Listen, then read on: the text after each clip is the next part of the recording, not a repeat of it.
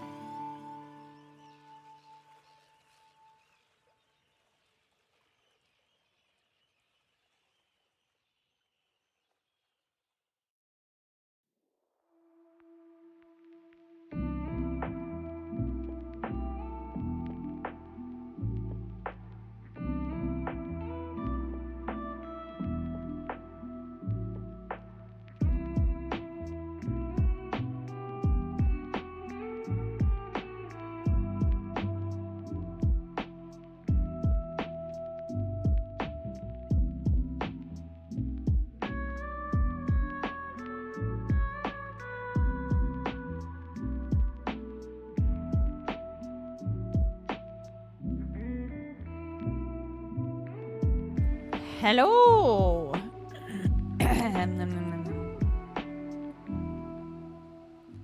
If you hear a lot of fan noises in the background, it's because it's -3 degrees and it's so cold and I'm blasting the heater. I'm trying to keep myself alive. Anyways, am I wearing a beanie or not? No. I even did a thing with my hair, kind of. So Clarky and I would match. I know. I'll be real with you. There have been quite a few days this week that I've wanted to wear a beanie, and I can't find it. I can't find it right now. I have no idea where it is.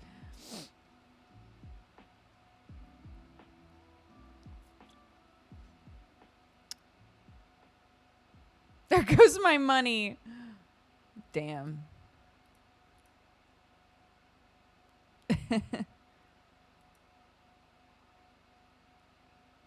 A lot of you thought I was going to wear a beanie today. Damn, that prediction truly tripped you up. Where's my water? Next to the heater.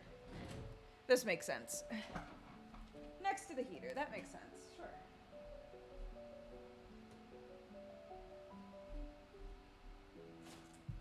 Why does the air coming from that not feel warm?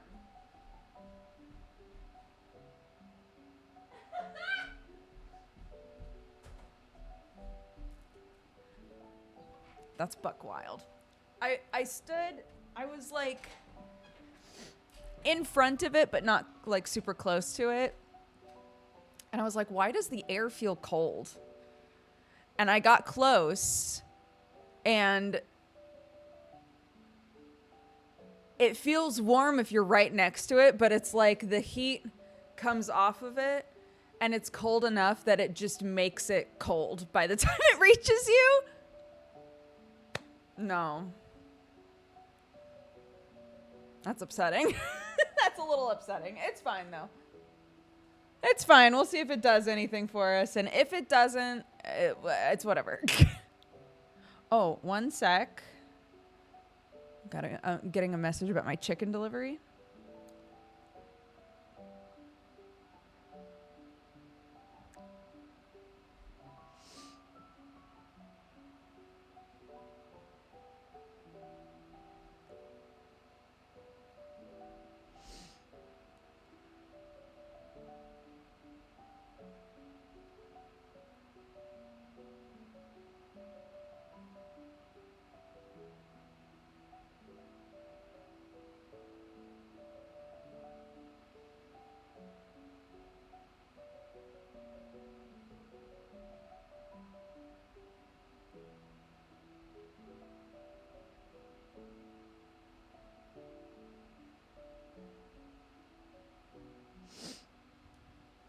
The same day that we get the chickens is the day that Clark has her D&D game. So I was like, I would love if I could get a heads up about what time chickens are happening. So.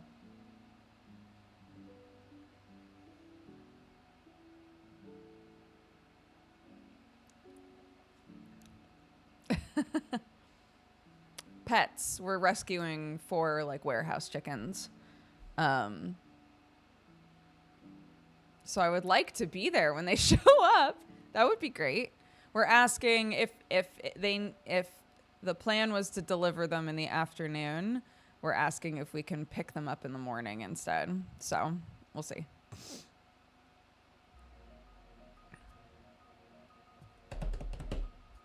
Thanks. Big Sparkle fan currently. Oh, amazing.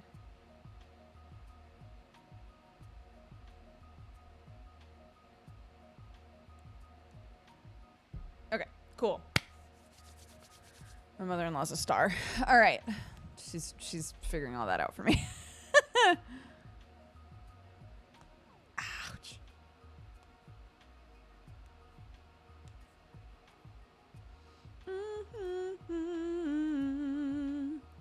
This is how we do it.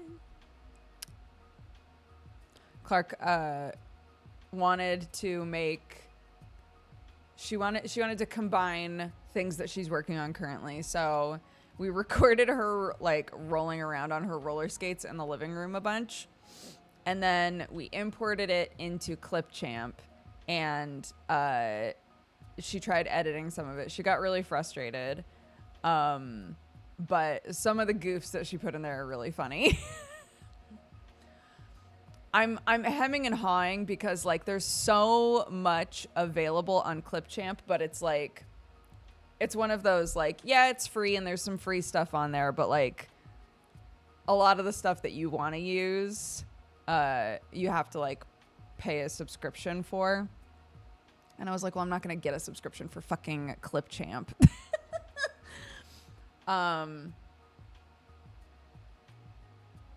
But she does get annoyed if she searches for something and it pops up and it's like, but you can't use it.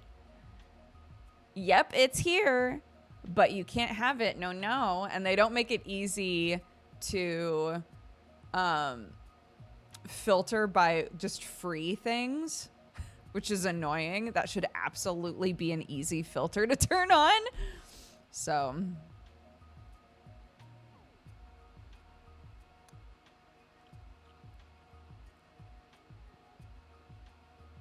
but then it wouldn't be as predatory. Yeah, you know. But then how are they supposed to annoy you into subscribing? So true.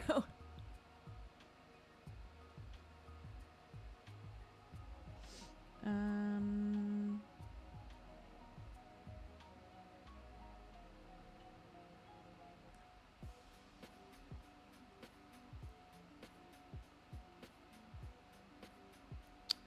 oh, okay.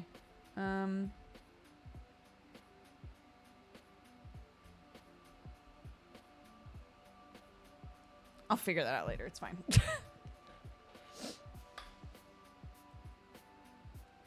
Trying to sort childcare for Geekenders Day because Sam's not here. And I realized, oh, I'm going to need help on Friday so that we can do Geekenders.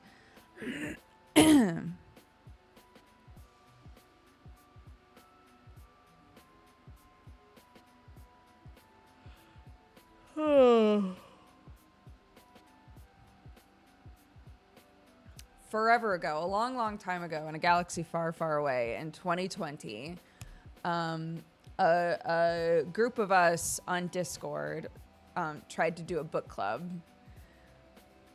I feel like many people have been part of attempted book clubs. We tried to do a book club. The plan was for us to read The Hobbit. And I would say, like, there were like 9 of us. Half of us read the whole thing, and the other half, I have no idea if they ever read any of it, you know.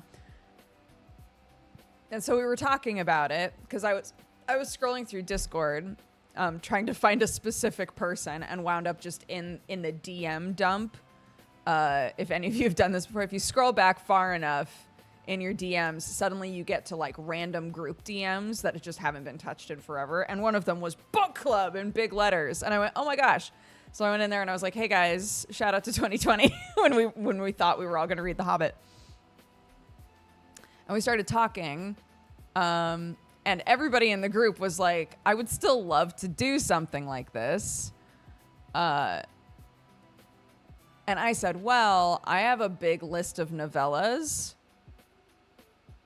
Like, you know, 100 to 150 page books. I have like a big list of novellas that I've really wanted to read. That might be an easier thing to attempt, is for all of us to like try to read a book that's like around 100 pages. So I suggested a couple that I've heard are really good. And we decided to read The Invention of Morel, which is like an older book. That's considered like a classic contemporary horror book. And it's 120 pages.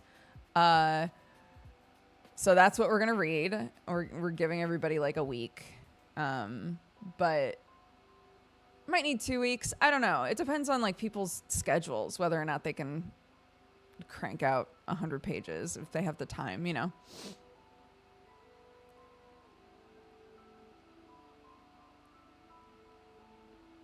But yeah, it's one of those books where everybody's like, this book is so good. It's an incredible read, but it's best if you don't know anything going into it. So I'm like, okay, I've read 3 pages of it so far just to like get a vibe for what the writing style is.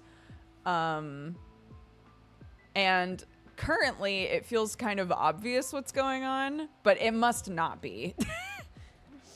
Again, I'm only like a couple pages in. But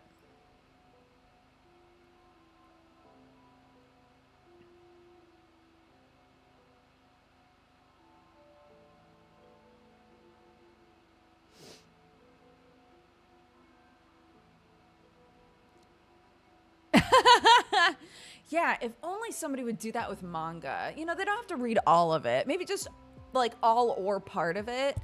And then if there was just like a group of friends who could just like discuss it, maybe half of it could be spoiler free and then the rest of it could be like full spoilers, you know, that would be cool. Somebody should do that.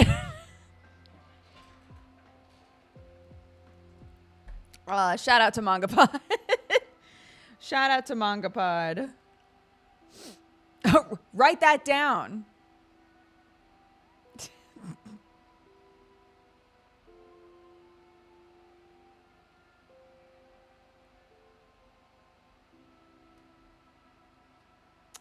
So there are 5 novellas that I've had just sort of like sitting on the burner waiting to be cooked.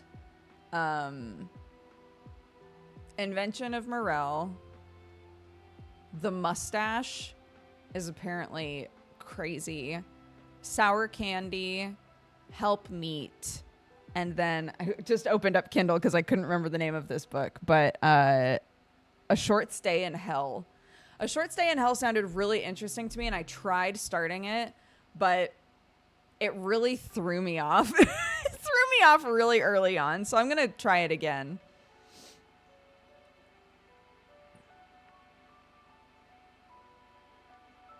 MEET. Help Meet. Sour Candy is apparently like slightly horrifying. Keep that in mind. Invention of Morel is like I said, a contemporary horror such and such. The Mustache is about a guy that shaves his mustache for the first time ever, and he's really excited for like to see how people react, but no one reacts, and he like spirals into like questioning what's even real anymore. It's apparently great. A Short Stay in Hell is about I believe it's about a Mormon who dies only to find out that the afterlife is nothing like anybody on earth ever predicted. And him like being in this weird purgatory. Sour Candy is about I think about a little kid that like takes a guy prisoner. And it's apparently super weird and strange. And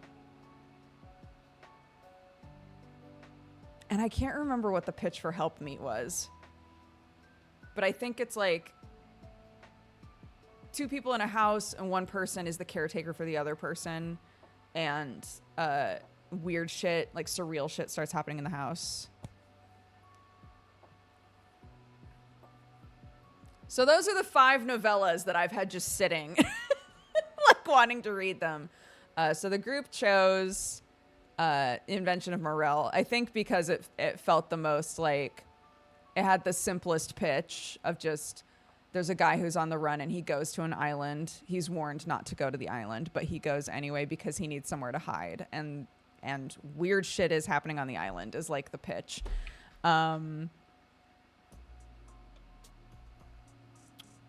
So that's the one that the group chose currently.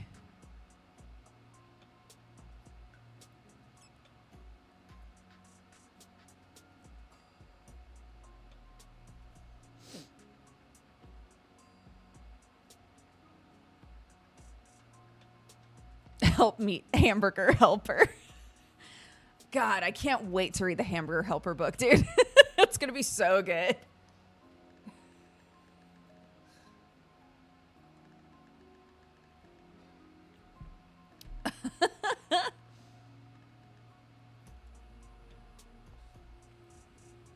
So yeah, we'll see how that goes.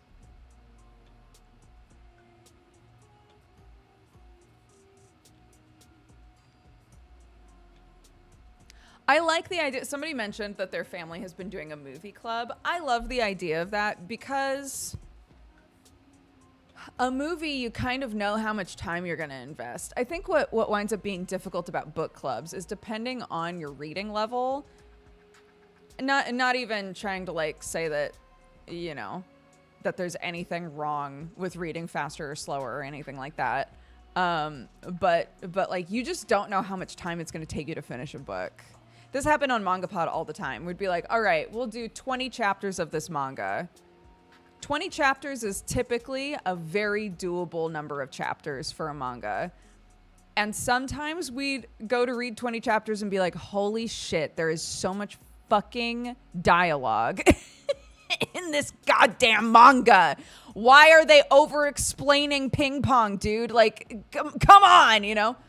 And other times you'd get 20 chapters in and be like, that took me literally a half an hour. Like, You just don't know. And it's that way with novels as well. Sometimes the reading is so quick and easy, and sometimes it's just not. Movie clubs are nice because you can literally be like, all right, everybody watch this movie, and you're like, cool. The most I'm probably going to need to sink into this is 2 hours, right? Like, I can sit down to watch a movie. I could do that.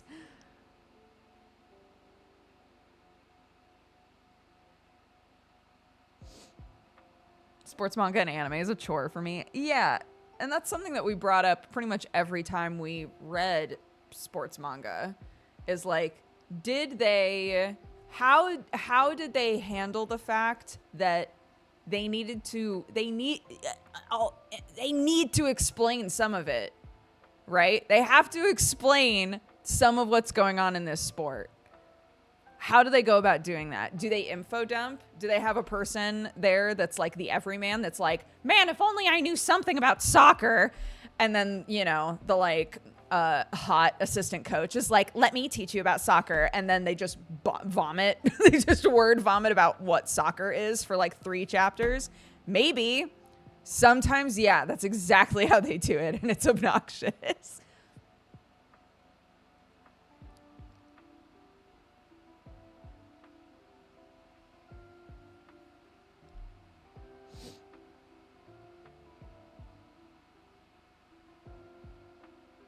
I think the idea of a book forum, like you're saying, Maggie, or like like a book community where you just every week talk about like what you've been reading. I feel like that would be more effective for people who have already sort of worked consistent reading time into their lives. I think one of the reasons that people are drawn to the idea of a book club is that through community, you are encouraging one another to finish a book, I enjoy reading, but I have a hard time sticking with reading. It's really easy for me to jump ship, which is why I've gotten really interested in novellas. So it would be if I were to be like, yeah, me and the guys, we'll just get together and talk about the books we've been reading. The likelihood would be that I'd join that call and be like, I haven't been reading anything, but I would love for you to tell me what you've been reading,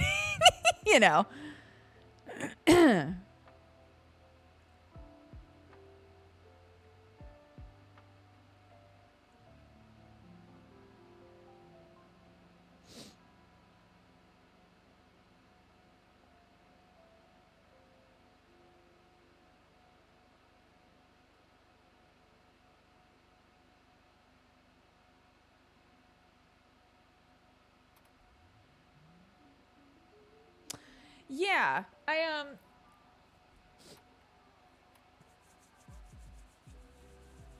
I'm trying to create like there's something to be said for if there's a thing you're trying to replace in your life or do less of, it's going to be easier if you replace the thing but not the actions associated with the thing.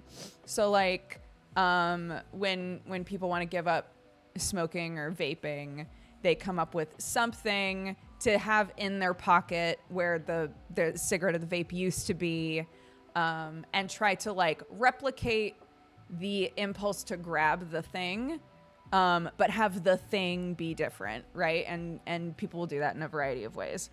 And people talk about doing that with their phones as well. Like, well, I naturally, when I do X, Y, or Z, I grab my phone. So what can I replace my phone with?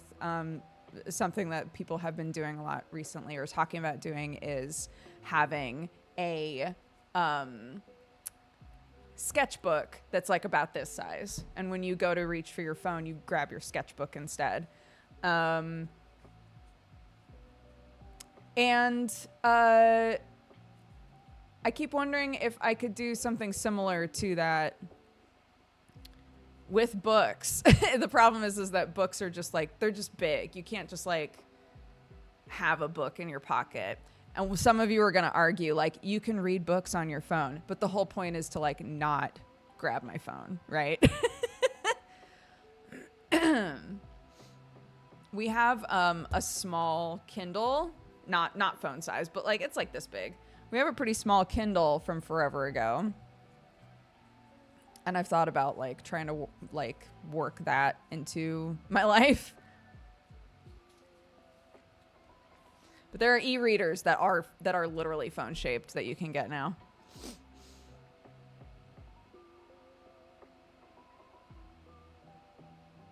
I found a French book editor that prints very small books, like smaller than a smartphone. Oh my goodness.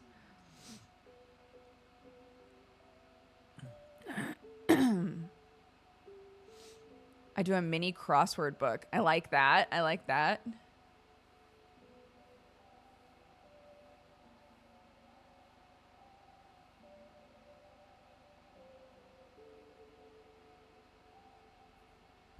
I think I've been so ingrained in fandom culture for so long, and I currently do not have a fandom that I'm involved with at all, or like looking for fic or art of at all.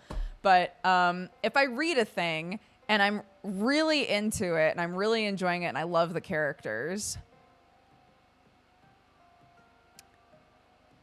I will always think to myself, I wonder if anyone's bothered to make fan art of this. I wonder if anybody has cared enough about this book to draw the characters or to, you know, make fic or something. And almost always when I go to look, there's nothing. And I'm always like, dang it.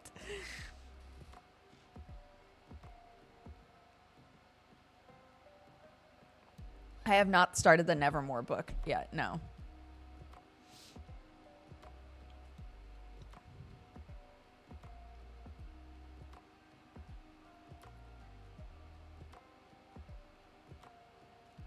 Yeah, I would need to replace like multiple things going on with my phone, I think. You know, all my alarms are on my phone, so I don't want to leave my phone in another room.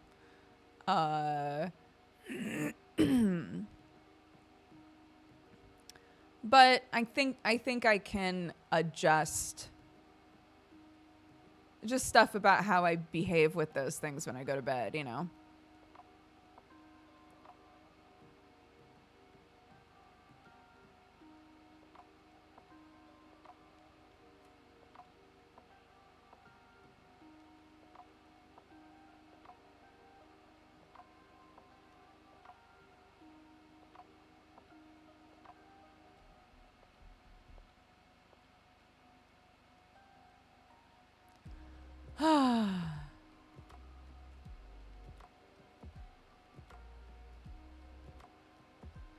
Yeah, we'll still do it. I just keep forgetting about it. The 2023 game bracket.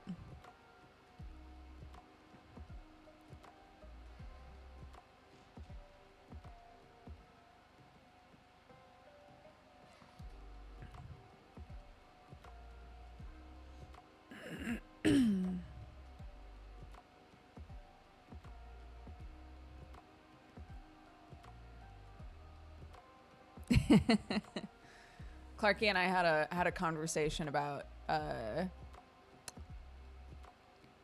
was like, Clarky, just so you know, I'm gonna be trying to not be on my phone as much.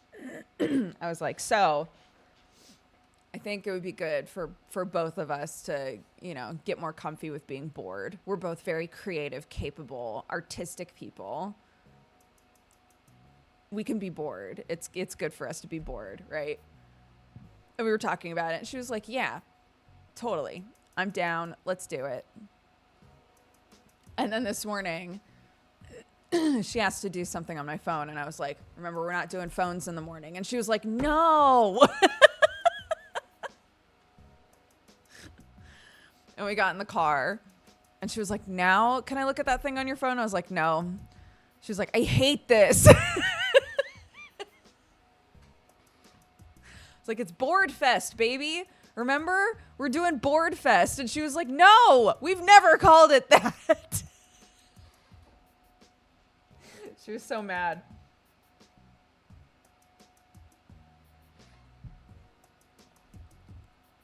It's okay, though. Literally, we turned on the radio, and she was like, you know what? This song is great. I'm not even bored as long as this song is playing.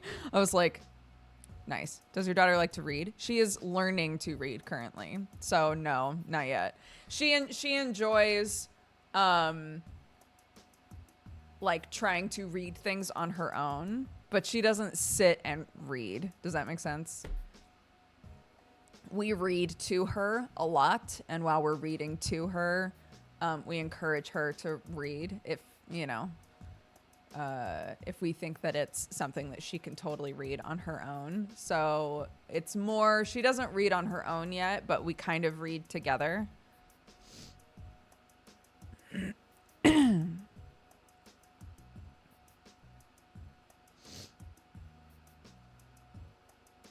Oh my gosh. So Sam and I were talking about how we've like come full circle where people now are so worried about like the things that they own digitally not actually being theirs, right? Like that's a whole conversation. That a lot of people are starting to now like record shows on VHS off of Netflix or burn songs onto CDs, right? Like we're right back. we're right back to my childhood now. And I was talking about it with Sam, and while I was in the middle of talking about it, I was like, holy shit. We should burn CDs for Clark. Hear me out. CD players are so dead easy to use. They're so simple to use. I was like, dude, we should get Clark a CD player. We should get Clark a really simple CD player. Burn CDs of like her favorite songs, her favorite like music from movies and shit, and just put it in her room and just let her play CDs. I think that would be tight.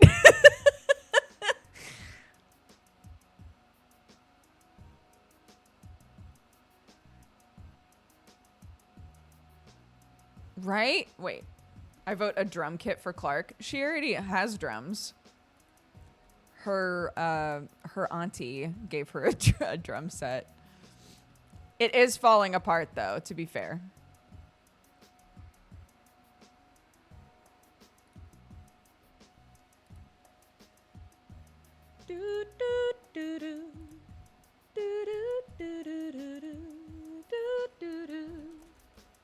Oops.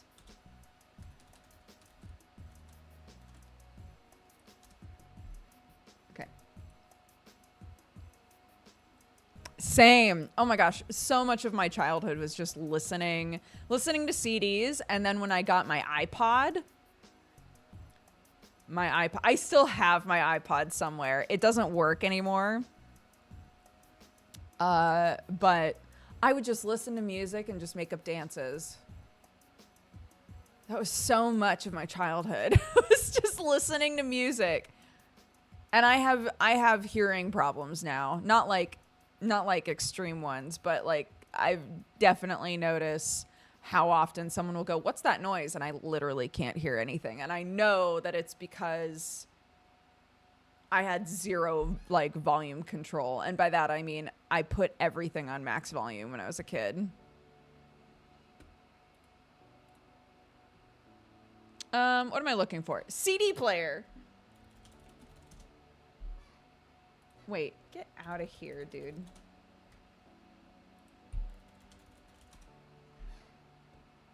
Oh my God. Wait, why are they expensive?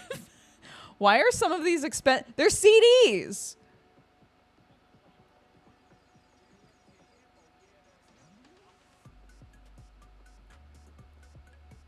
Are these like retro expensive now? Why?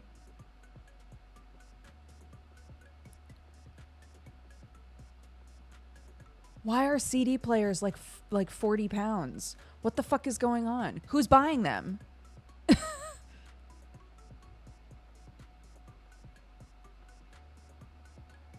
Yeah, I am gonna look on eBay.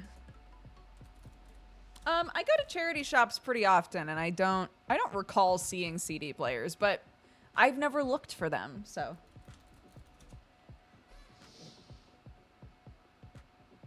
What the fuck?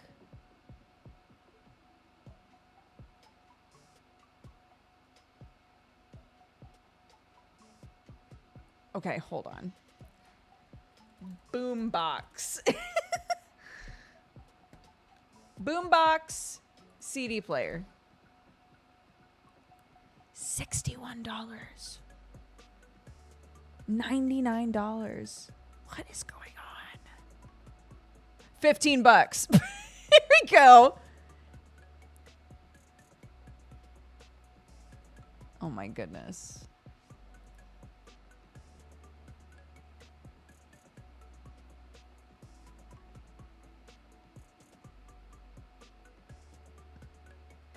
Yeah, I guess that's true.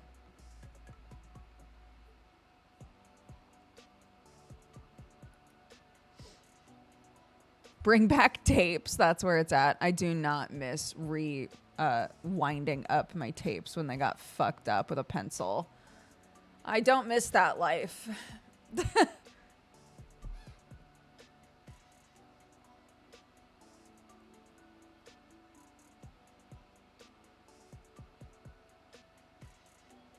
Your husband's TSA problems are the best. I don't know anything about it. He didn't send me anything that would cause me to worry, so don't tell me.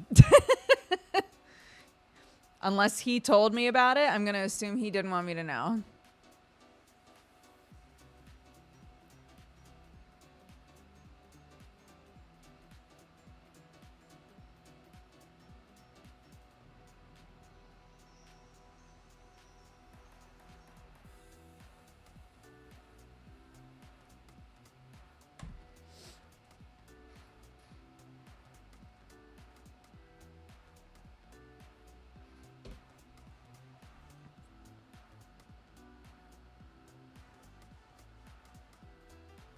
For the difference in his passport photo to reality. Oh, I mean, that happens every time. That happens every single time. I assume he told you guys about when we went to Myrtle Beach. When we went through customs in Atlanta before we got on our second flight. The guy looked at his passport, looked at him and was like, "The many faces of Mr. Thorne." And Sam laughed and was like, "Yeah, pictures from a while ago." He was like, "Yeah, you look like you really went through it." And Sam was like, "What the fuck?"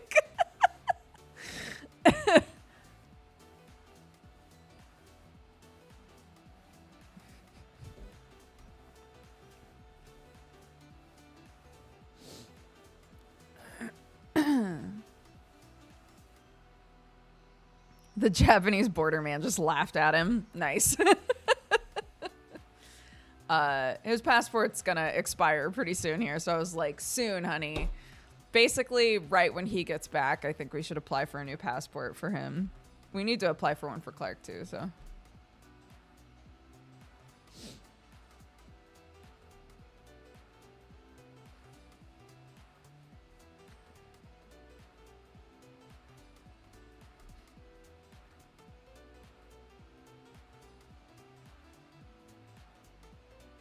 Get a new passport and then shave immediately. Amazing.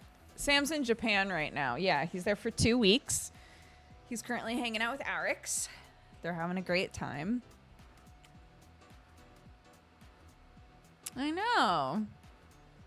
So it's just Clarky and I. Last night she was getting really sassy with me and I was like, "Homie," squeeze his cheeks, "look at me. It's just you and me, dude. We can't be fighting like this."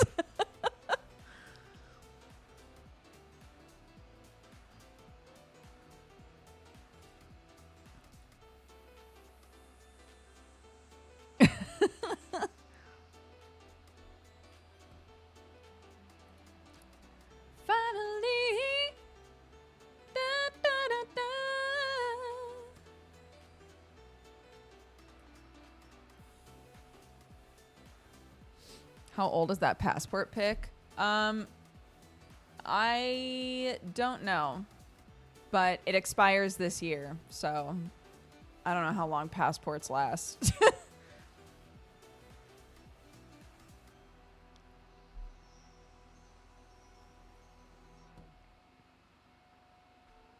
think they last about 10 years. Yeah, me too.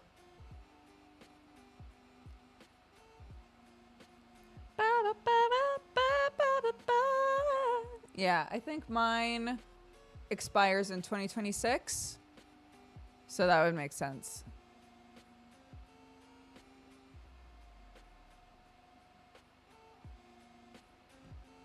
Na, na, na, na, da, da, da.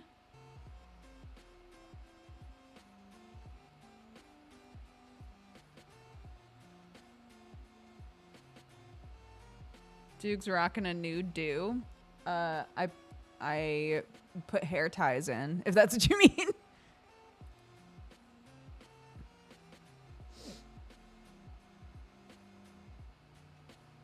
Thanks. I need to get it cut so bad.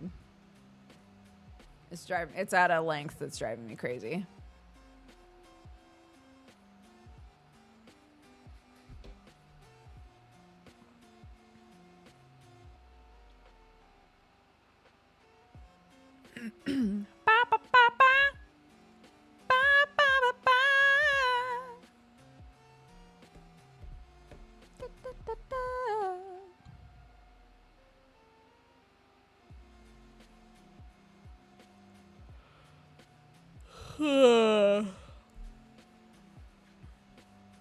The roller skating obsession continues in my house. Every day, every morning, and every night, I'm being asked when the weekend is so that we can go to the park and she can skate at the park. It's all she wants to do. And I keep reminding her, honey, on Saturday, we got a lot of shit going on, so we're probably not going to the park until Sunday. And she's like, fine. How many days until Sunday? It's very cute. I'm hoping... I'm not going to look at the weather. I'm hoping it's going to be warm enough that we can go to the park and not die, you know?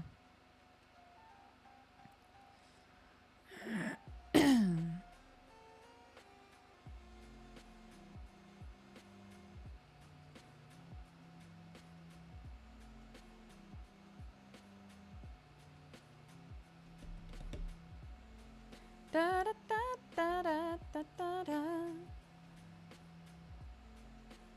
My nephew's school literally shut down. Oh my goodness. It's not that cold here. It's just cold enough that, like, I'm not taking my kid to the park, you know? We'd have to be wearing a couple more layers to go to the park. Although I bet if we were skating, we'd really warm up pretty fast.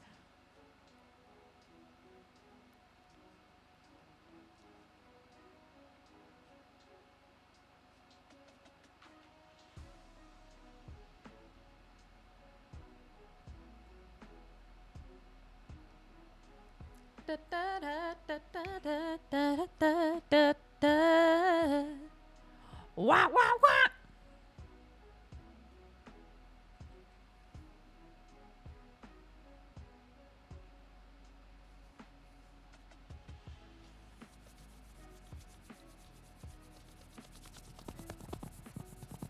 Hand farts. Just for you.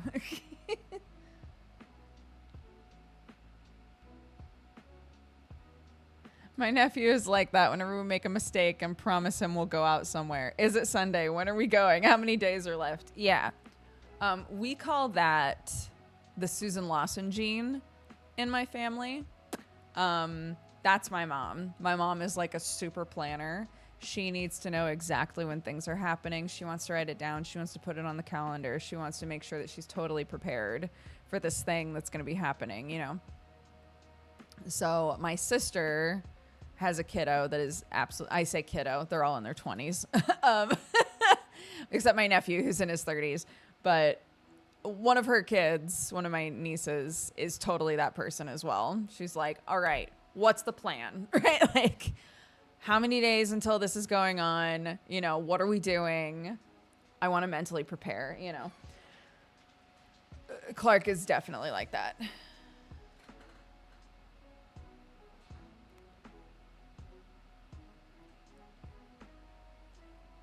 I'm stubborn. I don't want to turn the heat on.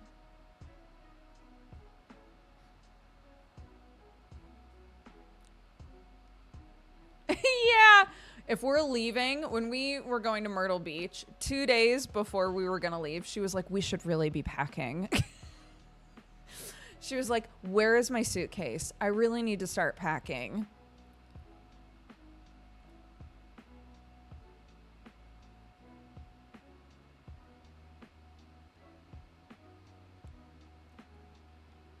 I was like, you're so good for me, Clark. Because if she's like, Mommy, we need to pack, I'm like, you know what? We should pack. We should pack. Let's pack. That's a great idea.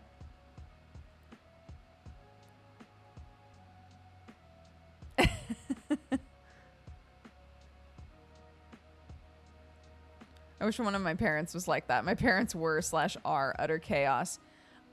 Speaking from experience, having a parent that is like that did not create a situation where any of us wound up that way. None of us wound up that way. I don't know if it's because I wonder about this stuff a lot since having a kid, like how much kids pick up through observation and how much they need to pick up through like straightforward teaching, you know? I observed my mom being very anxious about every trip and stuff and packing way ahead of time and all of those things. But I was not part of that process.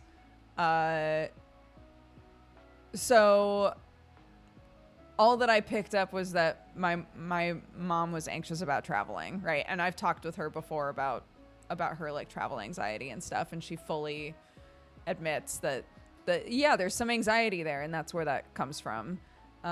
Is that preparing ahead of time helps her feel safer, right? So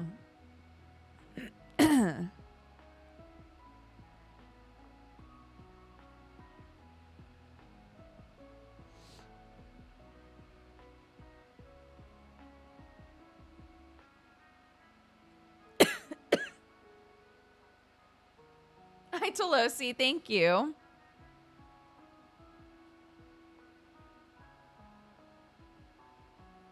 I am not. No. Oh my God.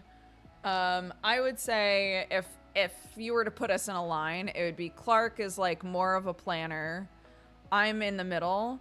I have trouble eating the frog, so to speak. I will plan the stuff that feels easy to plan. Or prepare for the stuff that feels easy to prepare for, and the stuff that stresses me out gets left a little too long. Sam is literally the night before he needs to go is when he does absolutely everything. Maybe even the morning of the day that he's going. Eating a frog is the term for whatever is the thing that is stressing you out the most, the thing that you are thinking about constantly, the thing that is like, keeping you from finding momentum.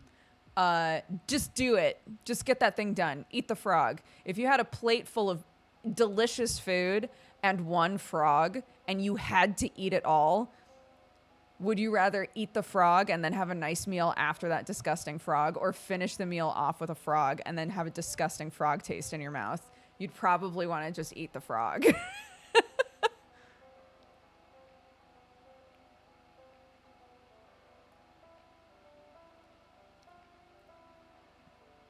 I would just let the frog go. Yeah, fucking Sam. I explained this term to him the other day, actually, because we were talking about the stuff he needed to get done before he left. And I was like, I really think you need to just eat the frog on this one. And he was like, what? And so I was explaining the term to him, because apparently I had never said that in front of him either. And he was like, I just wouldn't eat the frog. I was like, no, it's a thought experiment. This is would you save Batman or Superman? It's that exact, like, you have to eat the frog. When are you eating the frog? He was like, I'm not going to eat the frog. I was like, fucking.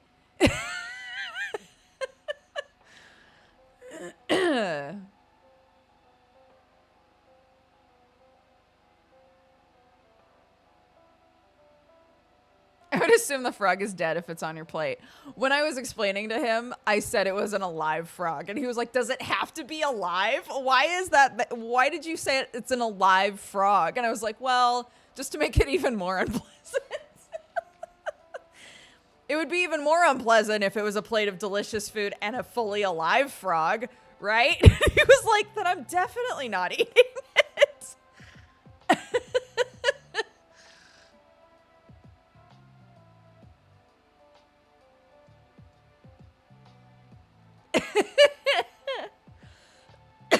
Yeah. Anyways.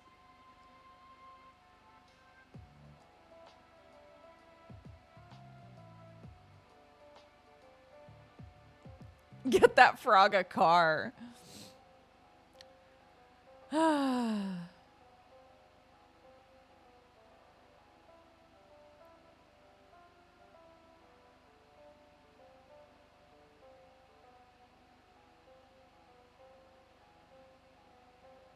Similar to how do you eat an elephant one bite at a time.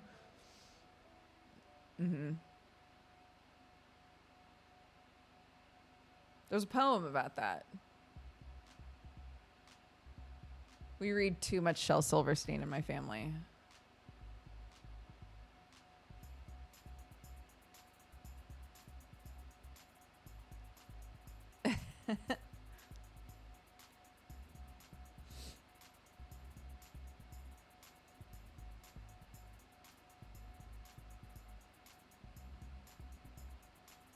No such thing as too much Shel. It's, yeah. Big fan. Clark's a big poetry buff. She really wants to buy more poetry books, and we were talking about it, and I was like, homie, obviously I'm like super down for you to get books. I love buying you books, but books can be expensive sometimes, and I can't just like buy you books constantly. Okay, I'm not doing that. And so she asked if she could start doing chores for books.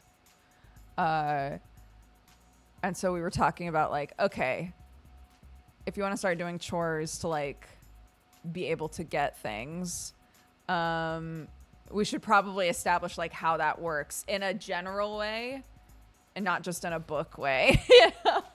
So we started talking about like, okay, so if there's a thing that Clarky wants, we'll make a list of like stuff around the house that she can do.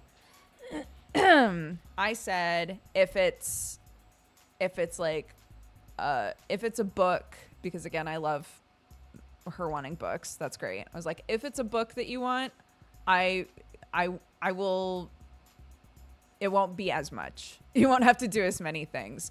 Think of it like I'm paying for half of the book, right? Like I'm not going to make you do a whole lot to get a book that you really want.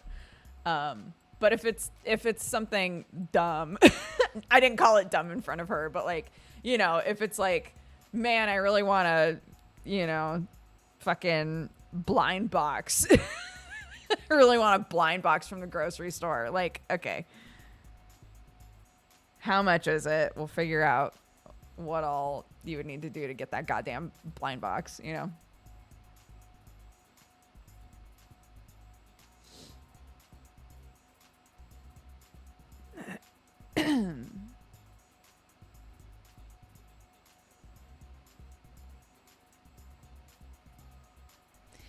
Yeah, I need to get better about the library. And by that, I mean, we love going to the library.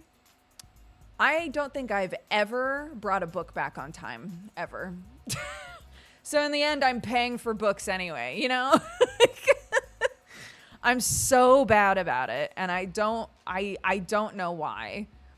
And I always think to myself, if we just say that there's a certain day a week that we always go, even just to drop off books and get a new one or whatever, then fine. But that's not, we don't do that. So it always winds up being that we get books and then a few weeks go by and I go, fuck, the books. So.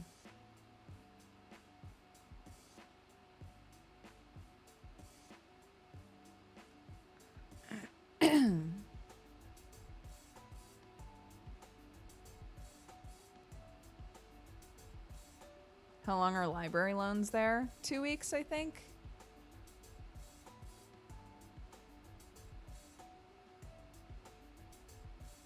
Oh, do I? I'll turn it off.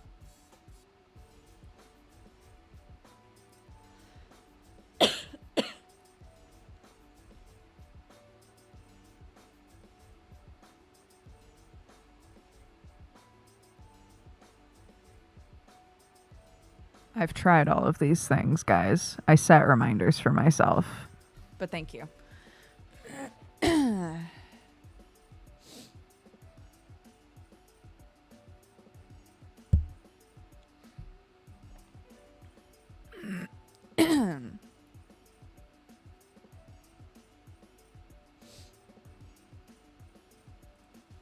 It's fine.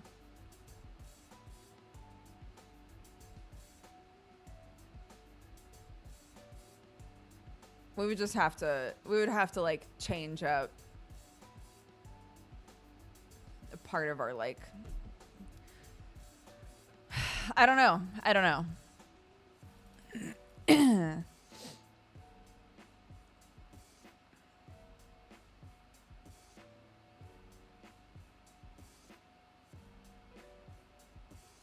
I know it's a me problem. When did I say it wasn't a me problem?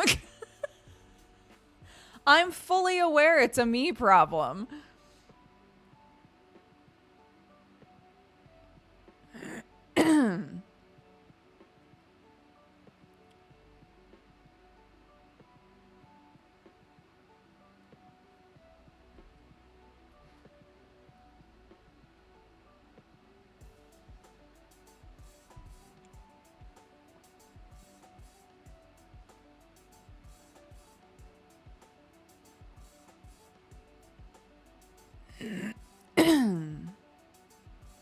We're moving on. We're moving on to a different topic.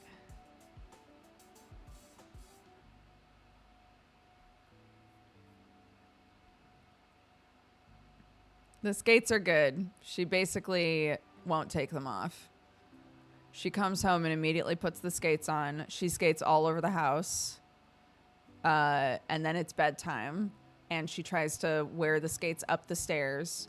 And I yell, take the fucking skates off. You're not wearing them on the stairs. You're going to die.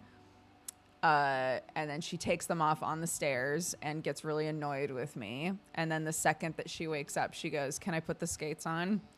And then she goes downstairs and she puts the skates on. And then she wears them all morning. She wore them while she made her breakfast this morning. And then once it's time to go to school, she puts everything on before having to take the skates off to put her shoes on. So.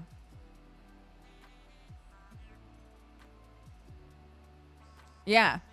She loves them. She's obsessed with them.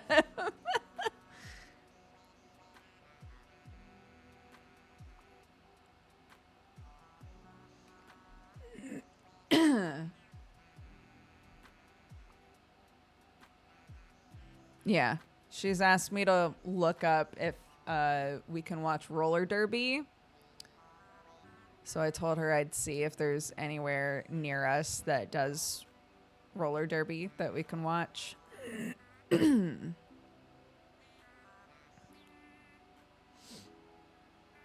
Yeah, I've also got roller skates. The wheels on mine are so slippy. Mine roll. They're so. Clark's roll just fine, but it's like the perfect amount of roll for a little kid. You know, like it doesn't roll too much. She can stop herself really easily. It's good. Mine, dude, it's so easy to fall in mine.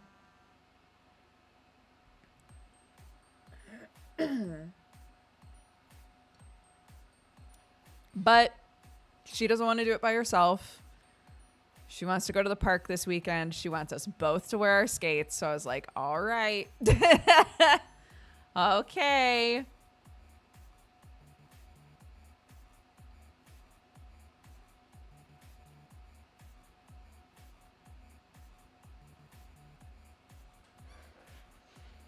Just have ice packs ready. Well, again, she's practiced safe falling a lot. She practices safe falling every day now.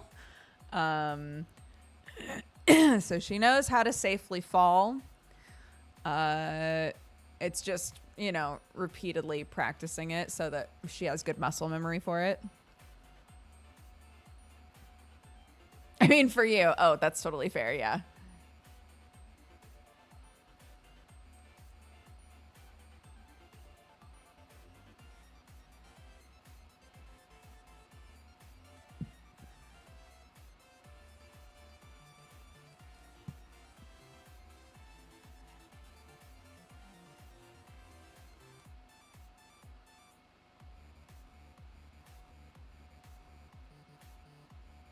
Where did she get the idea of skating? No clue. The only thing we can think of is that she must have watched a video or something, seen a show where a kid skated and was like, I want to try that. And now she's obsessed with it. Somebody in chat yesterday was saying like there really is something special as a little kid about like getting interested in something that has nothing to do with your parents, right? Nothing like that is just solely yours. That is a thing that you became interested in, that you wanted, that you are pursuing on your own, sort of a thing. And I think that's what this is for her.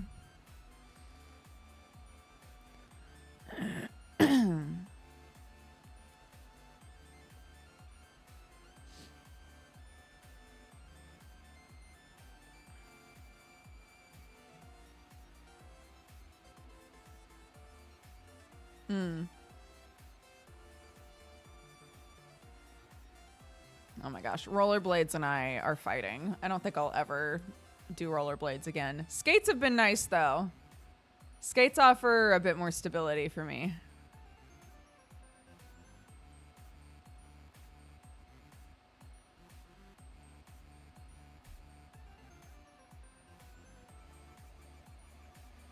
Finally, it happened to me.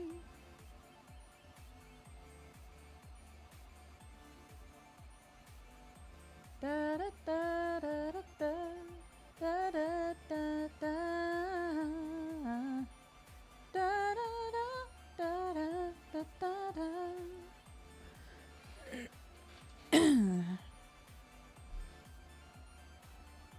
I love ice skating, actually. I think ice skating becomes really fun if you can be brave at the very start. I think you can find stability ice skating pretty quickly.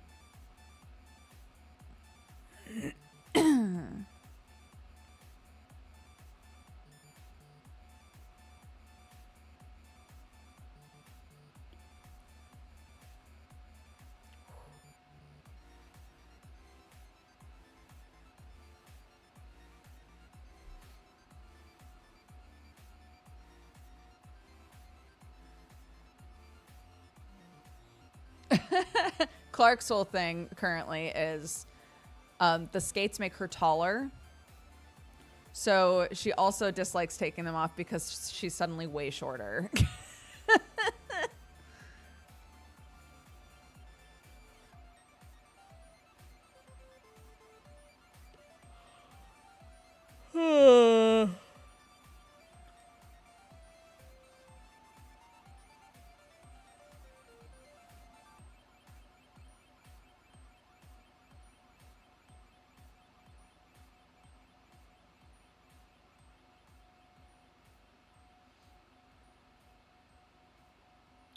Yeah, it's been interesting trying to find in America.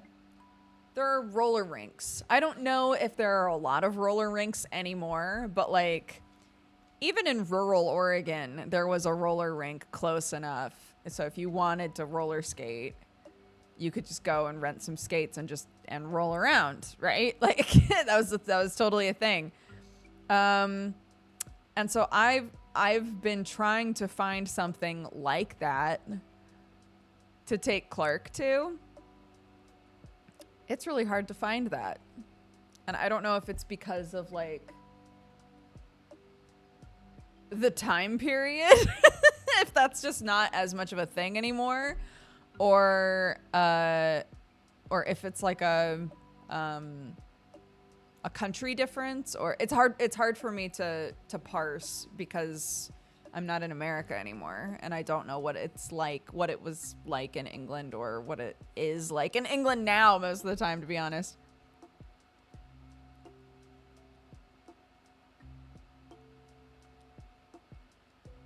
I don't think that was ever very big in the UK. Where I am, the closest drink is 50 minutes away.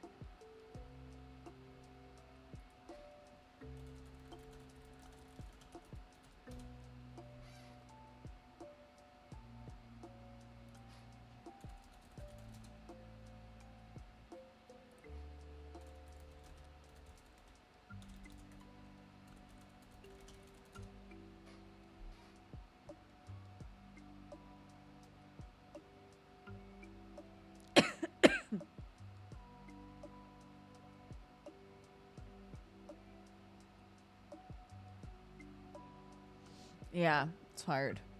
Most of the stuff that's popping up is London.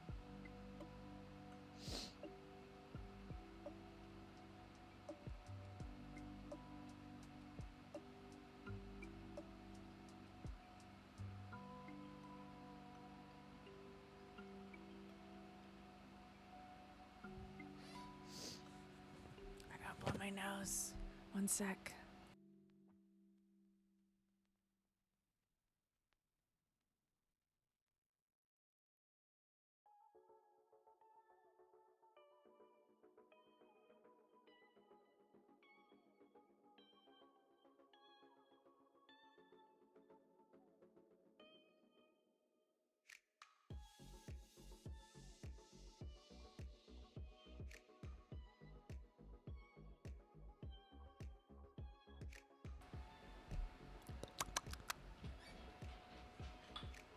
Where did Dodger go? Nowhere. Into the depths.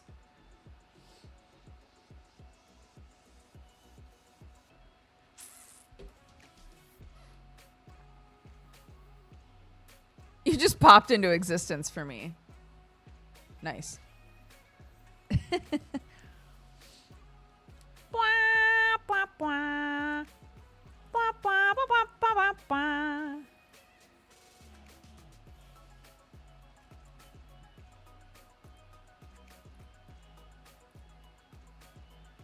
Add a friend.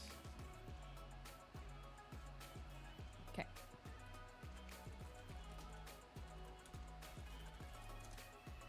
Okay.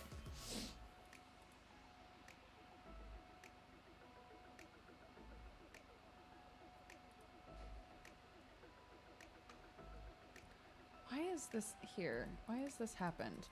Something happened at some point to make it so that on Chrome, this like happened just in the last couple of days.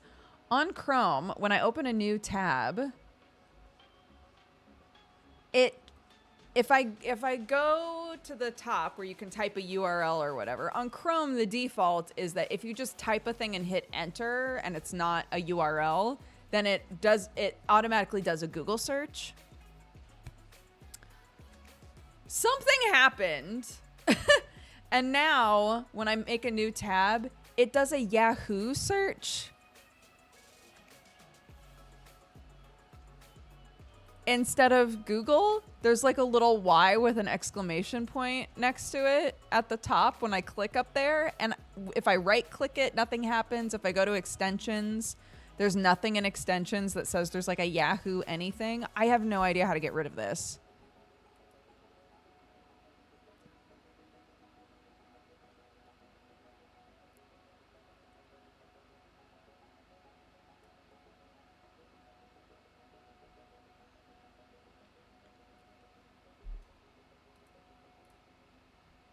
Go to settings.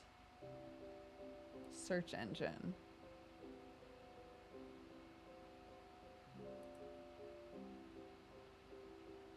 Oh, search engine used an address bar. It currently has secure search selected. What is that?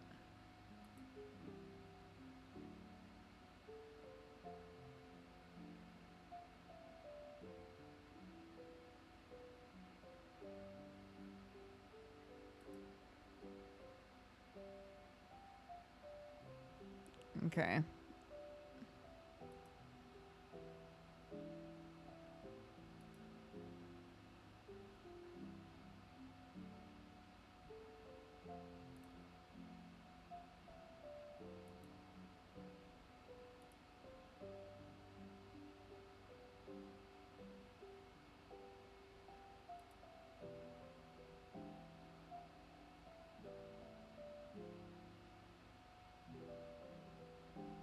My last scan didn't find anything on the computer.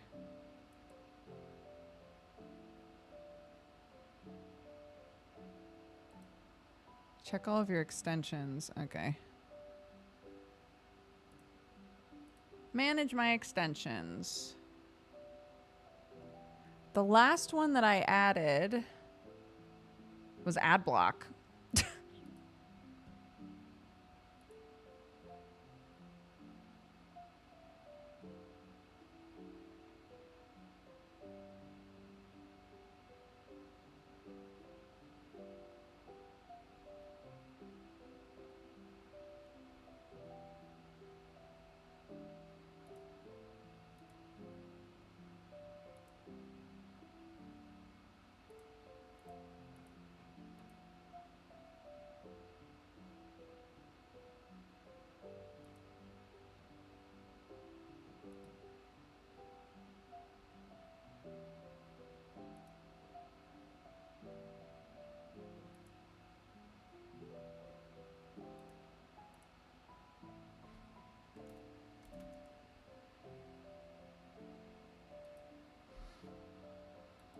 McAfee does that. Oh, McAfee came preloaded on this computer.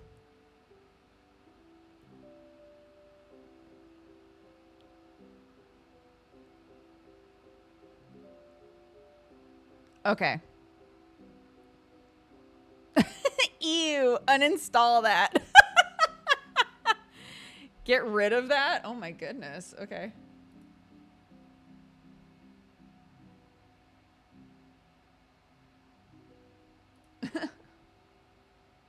I will.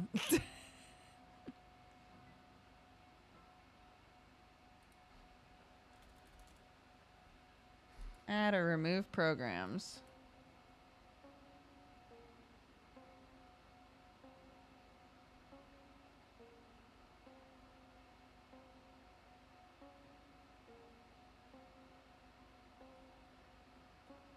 McAfee has supposedly gotten better. The only thing worse is Norton. Oh my goodness.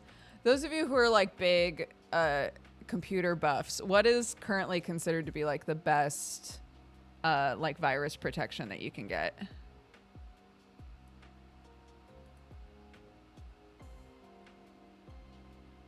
I didn't install it. It came preloaded.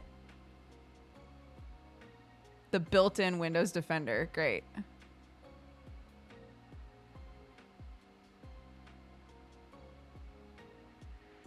Cool. Sick.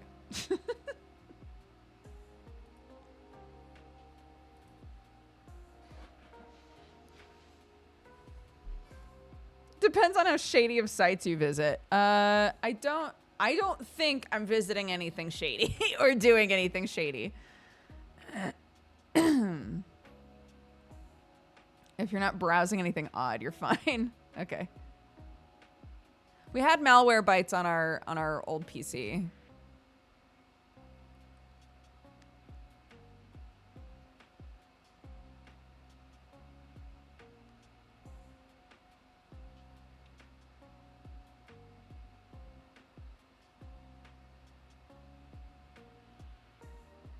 Just make sure Defender is on. It is. Yeah, I think that's all that I have currently.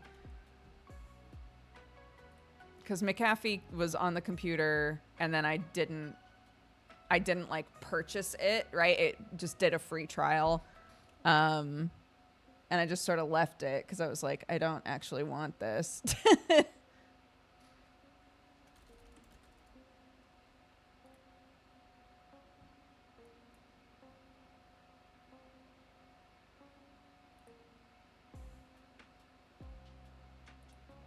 Yeah, everything's on.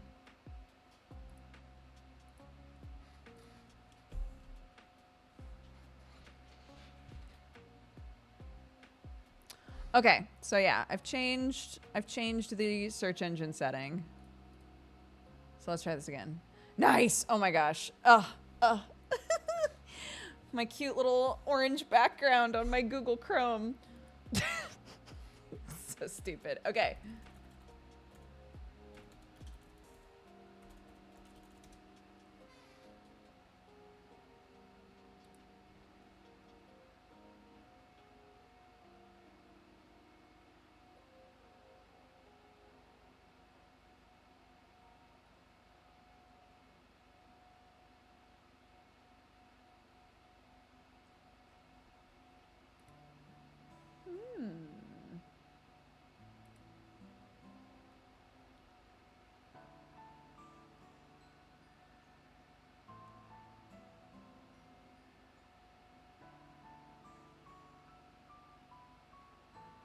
No, I don't want to join a team. I want to watch.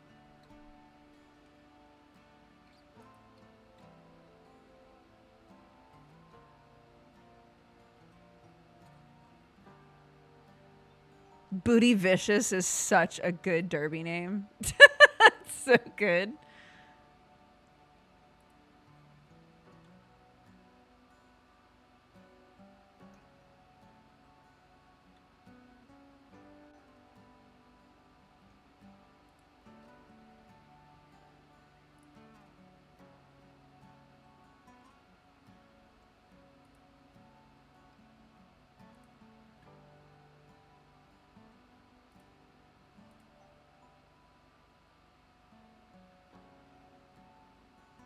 Here's the thing that's driving me crazy is that there are teams out here, or like, you know, in the Shire, so to speak. You click on them and they're like, here's our team. And there's a button on almost all of them that says something along the lines of like, do you want to get involved? And I'm like, yeah, I want to watch. But when you click it, it's like, try out for the team. And I'm like, no, I want to watch.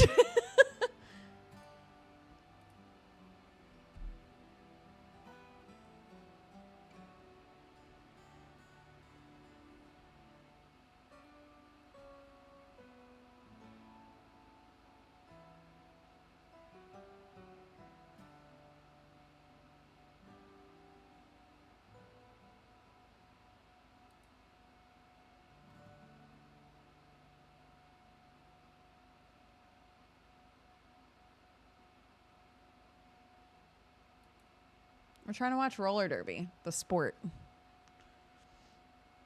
Maybe now is just not the time. Maybe it's the wrong time of year. But like, then say that, you know?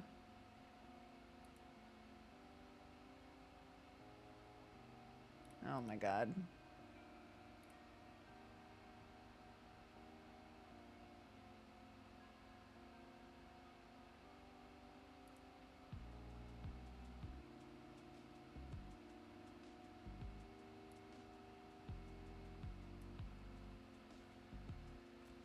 Outdoor roller disco. Now we're talking. Now we're talking, dude.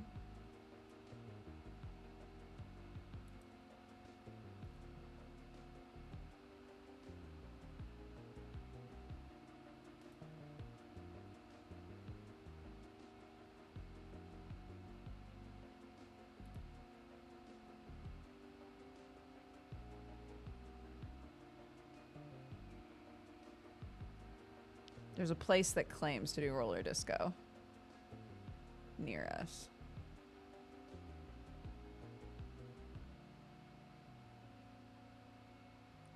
But it is not showing up on their calendar. So I'm wondering if that's old. Is this an old post? How long ago did this happen? 2020. Uh-oh.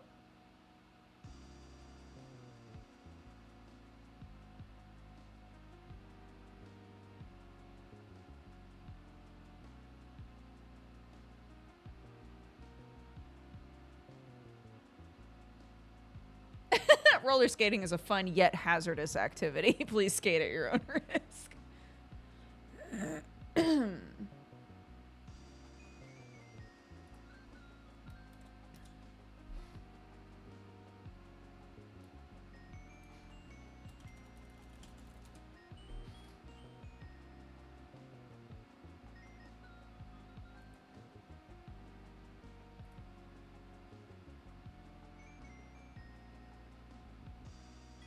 Sorry, I'm lost. I'm back. I'm back. I'm sorry. I got I got pulled in. I got pulled into a different world there for a minute. It's JoJo and Gran.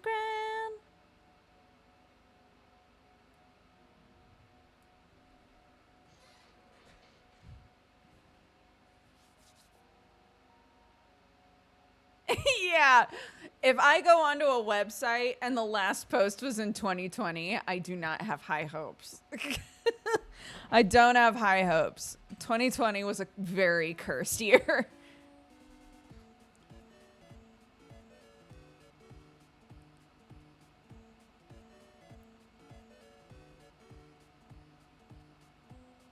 It's fine. I'll figure it out, guys. I'm not going to tell you where it is and what specifically I'm trying to watch because that is halfway doxing myself. So don't worry about it. I'll find it. Hi, Jimmy. How are you, dude?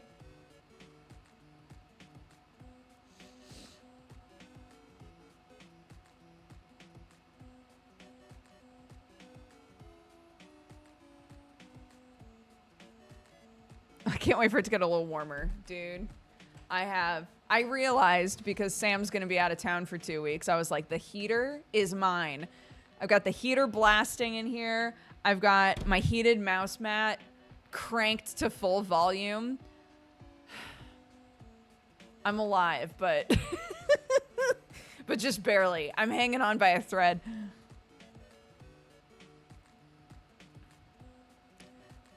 Is it any good? The heated mouse mat. Yeah. Yeah, it's great. But it's also like it's one of those things where you like get desensitized to it. So when I first turned it on at like its lowest setting, I was like, ooh, so warm. And then it was like, okay, it's not warm enough anymore. And then you turn it up and you're like, ah, that's better. But it's not warm enough anymore, right? And I have it at full crank now, and I keep touching it and being like, where are the hottest parts? I need the hottest parts of the mat.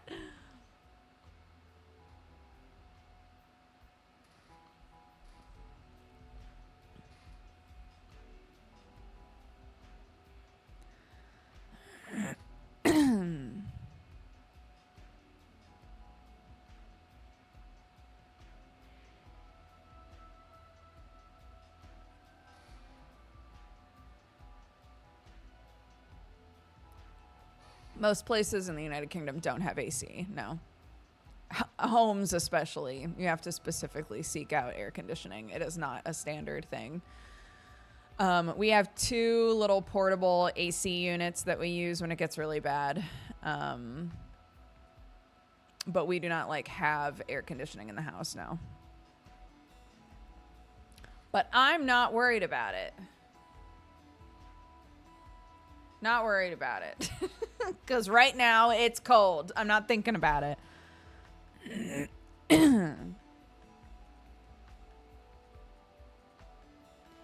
It's JoJo and Gran.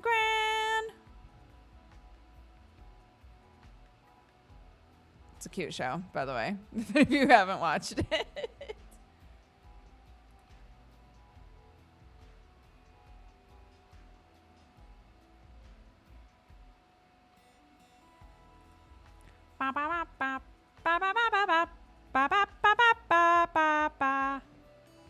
Fine work, detective. Testament.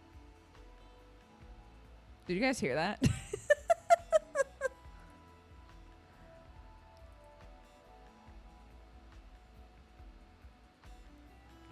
That was a video that I apparently was watching.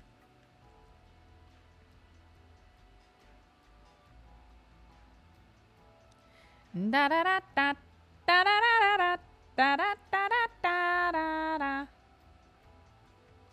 This is the story of T and Mo.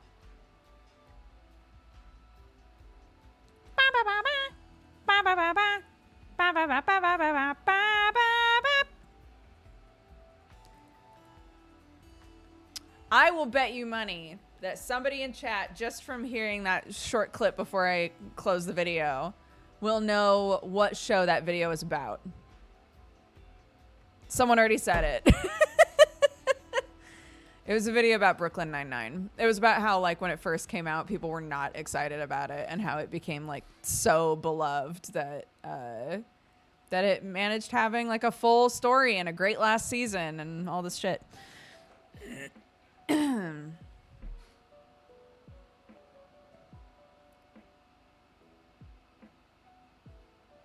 Hi, Summer.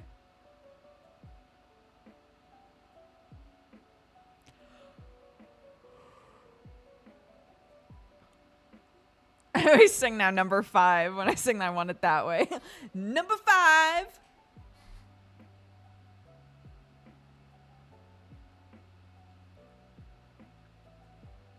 They make a little mini space heater that arches over your mouse hand. Incredible.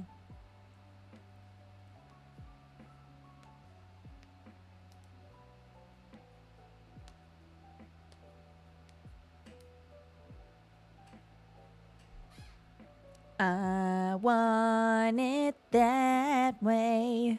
Tell me why.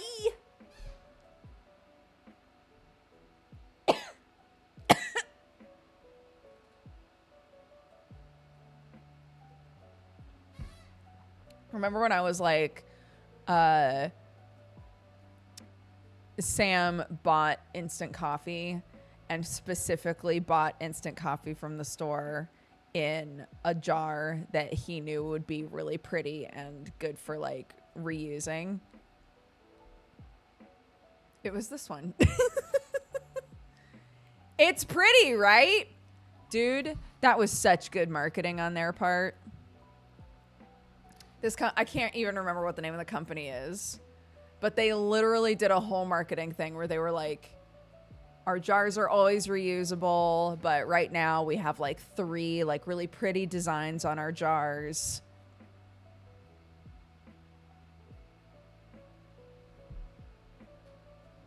Touche. They are so cute. I love them.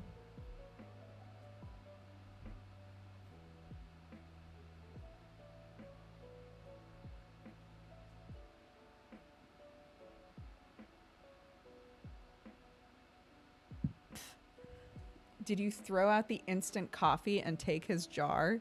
No. He drank the instant coffee and then we cleaned up the jar and now I'm using it.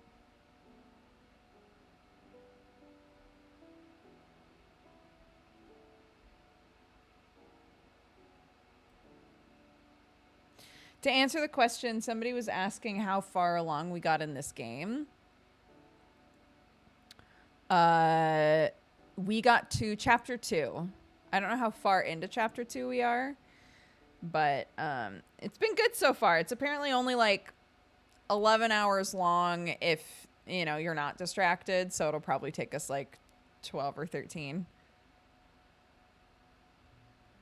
I used their smaller one for a paint water jar. There you go. I love a jar, dude. Love them.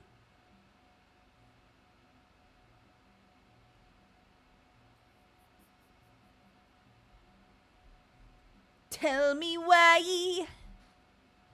Ain't nothing but a heartache. Yeah, I mean, you know, a while back when I was like, hey, give me feedback on what's working on the channel and what isn't, a bunch of the feedback was, I really miss when we would finish games, when we would play a game and actually finish it.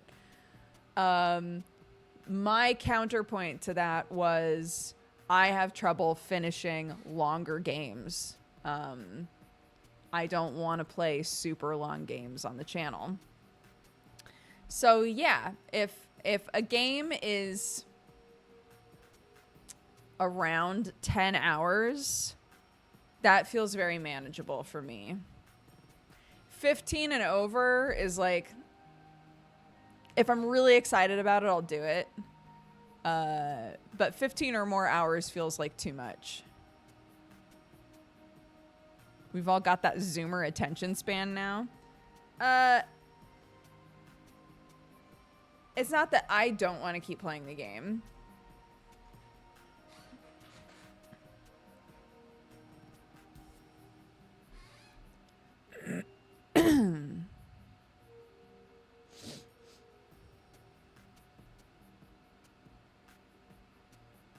We did play Lies of P, but we transitioned into doing that once a week, you know.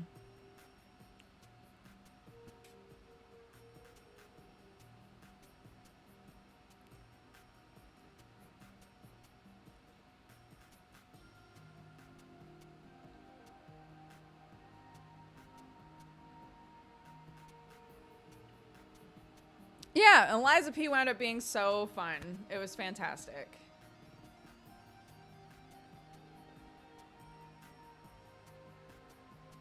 But I was also like, I was glad when we finished it, you know?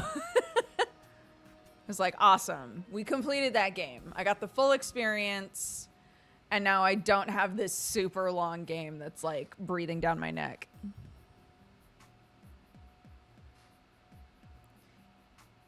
Yeah. Yeah, my two big things against a really long playthrough are what Free just said, that newer viewers have a hard time just dropping into a game that we've been playing for a long time. And two, the viewership drop off is very real. There's a point where people are like, I don't want to watch this bitch play this game for the 18th time. I'm over it, right? There are some games that people are down to just watch be played over and over and over again. And most of the time they are arena style or battle royale games where like there's a pocket moment when this person is playing it. There's a set amount of time it's going to happen, and then they will repeat the process. It's not like a long running story, you know?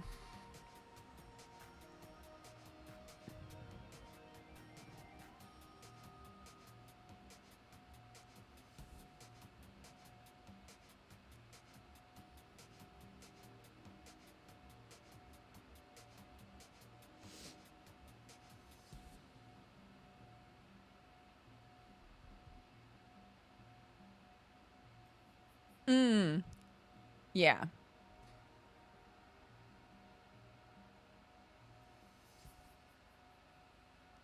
Love a roguelike. Yeah.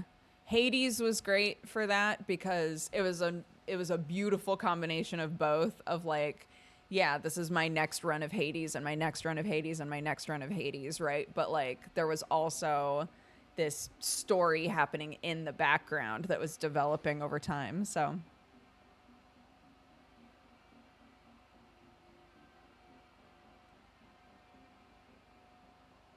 with League, there is no story you're missing if you didn't watch last time. Yeah.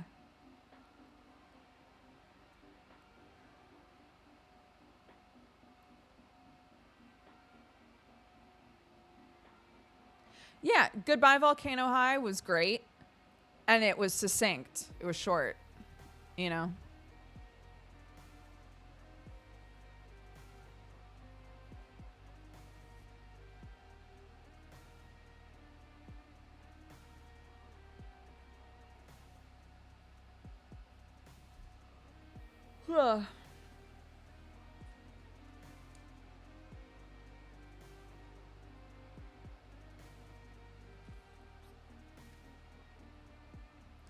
Ooh.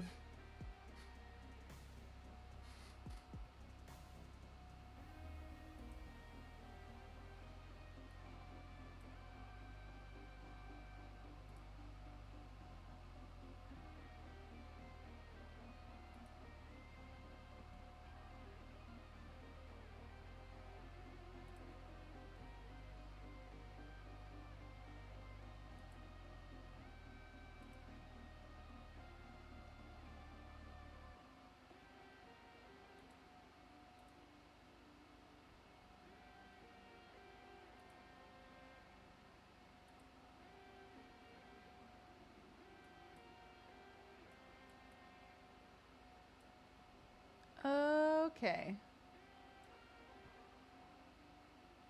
Let's swap. Since we're talking about it anyway. let's swap to game time. I love your cozy morning streams. Helps me with pre-work spookies. Pre-work spookies. Oh no.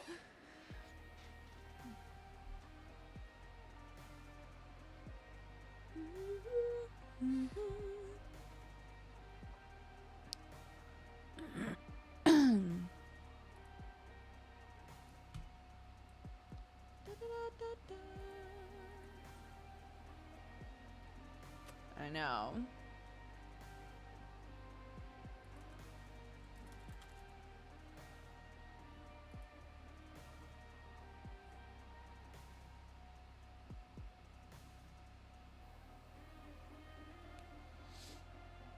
I don't know what Pal World Gaming means, Bucky.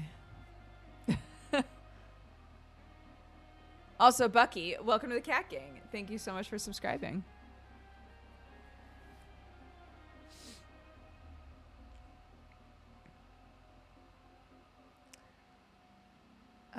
Okay. Pokemon with guns. I will not be doing that, no. I'll not be doing that.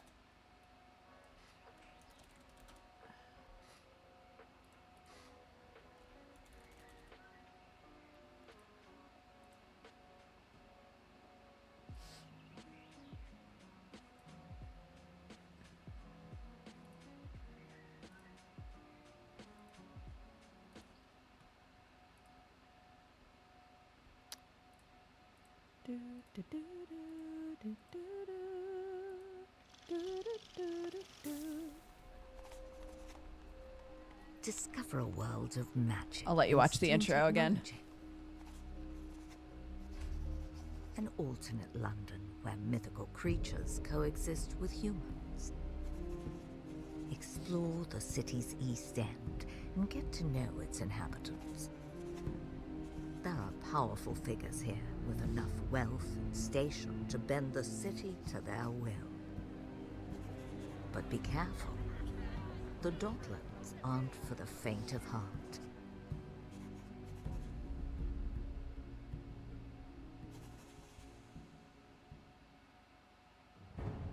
Okay. So, Sovereign Syndicate is a Disco Elysium-esque game. The mechanics are very Disco Elysium. It's narratively very heavy. You play as a character in like an isometric sort of world. You walk around and interact with things and talk to people. And the things that are available to you and the sorts of responses you're able to give are based on stats that you have as a character. And depending on how you respond to things, those aspects of your personality will have more or less sway, and they all converse with one another while you're sort of like mentally processing stuff. It's very, very it's very Disco Elysium. Big differences, as you might have noticed from the intro. This is a steampunk world. It is a fictional London. There are like fantasy creatures in this world. So the character that we played at the beginning is named Atticus, and he's a minotaur. The other big thing that's different that you might have picked up from how I said that is there are multiple characters. So unlike in Disco Elysium where you play one character, we are 2 chapters in. Both chapters we have played totally different people. And those people have different like traits available to them. So while the sorts of things that we were balancing with Atticus were things like animal instinct, self-discipline, spryness, right? We are now playing a woman named Clara, who is a courtesan who is desperately trying to get out of London. And with her, we're balancing things that are a bit more subversive. She has traits like grace and intelligence, right? How she observes and interacts with people to keep herself safe and to get the things that she needs are like a totally different play style and balancing act than it was with Atticus. The story so far is in chapter 1 we played as Atticus again, who is a minotaur, and he has a drinking problem. He is wanted by the law. There's a bounty on his head. And he can do magic. He's an illusionist. He's able to disguise himself as something much more human looking if he needs to. a mysterious man shows up and basically holds him at gunpoint and says, "You're coming with me. Get yourself cleaned up. Meet me over at this cart." The beginning part of the chapter, you can try to get away from him. We got pretty far before we had failed too many checks and we weren't able to move on anymore. I think probably if you succeeded enough, you could get away from that guy, but we weren't able to do it. So the beginning part was us like going into the sewers and all sorts of shit, trying to like get away from him. In the end, we had no choice but to approach him and be like, "All right, what do you want?"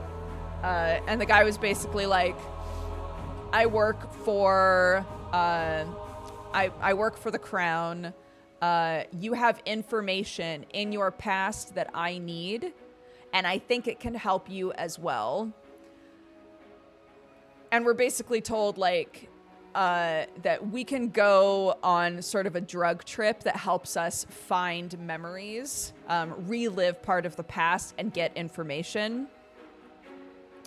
And we're told like, either you can do this and give me the information that you need, or tell me where you need to go next to get the information, or I can just turn you in and get the bounty.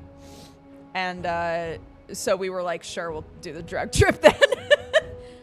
And that was basically the end of chapter 1 with Atticus, was reliving a moment of our past in the orphanage when we stole all of the money from the orphanage that we were staying in order to try and start a new life for ourselves. But the information seems to be a thing that our mother left with us at the orphanage, and we haven't quite figured out what that thing is yet. We're now playing as Clara. Clara is the courtesan to the most powerful man in London. This airship in this picture belongs to that guy. He just sits in an airship and looks out at everybody and is like, "God, I'm just so powerful."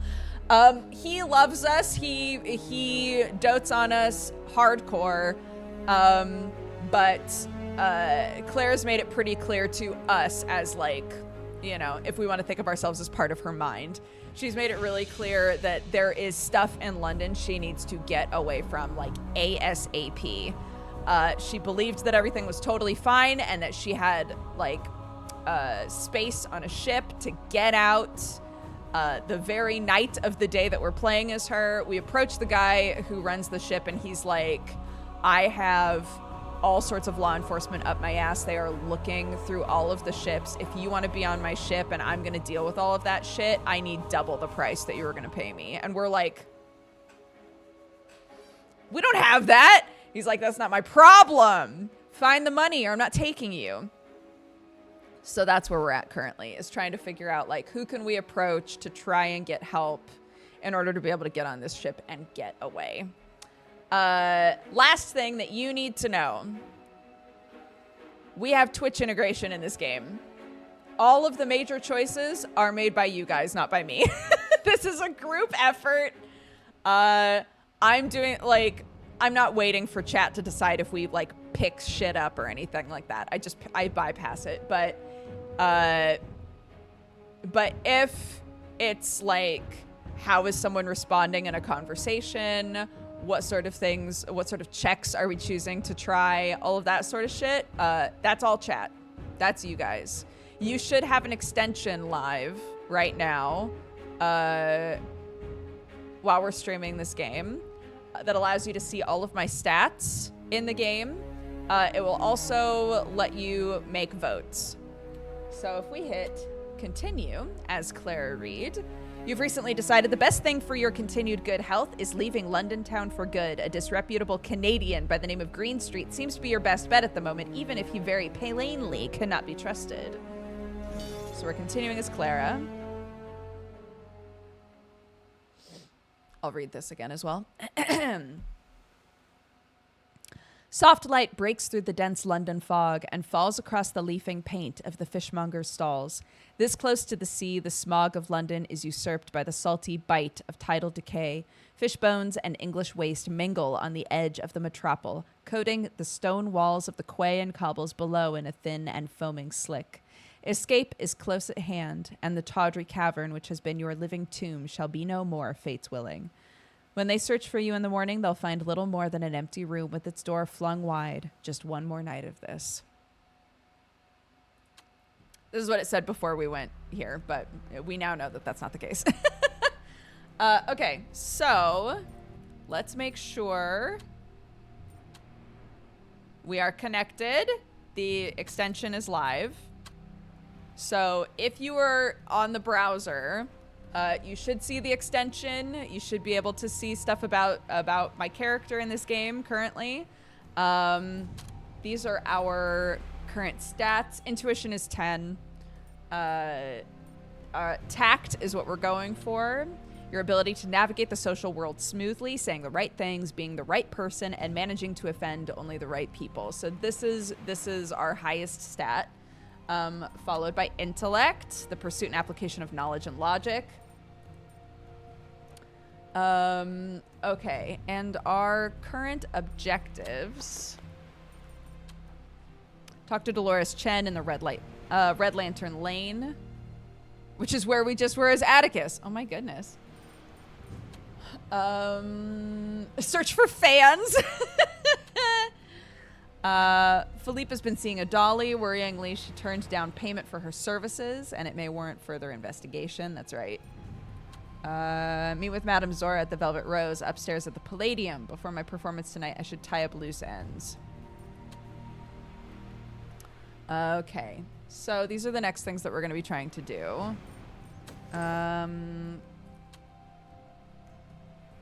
Detailing a murder. Right. These are the things I picked up.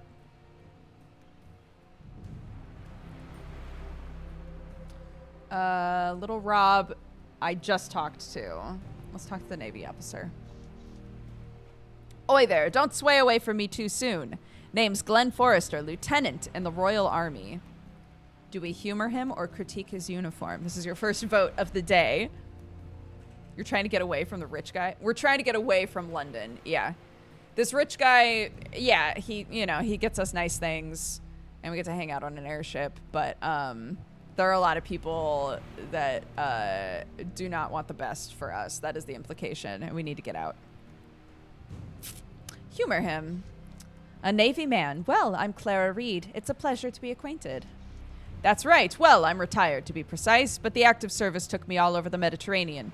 If you ever want a sea tale, I'm your man. Do we listen, or do we leave?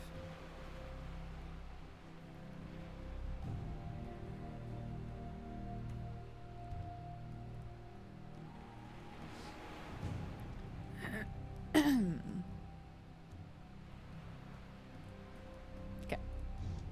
I'll take a sea tale. Let's hear it then. Thrinacia?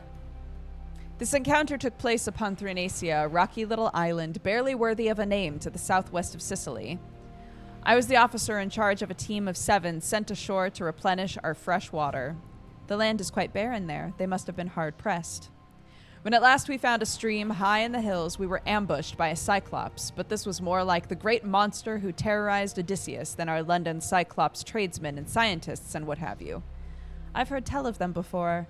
Cyclops in remote areas, ranging far above the city-dwelling folk.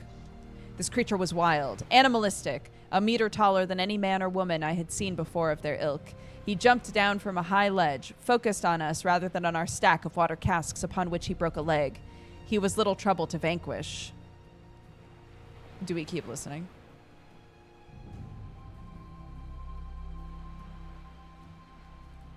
Yes. Saints above! I had feared some kind of disaster. Well, at least you didn't lose any men. What troubles me about the ambush on Thrinacia is that from then on, I've been consumed with anti-Cyclops prejudice. Bigotry runs rampant throughout London and the world for that matter, but at least he admits it. Logically, I know it's wrong to judge an entire species based on one harrowing event, so I strive to be conscious of these emotions, the better to counter them. Do we say, I know how that feels, people often think less of me because I'm a woman, or prejudice can often get the better of us. For example, everyone takes me for a dolly, someone who needs a male escort to defend herself.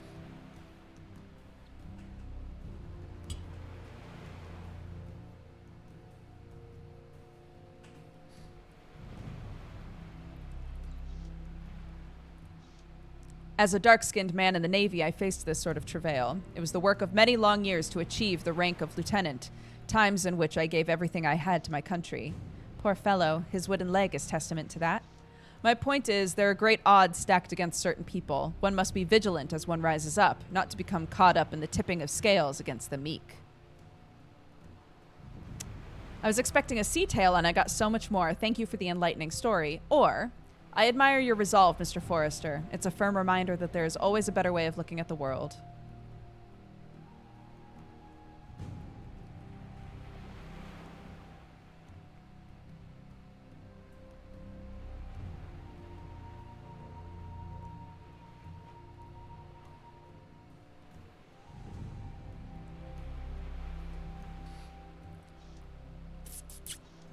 Happy as ever to share my side of things. Here's my way of saying thanks for lending me an ear. He passes me a bottle of brown liquor, a little something I picked up on one of my seafaring adventures. Gin! Why, thank you, Glenn. You shouldn't have. No trouble at all.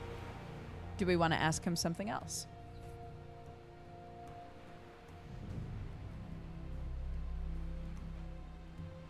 Aww.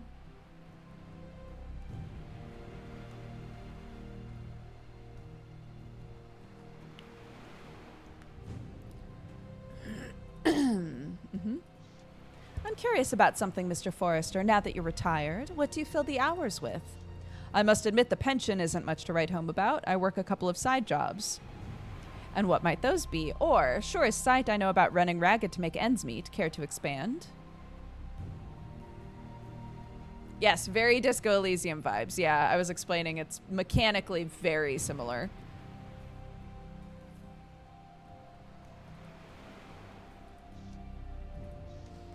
Sorry, Miss Reed, but I prefer my business affairs private, begging your pardon.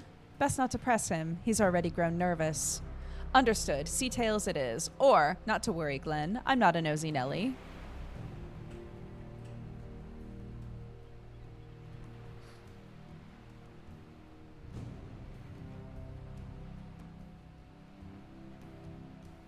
Yeah, it's good integration, right?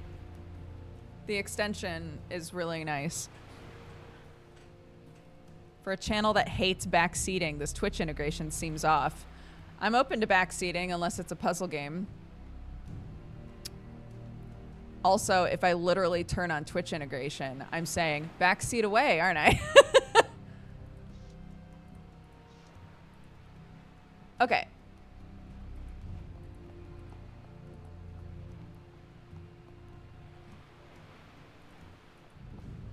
An ad is starting soon, apparently. That's annoying. Okay. Go to Soros Square.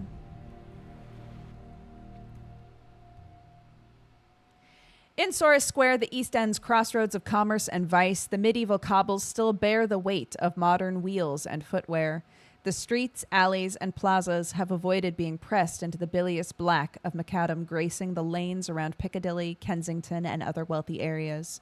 You've heard it said that due to an ongoing trademark dispute, each individual stone would need to be granted a day in court before its removal to make way for smoother pavement.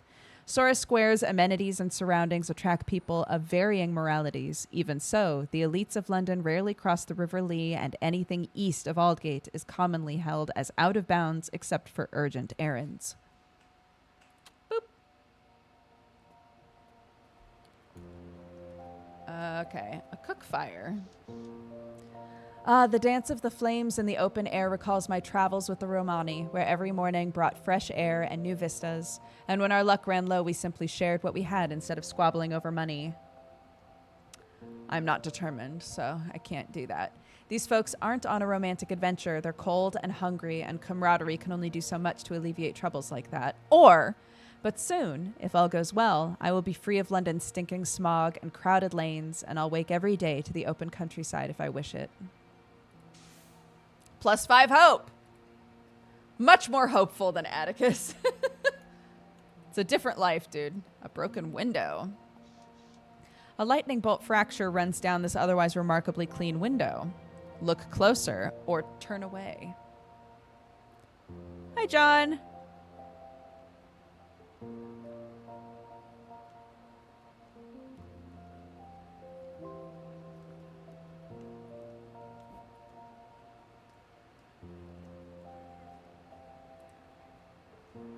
Look closer.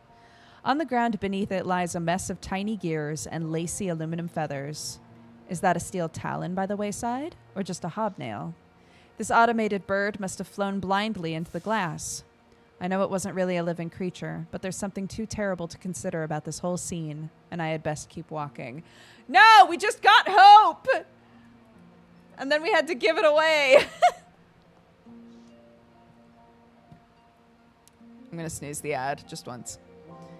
Sadly, there are a lot of vagrants in this end of London. If I ever met this fellow, I can't recall his name. Good day to you, sir. Madam, who might you be? Call me Clara Reed. Why the woebegone look? Is something wrong?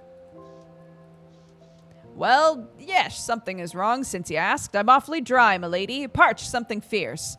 The name's Poe Pickett, by the by. Don't suppose you could help a man who's down on his luck? Give him half a shilling or tell him to get a job.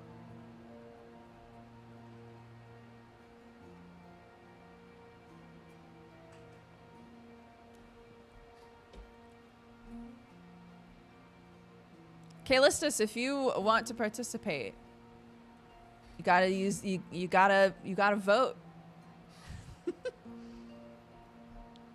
Give him half a shilling. I understand what it's like to be at the end of your rope. Here you are, Mr. Pickett. Bless you, bless you. We got hope back. Yeah, let's go. London's solution to vagrants sleeping on the sidewalk. Does this hide the issue or simply cause people to equate vagrants to corpses? More gears. Yum, yum, yum, yum, yum, yum, yum, yum, yum, yum, yum. These spare parts stick to the shadows where neither Bobby nor pedestrian can notice them. Finders keepers. An open barrel.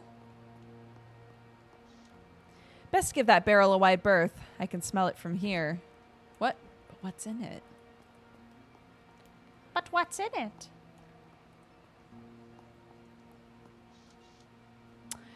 Gavin Dawson at your service. Any of my choice cuts catching your eye? The meat might help us with the dog. If you guys recall, there's a dog that we need food for. I don't know how much money we have, though. We have £5, 8 shillings, 7 pence. Yeah, we could totally get meat. Yeah. A proper choice. You know where to find me if you get peckish again. Alrighty, meat for dog. A poster? What's over here? A poster encouraging werewolves to report to the containment zone from the day before the full moon until the day after. The poster might as well say London will be safer if werewolves know their place. Look on the bright side or face the grim reality.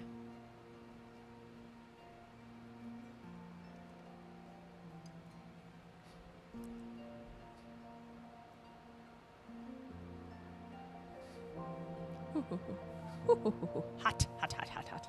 Yum, yum, yum, yum, yum, yum, yum. Cold hands, cold hands, cold hands. Look on the bright side. Society is hard-pressed to cut them any slack, but at least there are medications nowadays, like moon cream, for those who can afford it.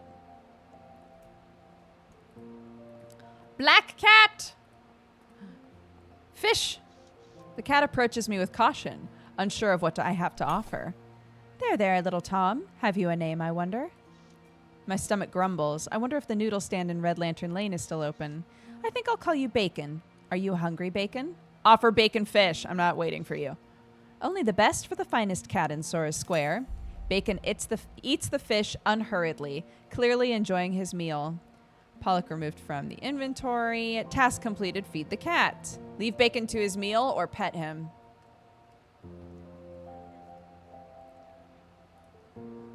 Of course. Who's a happy cat? Is it you, Bacon?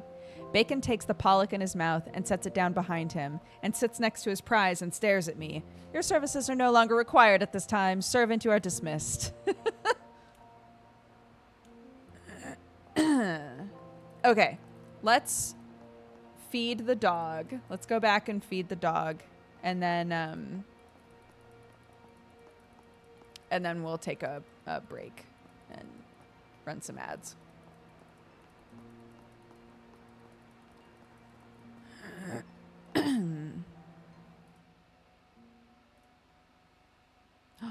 Did we die? F.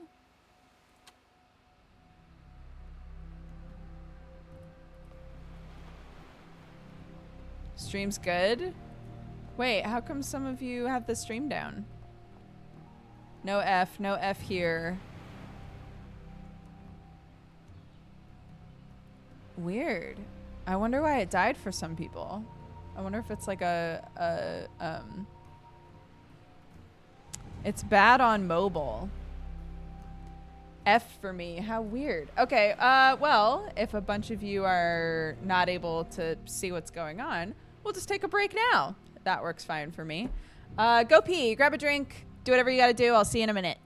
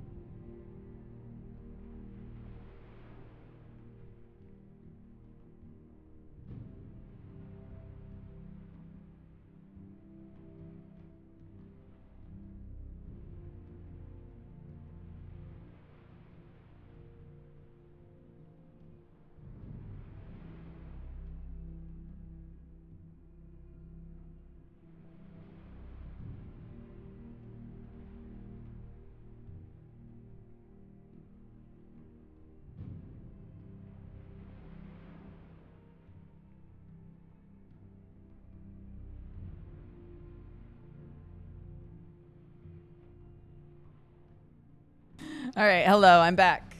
Welcome back, everybody. Are we okay now? Are the Fs done? Those of you who were gone, have you been found? Yes. Looks like it's done. Yes. Okay. Great.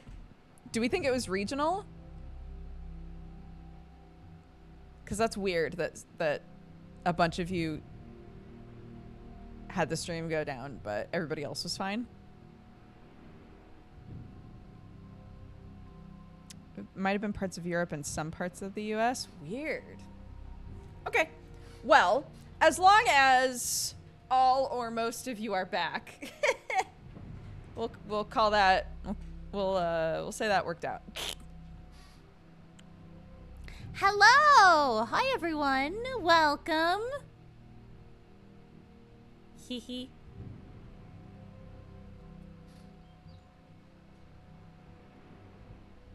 What? Go away. What? What do you want? Ah!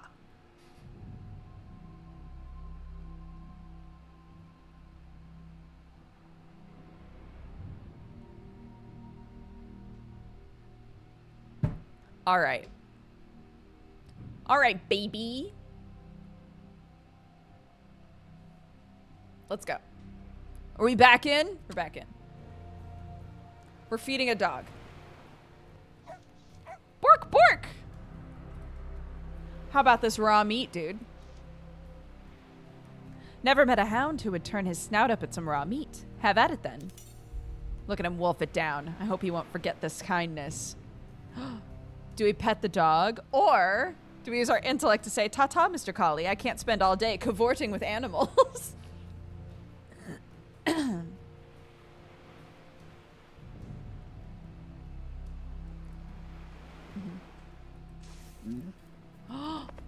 +5 hope. That's the sweet spot. Right behind the ears. Band's best friend, pet the dog. Yeah! Get Shrek'd, everybody. Oh, I never read this either.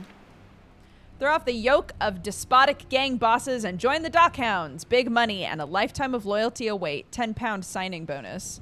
At the bottom in smaller print, must be able to lift a grain sack equal roughly to a young dwarf. How specific? Illig Mello, thank you so much for all the gifted subs. Welcome to the Cat Gang, everybody. Make sure you say thank you if you were gifted a sub just now. Also, this has just reminded me, I think somebody, it was you. I was going to say somebody subscribed right as we took a break. It was you, Illig Mello. Illig Mello, welcome to the Cat Gang. Thank you so much for the subscription and for the gifted subs. I appreciate it.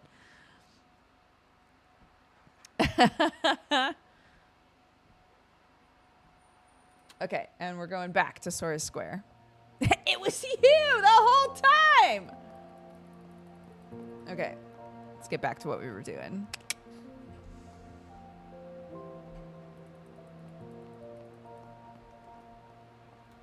Right, Gavin Dawson. Come up here, we read that. Bacon, costermonger. Fine fruits and vegetables from Gulliver Dawson up for sale. Can I help the lady find something in particular? Do we want to buy some fruit now?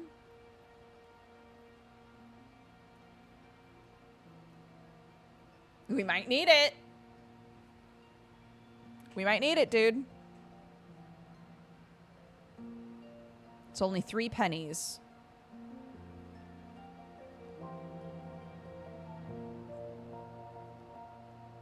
It's up to your vote. Eye-catching fare indeed. I wonder if it tastes just as great. This one is suitably ripe, so I'd wager so. Oh my gosh, this is a bigger map. Much bigger map. Oh, I can't go over there. Oops. This path will take me to the fashion district, like I desperately need to spruce my appearance up.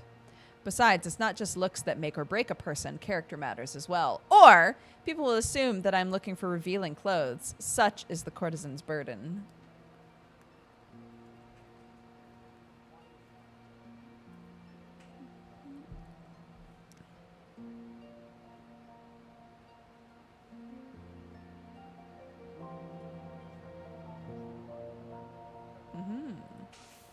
+5 hope.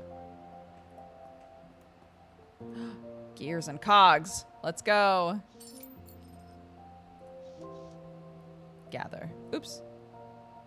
Likely whoever did the sweeping didn't know tinkers pay a handsome sum for those. The green wagon. What's going on in here? To settle down or to live a vagabond's life post-crossing. Let's see how my feelings evolve throughout my transatlantic journey. A pipe. Ceci n'est pas une pipe. One thing I won't miss about London is the constant state of decay. How much steam is wasted just from this little leaky pipe. How long before someone notices? Nandy's shop. Entering Nandy's shop is like stepping into a forest. She prides herself on strictly natural remedies, so it's no wonder that the air feels suffused with a sort of wildness. There are insects whose powdered bodies can cure a common cold, herbal preparations of every sort and substance, and even the body of a gremlin floating in a jar. The latter would give you pause if you didn't know the truth, that the creature had possessed the basement and was attempting to spread its claim. So Nandy did the needful, and here the demon remains, as a fair warning to any other invaders. An especially gifted healer when it comes to rare maladies, Nandy keeps a library of unusual treatments and the most comprehensive collection of tinctures in all of London. She awaits her customers from behind a walnut desk upon which lies a pot of incense, a scattering of bird bones, and other arcane desiderata. While some of the less open-minded citizens of the Big Smoke can get the willies around Nandy, you know that she means no harm. Oh my gosh, there's so much going on in here. Book collection. Spine after spine of herbal medicine, Nandy must be a fountain of knowledge. Although there are too many in London who fear her remedies. Bleach white bones of various lengths and densities fill the cauldron. She really ought to add a few toads around the rim to assist the aesthetic. Here's the pest who tried to invade Nandy's basement, preserved forever as a warning against any and all of her enemies. Assorted skulls of several shapes and sizes, yet not a single creature is easily recognizable. I haven't got much use for animalian skeletal structures. Hello, Nandy.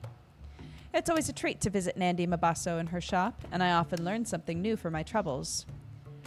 Sawubona, a greeting in the Zulu language. Something you need in my humble shop? Ask about the tree or say goodbye. I came in just to say bye.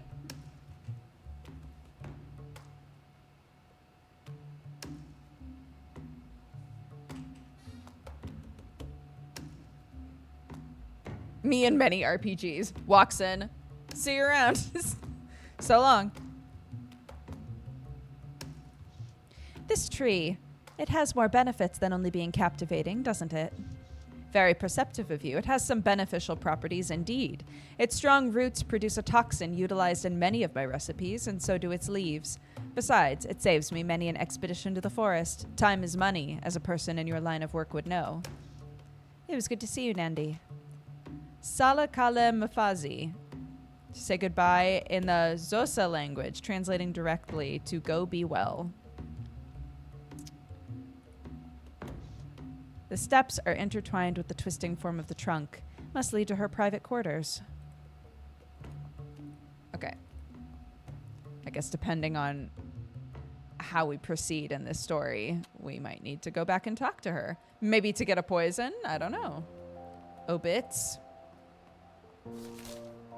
Do I truly want to subject myself to reading such a downer? Don't read it or read it. We have hope to spare. We're fine. So we can read it if we want. The extension isn't working. Maybe the F earlier affected the extension. Oh, yeah, try refreshing. Hopefully it'll work after that. Ooh. It's a short read. Unlikely it'll make it less hard-hitting, however. Another child labor accident. Phoebe and Ethan Hollis suffocated while sweeping chimneys, with their sister Theodora committing suicide out of grief. Curse you, London. I like that we're like, surely it couldn't be that bad. And then it's like, here's something absolutely awful. A dockhound. Always hard to tell if they're on the job or simply loitering. Often it's the same thing. Look at that, a dockhound in the wild. We're sisters of a sort, you know. I'm Clara, and I used to run with the bullfrogs. Or, you look capable enough. Molly's got you standing watch, I take it.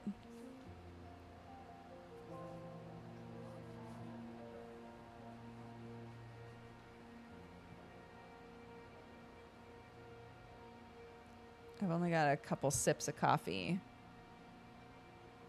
And... oh. Wait, what were the bullfrogs? The 40 bullfrogs, a now defunct criminal gang that specialized in thievery. She gives me a cautious once-over before replying. Cagey, this one. Olivia Lynn's the name. I heard of the bullfrogs. They broke up quite a while ago. What do you do now? Trying to raise enough dosh to get out of London for good, or odd jobs here and there, whatever gets me by, or I run my own criminal enterprise now. If you get bored of running Molly's errands, you might consider joining me. Is this a lie? It's not making me do a check, so maybe it's not a lie? I don't know.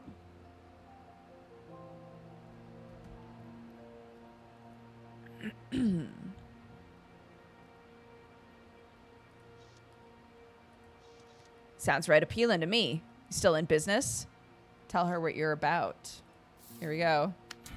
Failure? You know, all kinds of skullduggery. I'll do anything. Oh, you will, huh? Can you be a good girl and take off then? Damn! All right. We were not interesting. I wonder what it would be like living a normal life behind an ordinary window. It's hard to imagine. The apothecary. Preacher. Exposed to the elements, oh, never mind. Oh, the upholstery shows its age like a fruit left to ripen in the sun. Hey, preacher. Come back. Blessings upon you, dear soul. I'm Eli McBride, here to heed the Lord's word. I would have thought you'd have better things to do than preach to someone of my stature, Father. Or, I believe that's what the good book is for. No offense intended.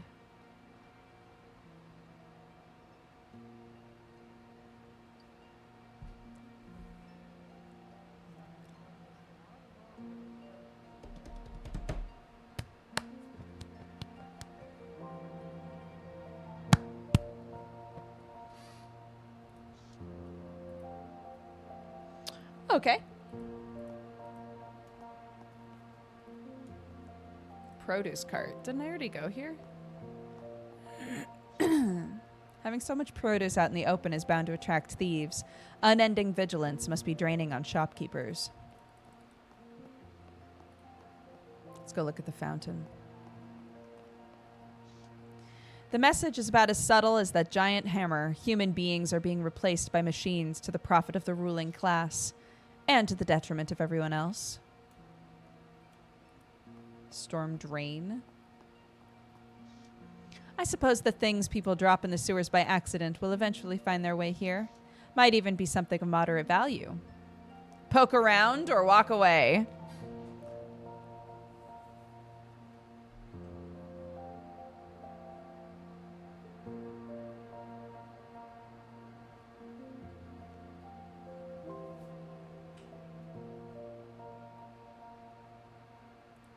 We poking.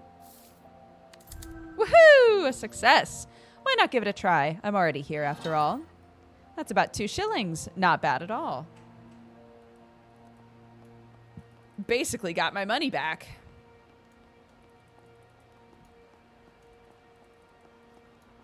Ho ho, gears and cogs, let's go!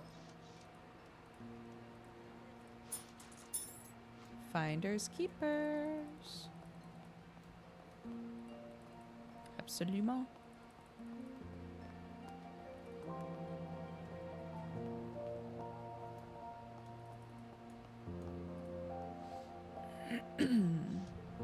Not the safest car out there. Looks like the whole thing will fall apart the second it moves.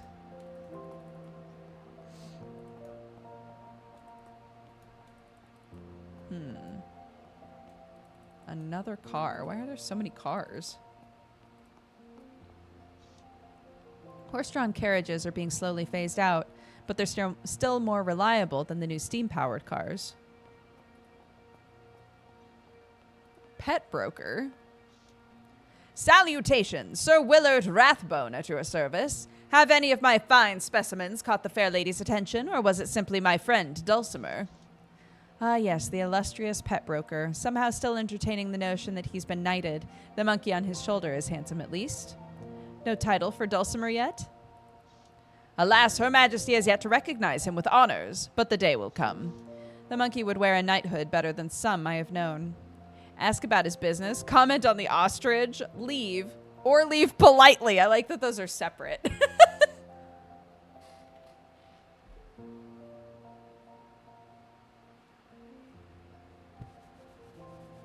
I don't think there is a number for self-image. Self-image is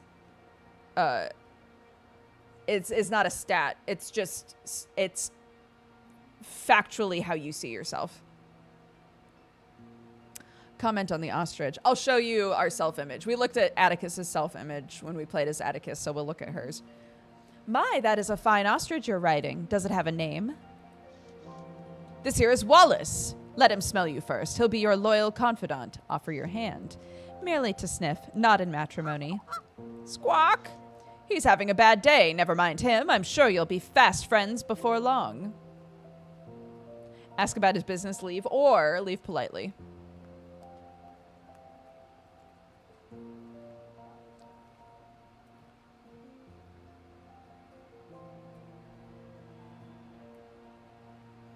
No, it's like you have these 4 stats. The characters have 4 stats that are like things that are malleable, right? And then the self-image is stuff that is not malleable. These are facts. So like things for Atticus were like, I am a minotaur. I am a man, right? Like these are things about him that are true, that are not changing.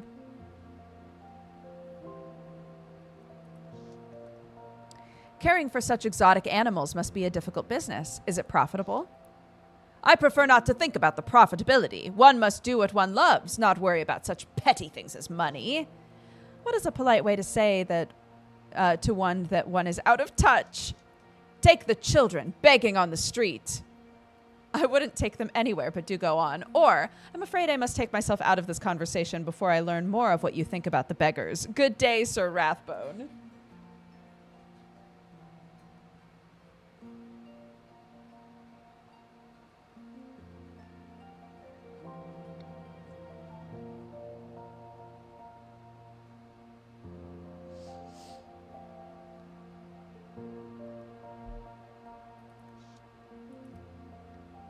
Damn. What's in the animal cages? Such calm creatures. Either the broker tamed them well or they swiftly got used to being stared at by onlookers. Okay, so we have intuition, intellect, tact, and grace. If we look at our self-image,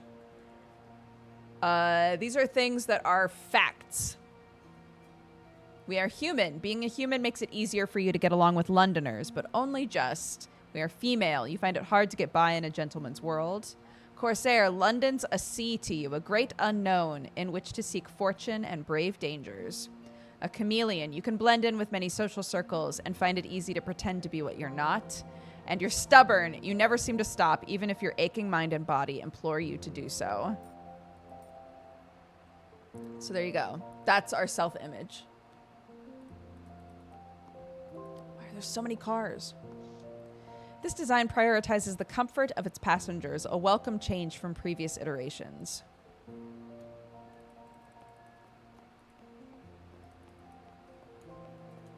Nope.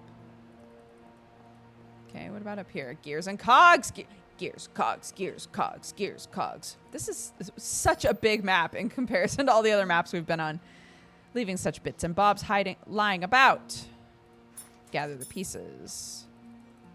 Anything over here? Nope. Okay. Isaac here from the Crimson Herring / Sovereign Syndicate team. I just wanted to drop by and say thanks for playing. Glad you're enjoying it. We are. We're enjoying it a lot. I love that we're playing as different characters. So we loved playing Atticus, but it was really fun to have chapter 2 start as a totally different character and be like balancing different traits, like totally different traits from Atticus. Yeah. We're having a really good time with it. Thank you for swinging by. I bet that unlike Green Street, those people didn't ask that woman to pay a fortune before receiving a helping hand. Anything over here? Nope. Okay. I have to look everywhere, dude, just in case. Well, it's just been crazy. Glad to see so many people enjoying something we've made. Yeah. Fallen leaves. A drift of leaves swept into a neat pile by the breeze. The passing of the seasons means change, bringing me a small measure of comfort. Or, meaning winter is on the way. Ugh, I hate the cold. I'm biased with this currently.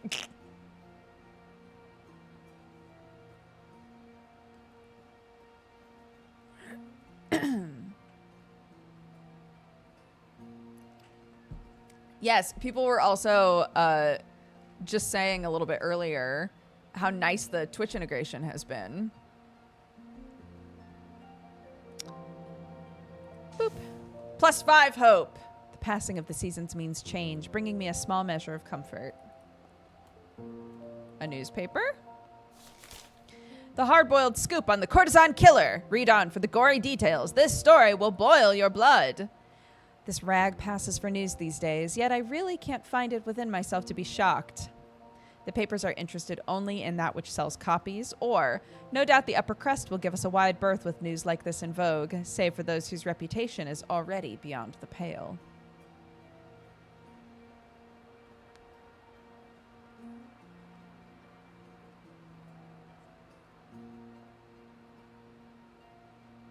Hey there, Dodger. I grew up watching you, Jesse, and John on the Game Station podcast and your respective channels. Glad to see you doing well. Hello, Ham Daddy. Welcome. Yeah, we're doing good. Jesse and I actually just started a new podcast that we do on Fridays. So that's been really fun. It's been kind of a nostalgia trip.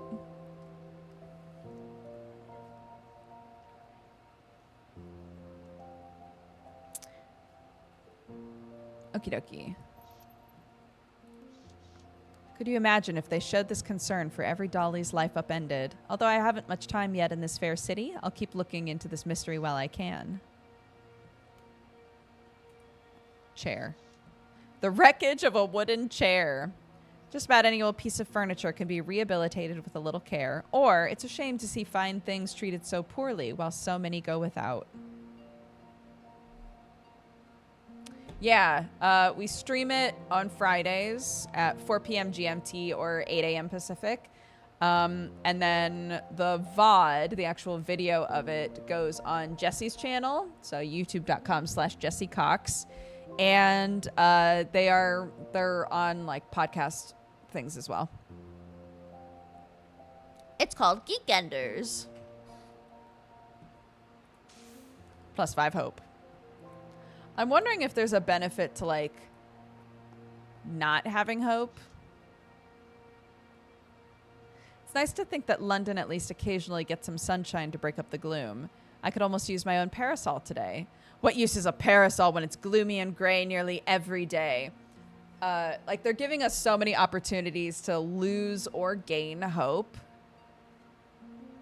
And I can't remember exactly what it said when it was teaching us about the hope mechanic, but, like, I'm wondering if there have only been a couple of dialogue situations where, like with Atticus,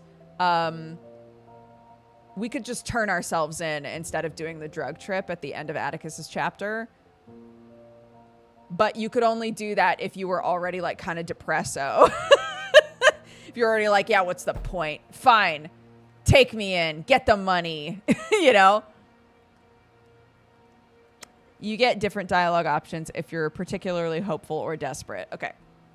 That's like the main use of it though?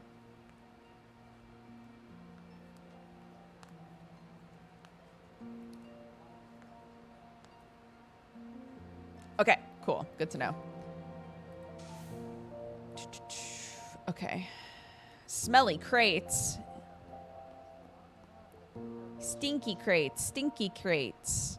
Investigate the smell. A dropped crate of china, likely intended for the restaurant, accompanied by a nose-pinching stench. Never mind. Whatever it is, stinks bad enough from here.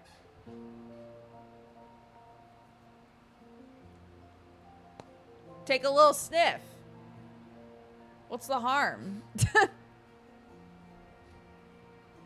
We tried to make all of the game mechanics reinforce the core dialogue and conversation mechanic. Everything tries to make conversations more interesting. Hope and the tarot cards. Yeah, I think that's smart, right? It's like it's a heavy narrative game.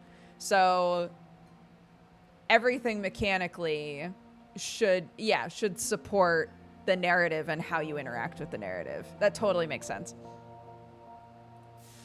No! It was a dead animal for anybody who didn't read that fast enough. I remember this place. Excellent curry. It's a shame they closed.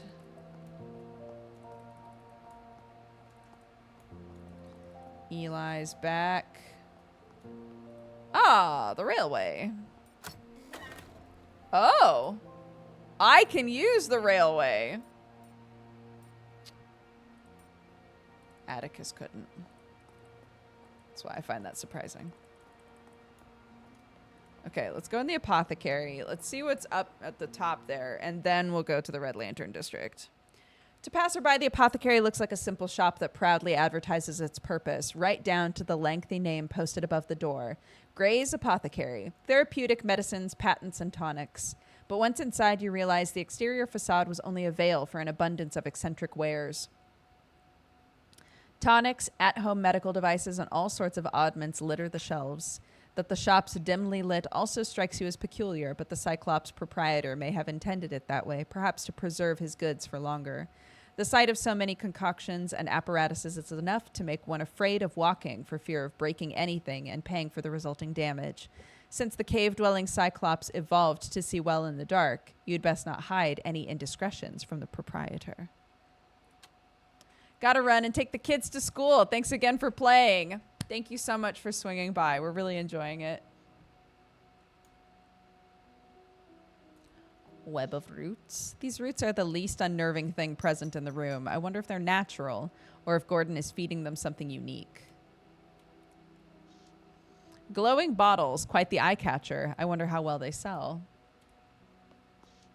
More drawers than one would find in an aristocrat's bedroom vanity or behind a hotel's front desk. Oops. With respect, this isn't a self-service establishment. Tell me what you need and I'll try finding it in the back. Fair enough. Gordon Gray. One of the slimiest men I've ever seen, and I've seen a few. It's a good thing I haven't any business in his shop. Good morning, miss. Is there anything I can get you?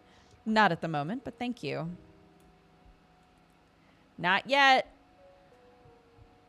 I'm not trying to get anything weird yet, guys.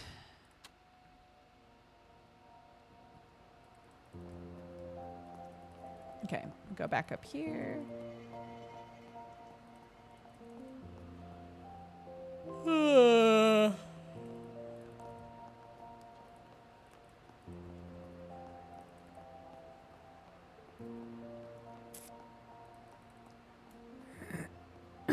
What is bell jar?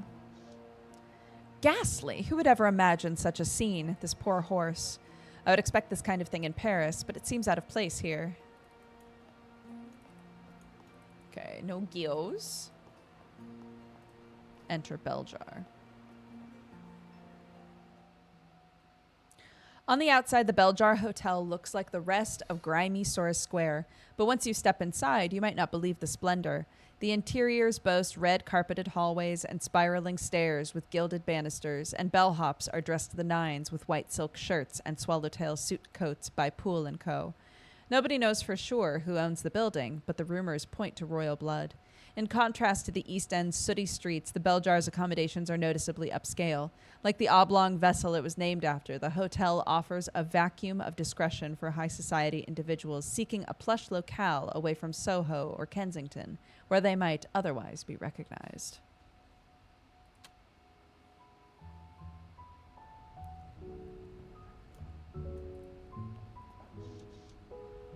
Loose coins. Do we grab them or leave them alone? We tried to pickpocket literally everybody as Atticus. Just as a side note, so everybody knows where we're coming at this.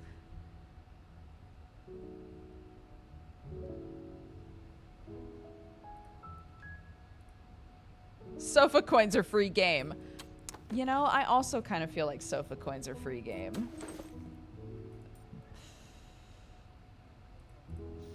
I'll take that, thank you.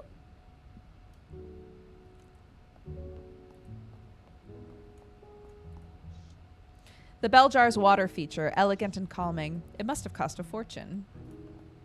Oop, a fancy rug.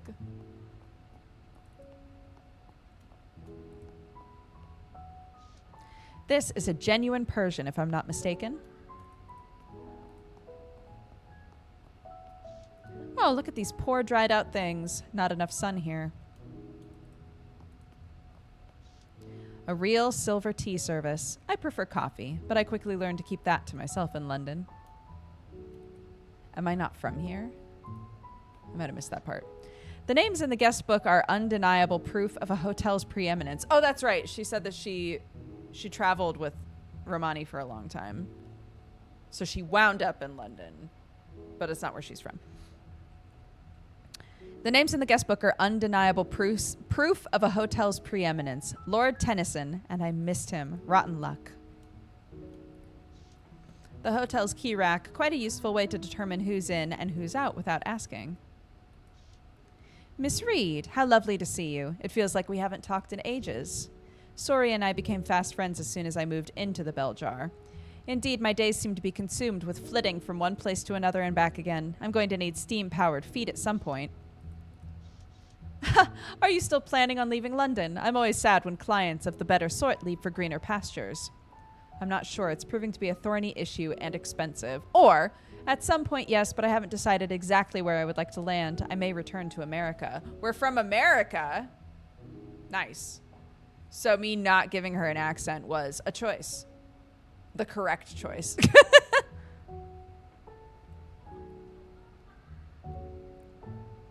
I watched Octo yesterday. He explained Bionicle lore to a bunch of VTubers and then had an existential crisis when one of them told him she watched his content when she was 10.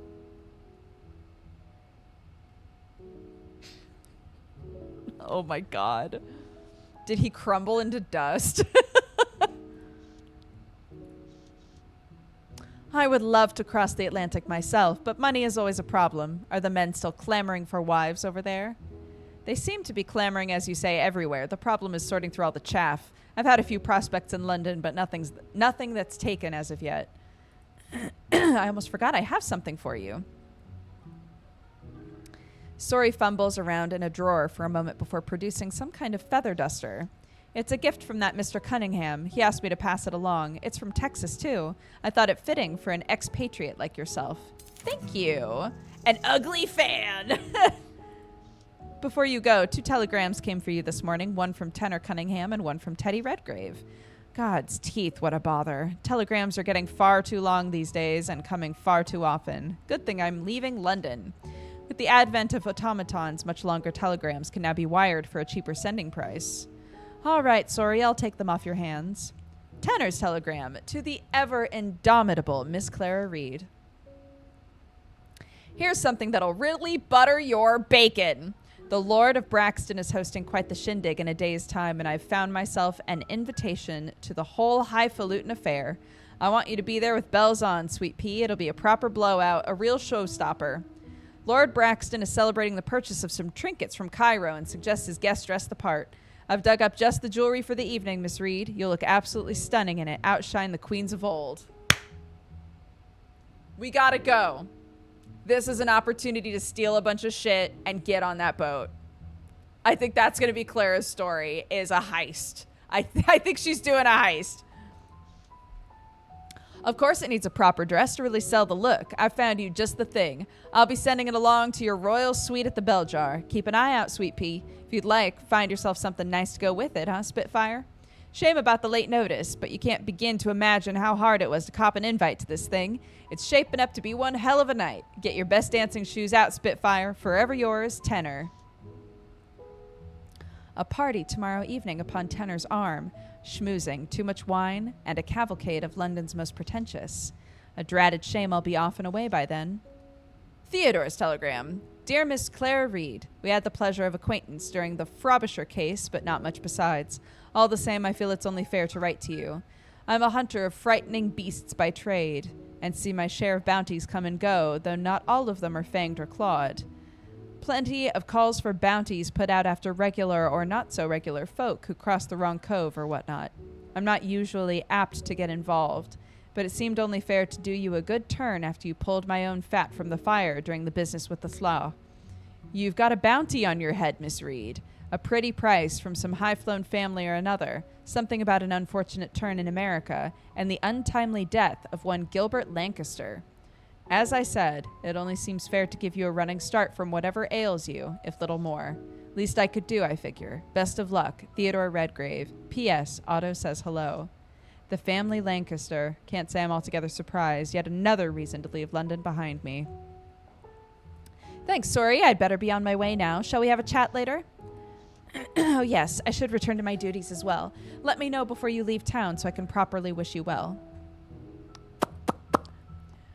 Uh-oh.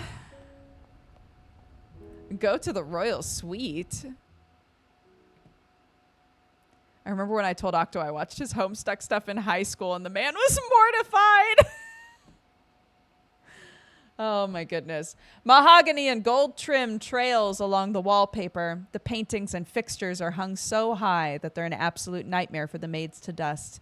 The electric lamps are at the forefront of technical design, retrofitted to the oil lamp sockets of old, and the high ceilings make for an airy ambience where style is favored over substance. Your telescope and other homespun necessities clash with the ornate decorations of the suite. With your clientele, including Tenor Cunningham, of seemingly bottomless pockets, you can well afford the monthly rate. The suite is as temporary a residence as any you've ever had since you left America, allowing for an escape from the chaos of London while at the same time never feeling exactly like home.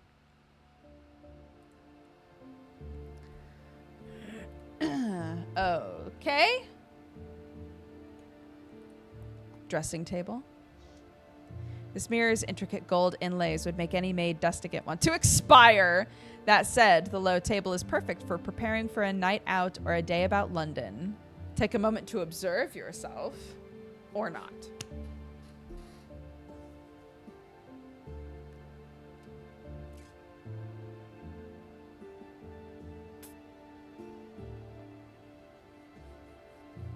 This afternoon is such a trip down memory lane. I haven't heard about Octo in years. Our last Geekenders that we did was with Octo. If that helps. It frames me quite nicely. Straighten the back, elongate the neck. Good posture is foremost. My Brise fan is here. Shall I practice my fan etiquette? Absolutely. You don't get to decide. Absolutely. The white silk fan unfurls with a flourish of the wrist. I close the fan and tap my left ear. I flick the fan open and snap it closed again. I close the fan and draw it slowly down my right cheek. I flick the fan open in front of my eyes and hide my face. I carry the fan in my left hand while daintily fanning my face. I'm all done.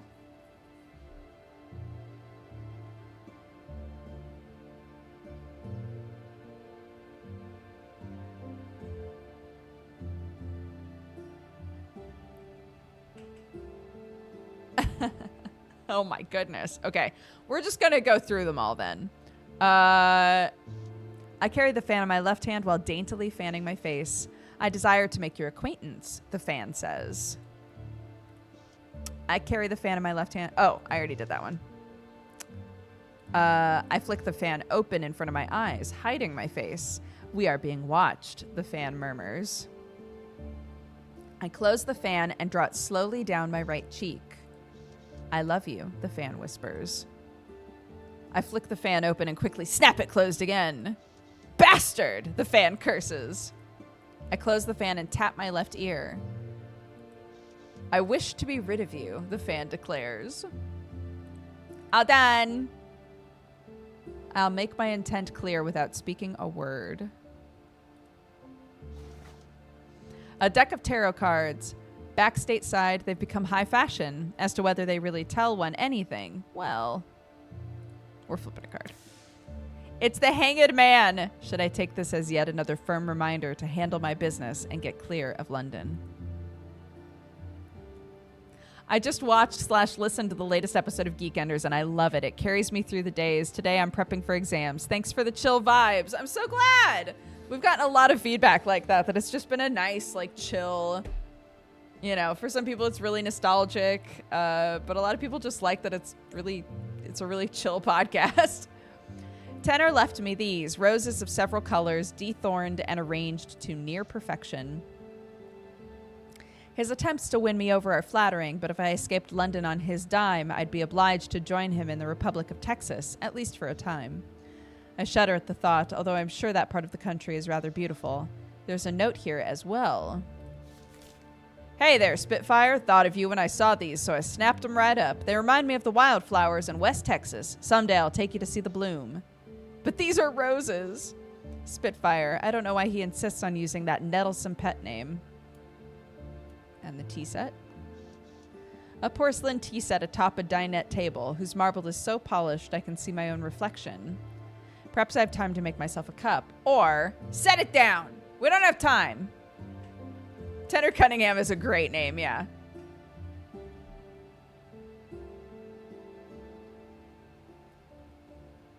Oh, this is funny. The heated mouse mat has made it so the last of the water in this cup is hot. I took a sip and was like, perhaps I have time to make myself a cup. Yes, when in Rome, as they say, but I have yet to find a tea that keeps my nose from wrinkling.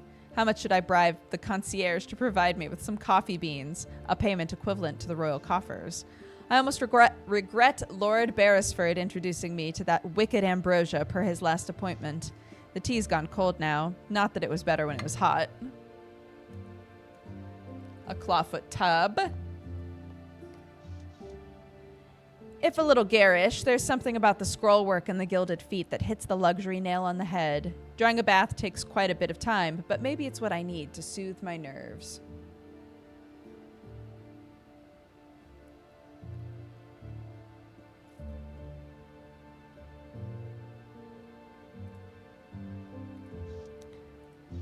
The spacious tub is the only thing worth the crooked price of this suite. It's the one place where my mind is my own. When I submerge myself past my ears, I feel weightless, like a raindrop in free fall. What's up here? Oh, the perspective.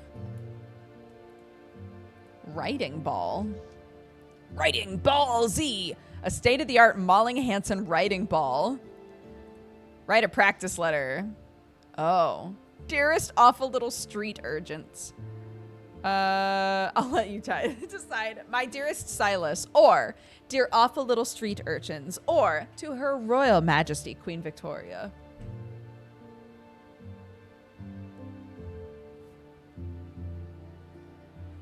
Where is my phone? Here it is. Okay. Keep having to remind myself that if something happens at school, I'm the only one that can be called. Dearest awful little street urchins, I greatly admire and respect you. Or, why must you steal from everyone? Or, the quality of food on passenger locomotives is of very low quality. It should be prosecuted to the fullest extent of the law, and I believe that you may be responsible. I like that this is obviously what you're supposed to say to the queen, but it's letting you mix and match. It's really funny.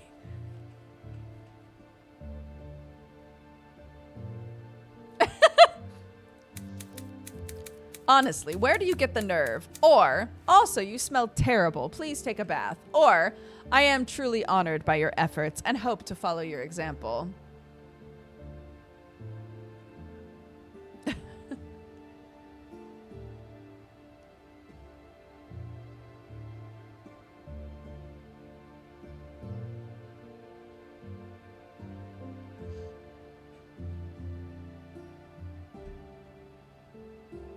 Okay. Honestly, where do you get the nerve? Sign your name or don't sign it.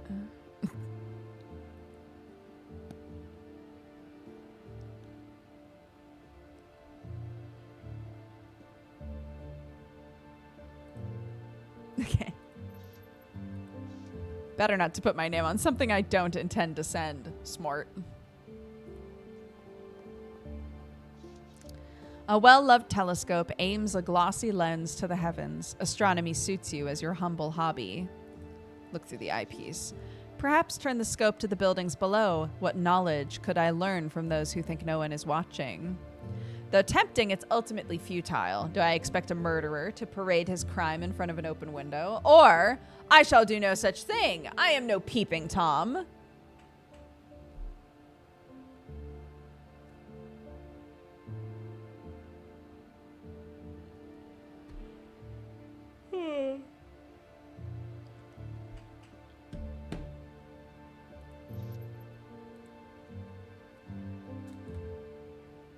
Traveling trunks. Chugga chugga chugga chugga chugga chugga choo choo. Chugga chugga chugga chugga chugga chugga choo choo. All packed up and ready to go if I ever manage to leave. I won't get trapped in London. Or maybe I could just hide in the biggest trunk and then no one would find me. Dun,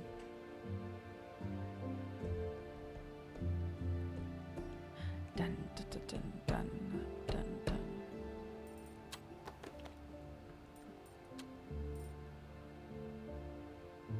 Where do I need to go for this? Meet me with Madame Zora at the Velvet Rose. Okay. Ah, yes. It's a bit small for a coffin, but I've seen smaller.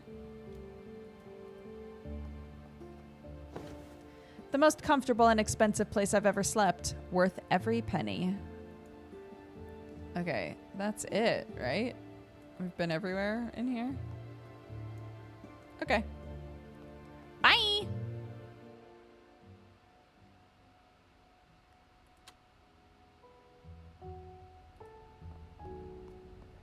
Ooh.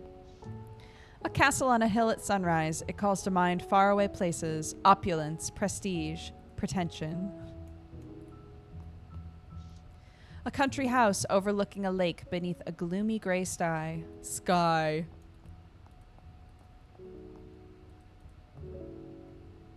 Nope. Doesn't want me looking at those ones. That's fine.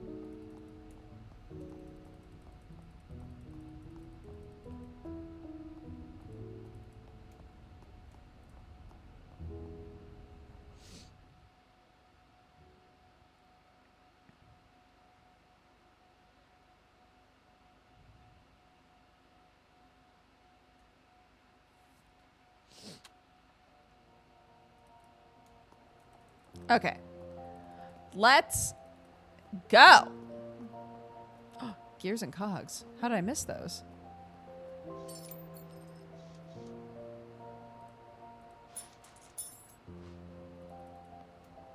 Why would I not pick those up? Is my big question. They always double check if you want them. Like, why wouldn't I want them? Okay, this is where we are now. The Velvet Rose, the Palladium, the Containment Zone, and the Warehouse. This is where we started with Atticus. The Orphanage. The Bathhouse. Okay, let's go here.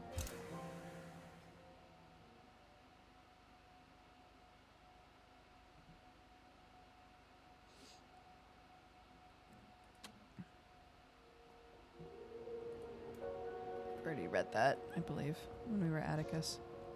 Many a starry night saw me snatch 40 winks in a wagon's back. The days I spent running with Calvin's Romani caravans are long behind me now.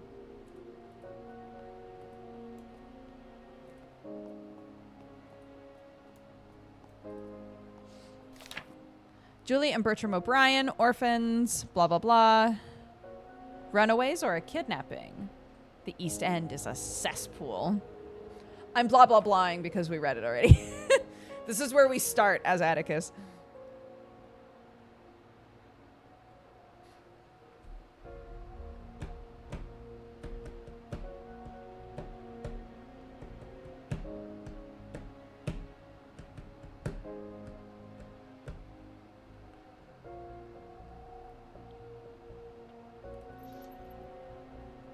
It's not uncommon for orphans to stray away from their abode should they face harsh conditions. Even so, it might have been a kidnapping. And if that, a ladsman could have been the scoundrel behind it. They're fond of recruiting children to do their shady bidding.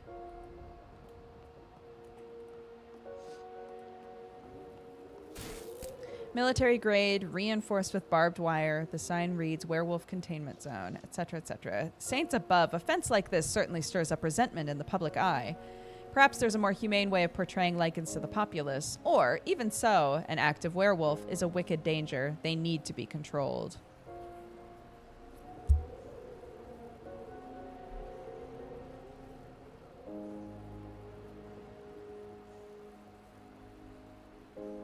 What do you think, chat?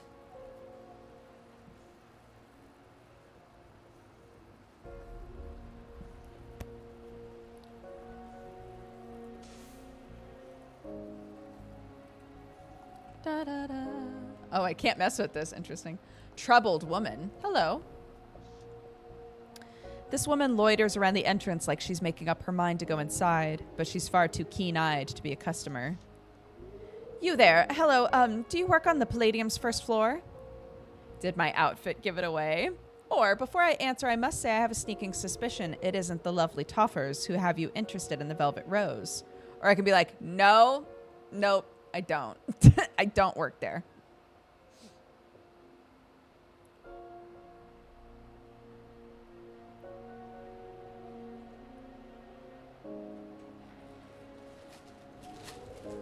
Time for some cheese crunchers.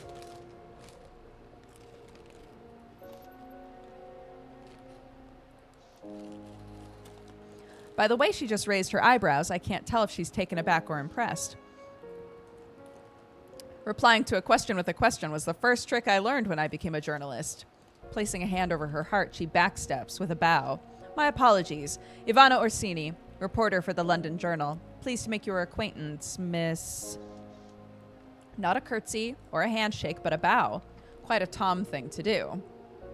A tomboy or a woman acting in a masculine manner. Okay. Clara Reed, Dolly for the Velvet Rose, or Clara Reed, and yes, I do work at the Velvet Rose, or Clara von Trollope the Fourth, Countess of the Velvet Rose. I like that that's our tact answer.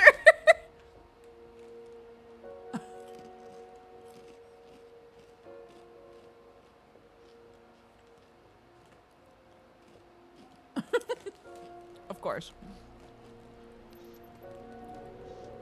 Ivana staggers from her bow, doubled over with laughter. We both laugh for a moment, but compose ourselves to avoid the stares.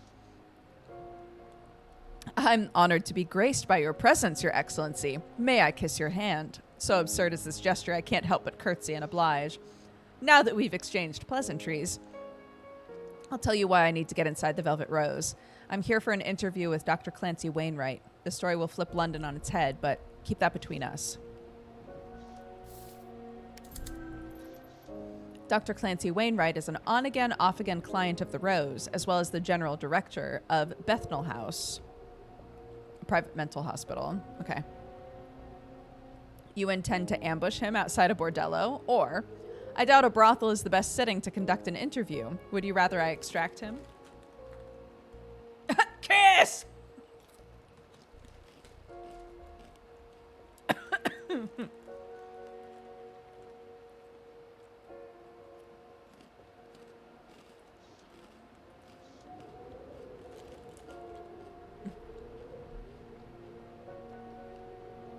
The excited glint in her eye says the opposite.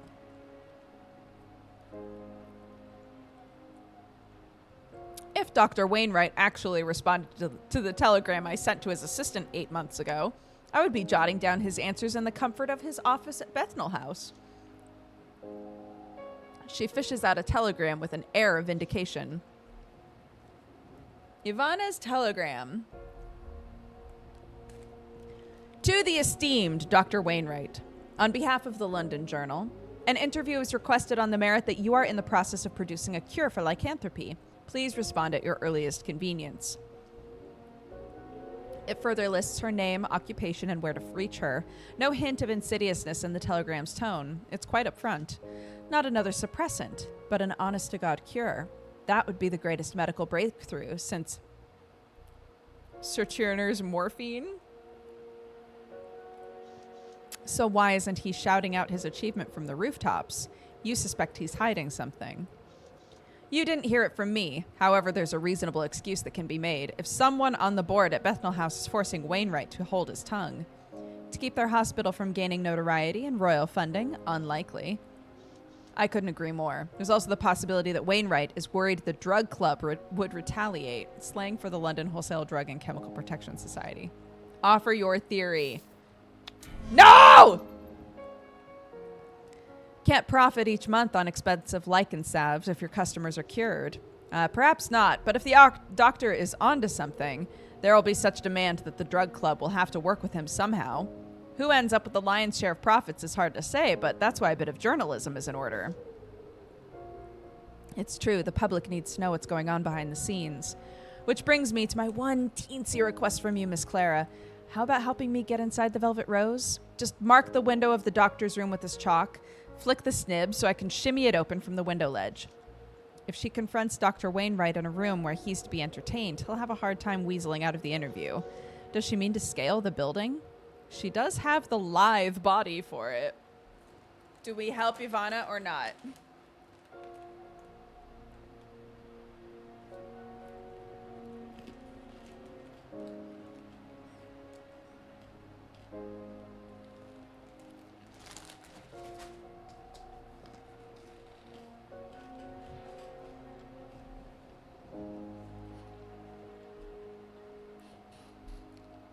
Mm-hmm. Why not? I enjoy a spot of tomfoolery now and again. Clara, you are the most dashing lady of the night I've ever met. Believe you me, I've met more than my fair share. She tucks a stick of chalk into my front pocket, and then with a wink, she turns away, pretending as if we were once again strangers on the street. Okay, Ivana. Tucks hair, kicks feet. Home to one of London's most discreet clubs of leisure, as well as an estimably? No. Estimably. Infamous gambling hall. The Palladium is no stranger to the odd, successful bunco man or a famous face caught with their hand in the cookie jar who finds themselves in need of an abrupt and expeditious flight from London's fair. You find yourself among the complement of genteel folk who keep the Rose running, and as ever you are deeply grateful that your co-workers extend their discretionary skills to you. It wouldn't do to have a sometimes paramour or an errant debtor catch word of your departure. Promo poster. That's me! Come see the sultry songstress. Be bamboozled by bawdy ballads and dazzled by delightful dirges every Friday at the Palladium. It's a good thing I'm leaving. I'm getting too well known in the East End for my tastes. The commode. Oh. Coat check. A wide range of frocks, tails, and greatcoats. Some in better condition, others that seem to never get off the rack. A good representation of the Palladium's clientele. Okay.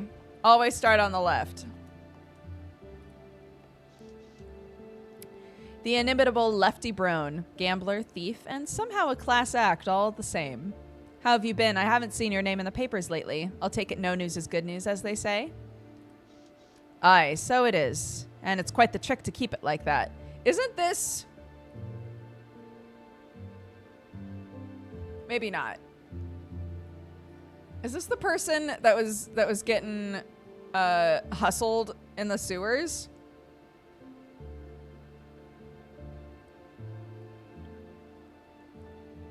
Oh?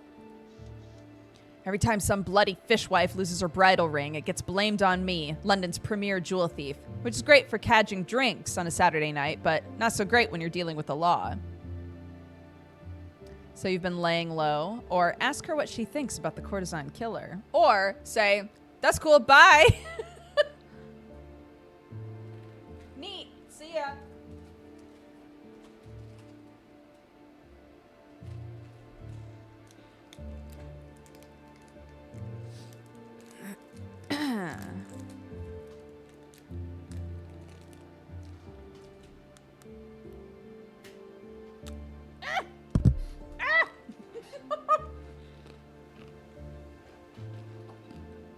I forgot how hard dime is.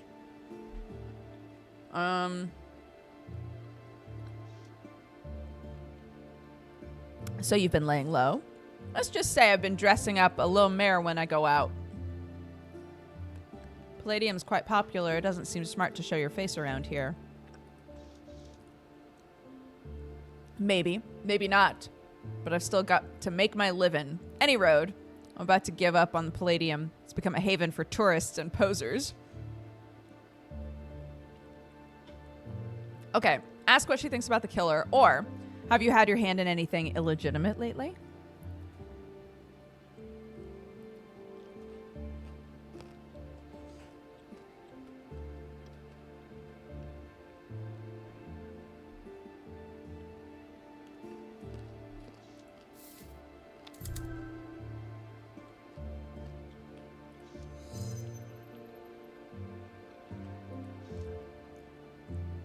Lefty glances left and then right and carries on. May have perused the contents of a certain banker's home safe in St. John's Wood. Keep that yin under wraps, Clara. He doesn't even ken he's been robbed yet. That is funny. What about your trade then? Are you and Beatrix still button heads over the title of finest dolly mop in all of London? I'd hardly call it a contest, least of which when poor Bee's fallen so far behind. Meow! Well, suppose she's still got a few years to catch up. What do you think about the courtesan killer? I've been sniffing around this courtesan killer case. I have a personal interest, as you can imagine. What do you make of it? Could be either Jimmy or Beast is what I've heard. Tangled with something similar in Prague, you can. Would have been victim number 4 if I wasn't sleeping with one eye open. I had a very unpleasant fellow, a rather large pile of coin, and I was expecting trouble. What happened? This particular scoundrel favored a boning knife for his hobby. Twigged his shadow passing the lamp. I'd left guttering and rolled off the kip before he could slash me open. Saw observed, yeah. And you got away. And skipped out over the balcony, 2nd floor. Not a problem for yours truly, but he hadn't the brass to follow. That encounter was too close to joke about. Was he captured? All I could say is that, not by me. Hopped a tramp steamer that very night. You think you'd like to pitch in and help me nab this maniac? If we wait for Scotland Yard, there won't be a Londoner left safe from here to Braxton County. No thanks, my dear. The one time was as close as I ever want to get to being mutton. Best of luck, though. Love to see your name in the headlines for that. Worth a try, but Lefty's not known to get mixed up into trouble she didn't start herself. Glad I ran into you, Lefty. Take care. That's one thing you can count on. Bye. I like Lefty. The Gazette. A broadside abandoned at the bar. Murderer still at large. During the recent slaughter at Cannock Street, the body turned up in a back alley torn to pieces. Who could be behind the bloodshed? Scotland Yard has doubled its forces to catch the killer. As of this day's writing, it claims that only ladies of the night have been targeted. But to be safe, all women are discouraged from being out of doors at sunset. Troubling times. Troubling times indeed.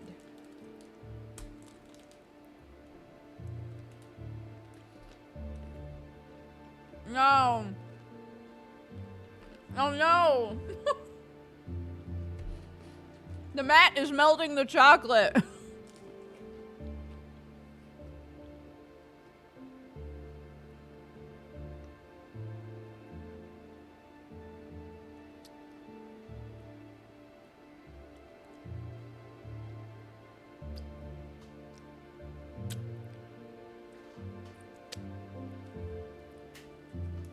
No. Hold on.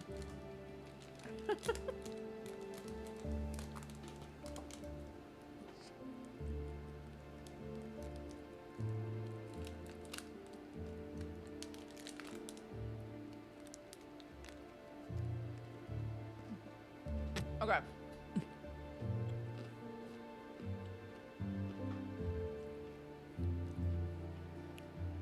Let's walk around a little while I'm chewing. Go to the Velvet Rose.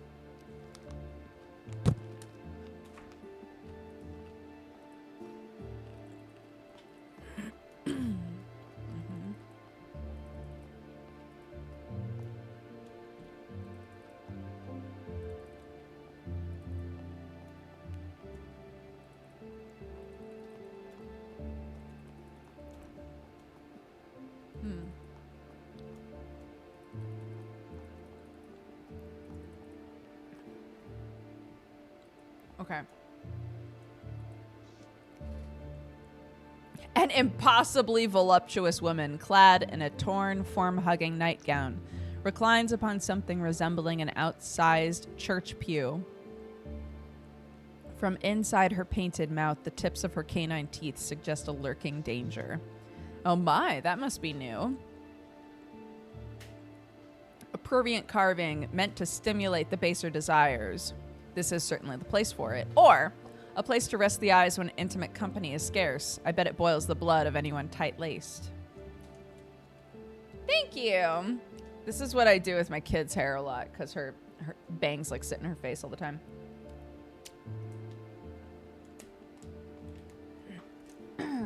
So I made it so we matched today.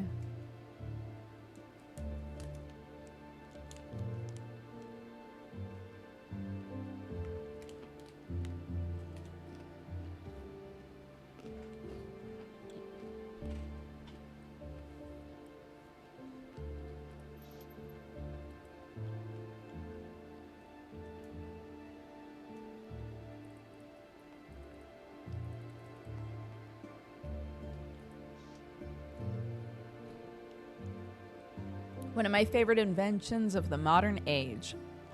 Standing upon the stage, I can communicate the most intimate emotions to 100, even 200 people at a time.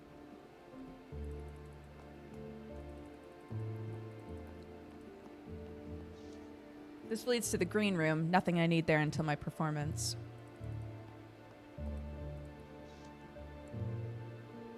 Epictetus, the philosopher, banished from Rome for teaching Stoicism. Doubt he'd fare much better in London. Nike, the Greek goddess of victory. In my experience, there aren't many victories to be had in a casino. The Palladium was rather glad to acquire these machines, far less deception and trickery, although it still happens. This here is Whist, a trick-taking card game with 4 players split into 2 pairs.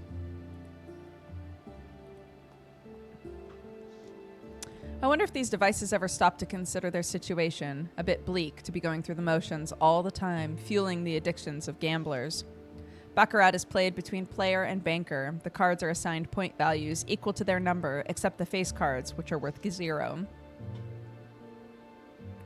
You'll find the more serious gamblers here, but there are far more reliable ways to earn a few quid.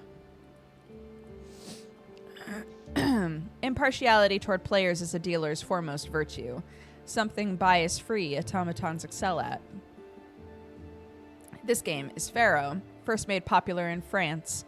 It's quick-paced and easy to learn. It allows any number of players. Lady Luck towers over the tables, blessing or cursing the gamblers without restraint.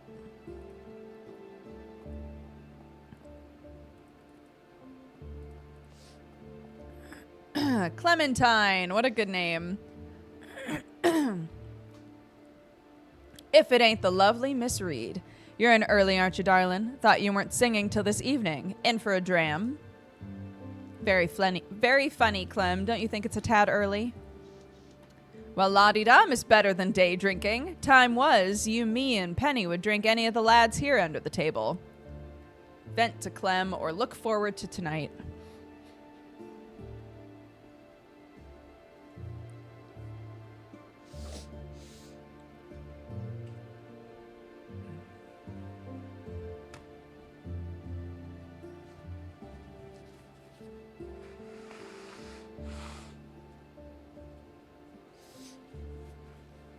50-50?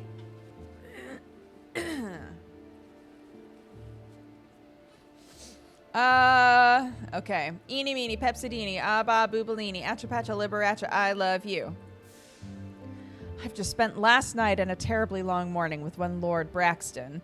You'll forgive me if the headache hasn't quite abated. Wouldn't want to add to it just yet. Now that, my ducky, is more than fair enough. There's few in East London who could drink a minotaur under the table. Dwarves, perhaps, or certain fae, said only to be swayed by drink when served in an iron glass.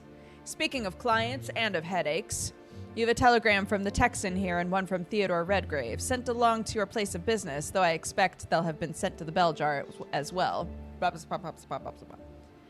I swear my eyes are failing with the amount of long-winded messages I receive. Thanks, Clem, but you can bin them. I already read them at the bell jar. Sounds fine. Don't mind tossing something out, especially when it's a misbehaving gin bibber. Dang.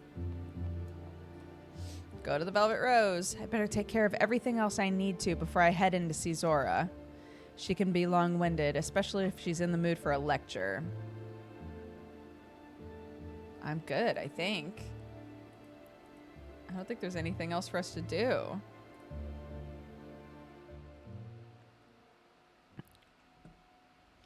Opening as a public house in 1667, the Palladium and the Rose that sits at its crown have the dubious honor of being one of the first new constructions begun after the Great Fire that ravaged London in the Devil's Year of 1666.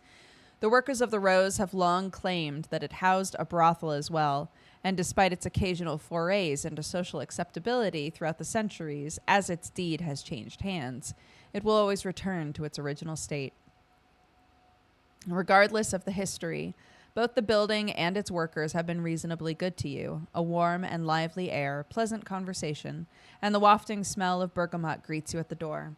There's the matter of Ivana to deal with, or ignore, and you'll need to see the madam of the house before tonight's performance.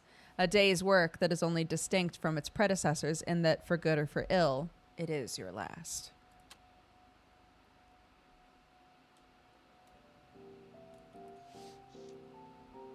Scenes from distant lands. I often dreamed of other places while working at the Rose. To be reminded of them like this never sat right with me. I don't fucking believe this. Mr. Sykes. Oh, Madam Zora. Mr. Sykes, I demand you lower your voice while in my establishment. What did B even say to you? A warning, that's fair play, but this... Beatrix is none of your concern. You violated house rules with her. Let me talk to B. Mr. Sykes, you are hereby banned from services at the Velvet Rose for a period of 1 month. You may return after the expiration of said ban, and you can receive your partial reimbursement at the front desk. I don't care about the money! This is your last warning, Sykes. You have 10 seconds to leave before I call in my enforcers. Christ alive! All right, fine. I'm moving, but this is horse shit. You mark me.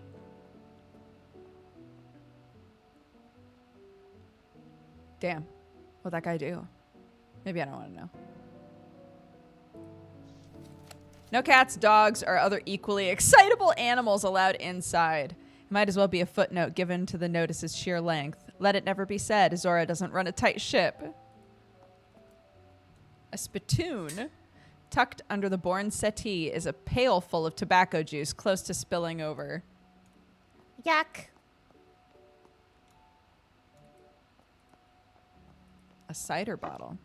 Bottle's sweating. It must have been recently served, but then abandoned. Perhaps this patron was struck with a more salacious craving.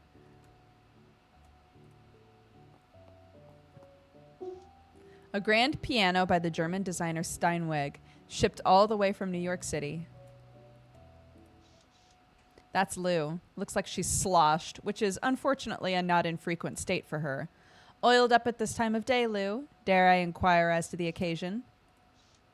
You know how it is, Clara. Life's nasty, brutish, and short, and then you die, so you might as well make the most of it. True enough. Might die sooner rather than later with this courtesan killer picking off working girls like us. I won't lie, the notion has me proper afeared.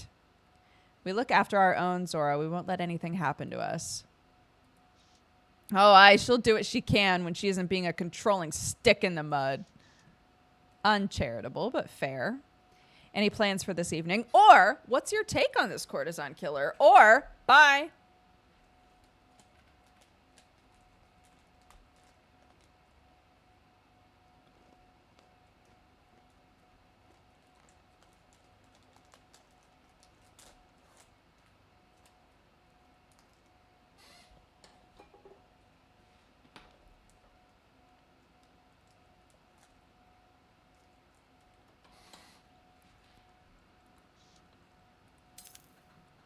I knew one of the girls, I did. Hannah Lind, her name was. She used to work here, but she moved on ages ago. I remember her. A nice enough sort. Before she was killed, she was still working as a dolly, as far as I know, which is more than I can say for all the victims. A working girl like us, even to the bitter end. You know how them bobbies are. Anyone sleeping rough or up to her eyeballs in gin was probably up to all else, too. It's the same to them. Any plans for this evening? Nothing special, but I'm looking forward to your performance tonight, Miss Reed. Stop! Nothing I haven't done before. I wouldn't be too sure about that. You've got a look about you. Play it off. With a 93%? I don't... What? Huh?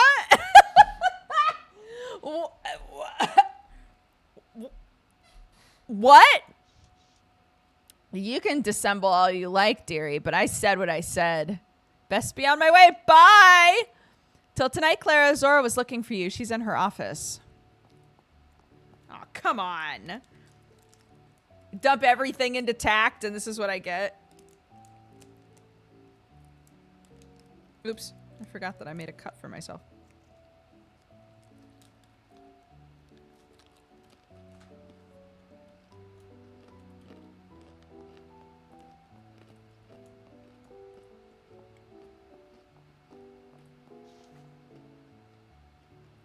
Tooth powder?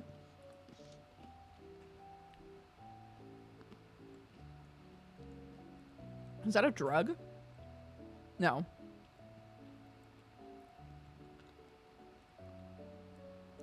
Is it like toothpaste?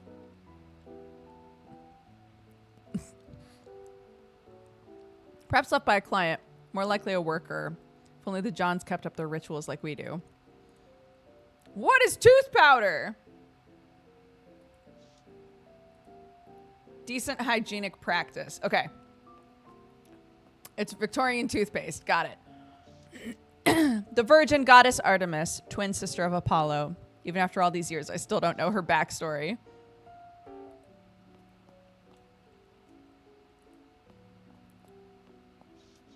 Someone discarded a few loose coins here. We're taking them. Thank you.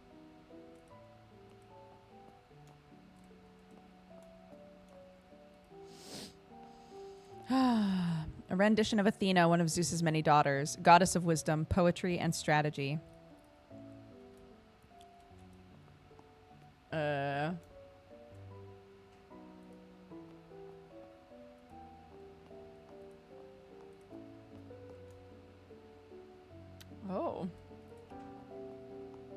Oops. Hold on. Oh my god, this is another huge map. We have such big maps for Clara. Okay. We'll do Zora last. A fetching first impression is important. The screen is good for a bit of privacy. Scratches dot the desktop. Sometimes we need to reflect after a night's work or write a letter home. Here's where all the dollies leave each other notes about the Johns. Here it says Philippe is a Spaniard and a chatterbox who works as a fishmonger at the wharf. He unfortunately comes straight here after work. Lou describes a Mr. Sykes as strong but gentle. There's a caution about some character calling himself Sucker Jones. He gets a bit rough at times. Zora even had him thrown out. Oh. He splashes enough tin around that she loves him, lets him back in. Okay. He's the one who just got thrown out. Sounds like bollocks to me. More about Sykes. Never fusses about payment. Treats you more like a sister than a trick, except for the actual transaction, of course. Sykes wins for popularity. It's a wonder the girls don't brawl over who gets him for the night. I wonder what else the girls have been saying lately. Let's read another one. Dr. Wainwright, fussy and specific client. A good time when you get it right.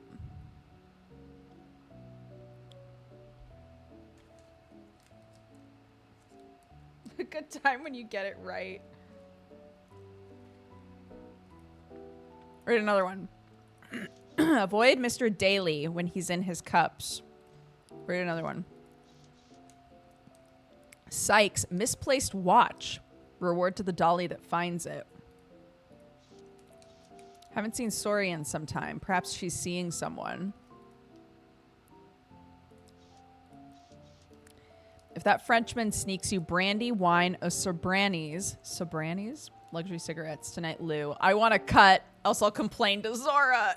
No! Let Lou have her cigarettes. She's depressed.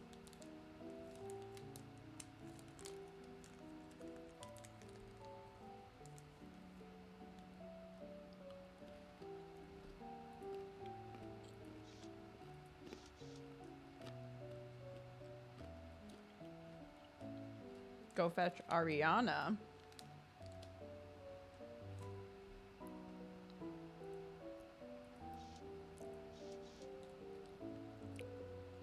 Riley Jones, polite, kind, pays well, highly recommended.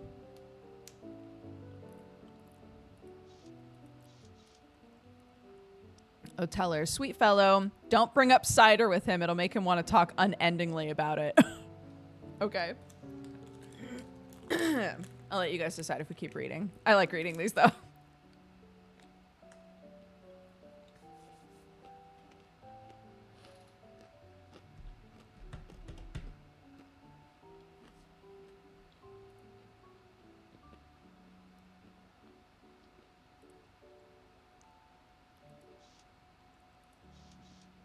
Nigel Poppycock. Ego bruised easily. Incredibly high maintenance. S. Fisher. Easily distracted by poetical recitation of Sappho and similar. P. Nolan. Came in and asked for the weird stuff, but refused to clarify.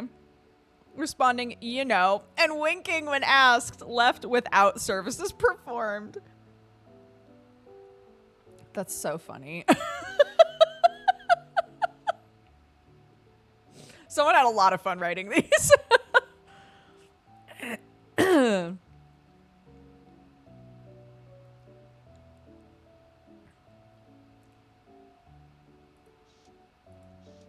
V. Phillips, skittish thing, quite the cuddler. Kisses like a dead fish, needs work. My nightmare. Mr. Savag, not into the physical stuff. Still knows how to touch a woman's soul with his wittiness. P. Stark, unconventional tastes, very sweet. Theodore Firebird, mostly wants to talk about conspiracy theories. Just nod and look impressed. He might give a good tip. Yeah, excuse me, ma'am. I would like the weird stuff. There's nothing else on the board. I've wasted enough time as it is. That wasn't a waste of time. We're trying to figure out who's smushing butts with Philippe, right? Clean, functional furniture. Zora may not splurge on pieces for the back of the house, but she at least recognizes keeping her girls happy is good for business. Someone left a bottle of old lace in here. I'll leave it to you. Do we steal from another working girl? I don't know if that's our vibe, but it's up to you.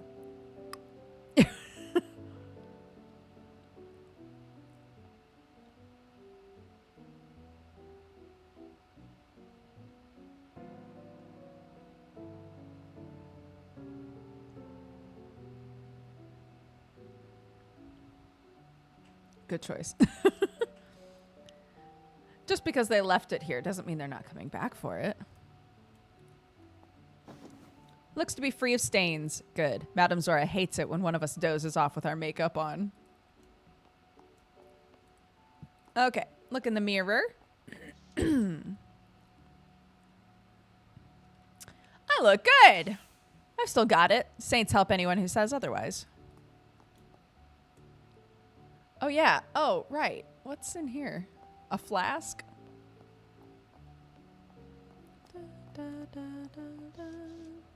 Let's keep a flask of laudanum on hand for dollies who have trouble sleeping. Think carefully, chat. Girls help girls, okay? I'm not going to make this choice for you, but girls help girls, okay?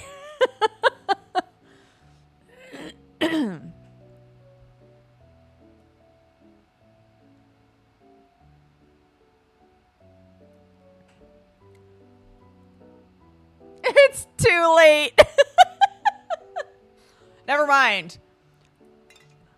Girls help themselves.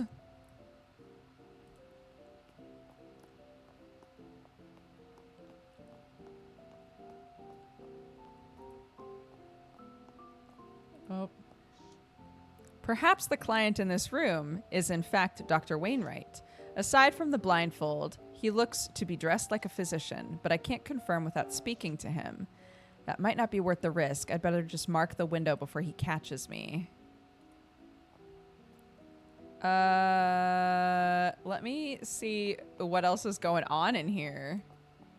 Nothing? He's the only one. Okay, it's got, then, yeah. Oh. Should I turn off always run?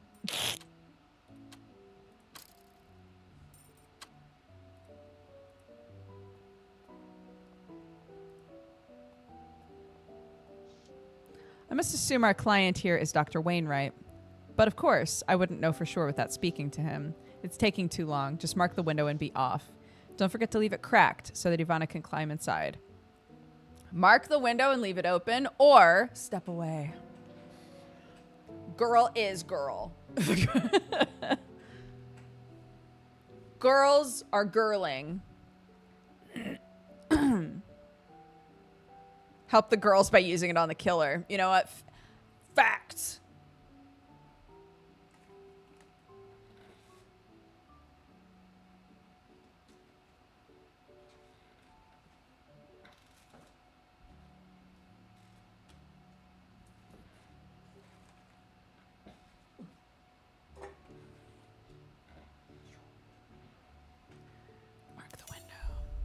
This character has gained the secretive trait and will now be able to select dialogue options that require it. That'll do nicely. Bye. See you around. Hee hee, tee hee hoo hoo, hee hee ha ha. We do have a lot of tact, though. We probably could have just talked to him.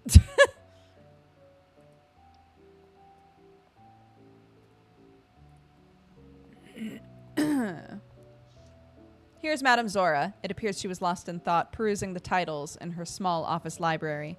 Her grim aesthetic belies a fiercely protective heart. She is shrewd and a strict shiprunner. Clara, at last, a semi-competent face. At current moment, she seems intensely tired. A difficult morning, or something I can help with, or ask about that dispute in the lobby. What's going on?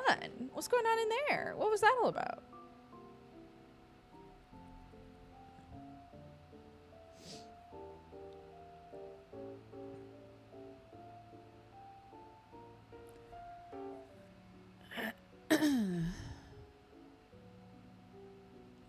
What was that? Difficult morning. Anything that bodes ill for Zora bodes ill for me. The last thing I need is complications this close to my departure.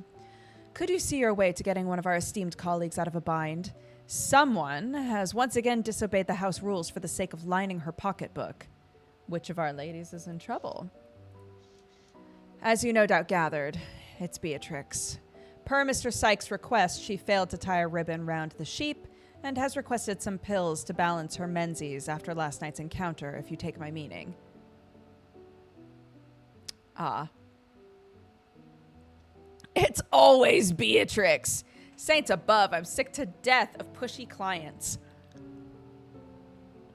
All right, I assume the usual place will suffice. Gray's apothecary should have what Beatrix wants. Indeed. Here's the chemist's note. If you're feeling particularly generous, she also requested a delivery of Nandy's peanut candy.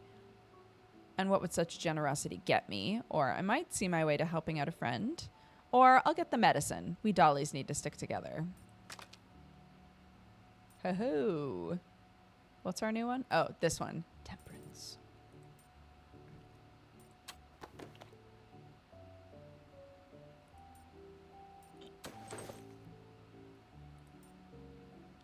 Okay. It's not giving you the option to decide on this. So I get to decide. Me!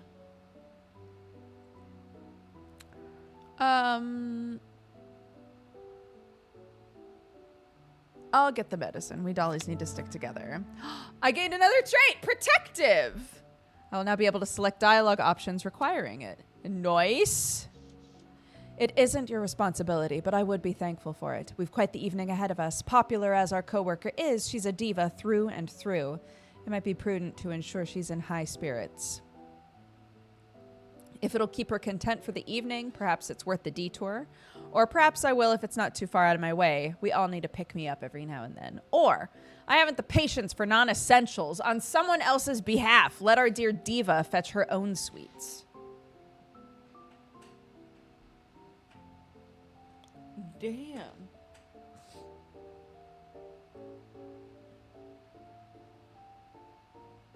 Oh, 40-40 split. Where are we at on our shit right now? 9 out of 10 on intellect, 8 out of 10 on intuition, 2 and 7. Was one of the answers intellect? Oh, it's this one. No! Okay, well, we're not doing that one.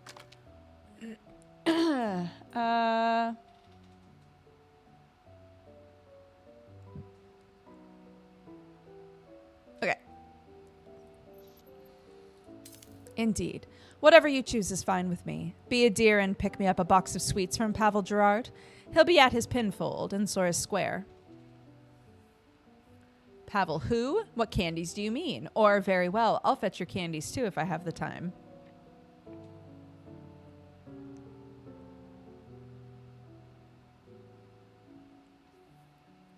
Ba, ba, ba, ba, ba, ba, ba.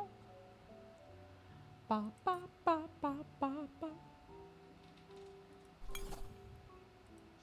Now then, you look like you have something on your mind. Anything else you want to talk about? Best not to make mention of my travel plans. This evening will run smoother if I keep myself in her good graces. And I haven't yet a read on what her reaction might be. Ask about the killer. Beep. What do you think about this courtesan killer business? You have a sharp mind. You've been in the trade longer than I. Vile business that, though hardly unprecedented.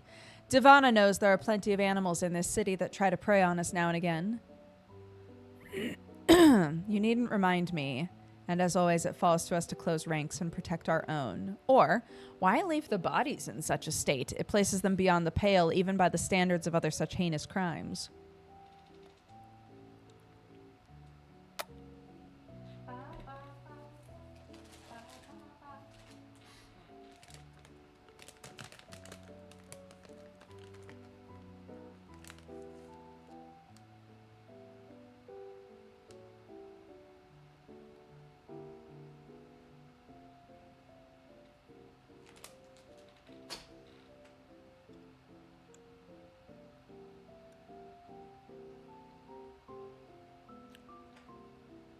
They are so sour. What the fuck?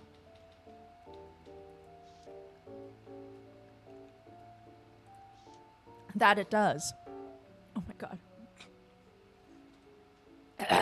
I'll not forgive what was done to... I'm salivating like crazy.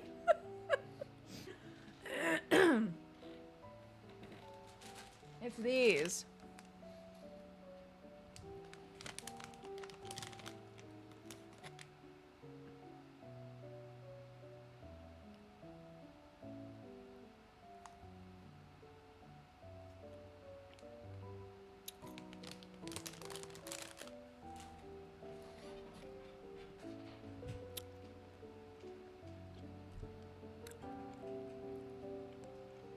Ooh.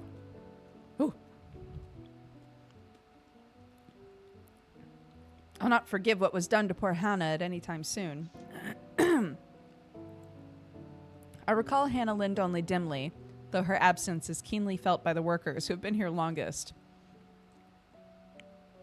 Those she once worked beside. She was clever, curious, and often had a kind word to spare for a girl down on her luck. May I speak to you in confidence? I am attacked! Build! do you mean?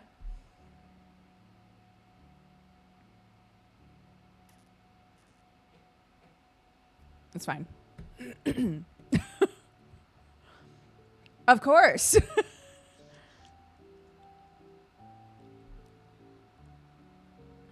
I've seen marks like this in my days before I came to London. Brutal killings such as those that now haunt us. Perhaps we are not looking at the work of a person, Miss Reed, but that of a werewolf. It would be easy to blame werewolves given the state of the bodies, but we must not allow prejudice to inform our actions. As you say. I'll get a move on. I'll be back with Beatrix's medicine in 2 ticks. See to it you are. Plenty left to do before your performance tonight. And Miss Reed, I needn't tell you, but all the same, don't let the bobbies stop you once you have the medicine. I wouldn't dream of it. This feels like a flag of some sort. I turn to make my way, only for Zora to abruptly stop me with a tense hand on my shoulder. Take heed, my dear.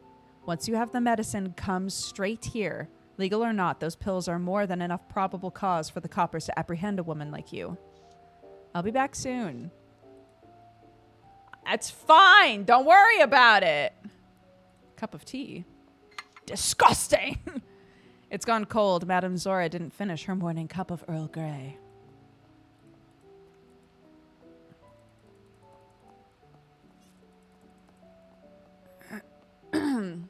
No one pop in here yet? Or he's just hanging. Maybe that's like part of what he pays for, is to get blindfolded and then just like left adrift for an hour. Before me stands Beatrix Aguirre. Aguirre?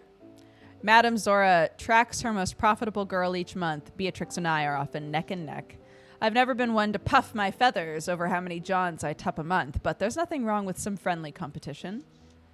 Zora said she would send someone trustworthy to fetch my pills. Going off that sour look on your face, I assume she picked you. Indeed, someone's got to be reliable around here, I suppose. Right then, fetch away, or did you need a moment of my time? Tell her a rumor about her shoes? Or mention Sykes' outburst?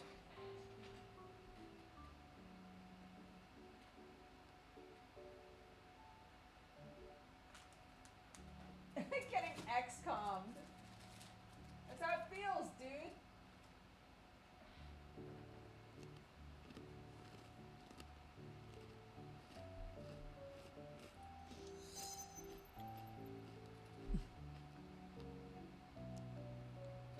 Would you like to hear the latest rumors surrounding you and your shoes? I'm a wretched woman for reveling in her furious, yet conflicted glare. I haven't heard any rumors. I have. Most of us are used to your quirks by now, but it seems that Prudence isn't. She claims that she witnessed you using the communal bathtub in the usual way, save for still wearing your boots. Prudence is a half-blind half-wit. I'm lady enough to know it's quite rude to indulge in rumors. It appears the same cannot be said for you. Damn! Just a bit of ribbing. Or, you never seem to take off your shoes. Do you even go to bed with them?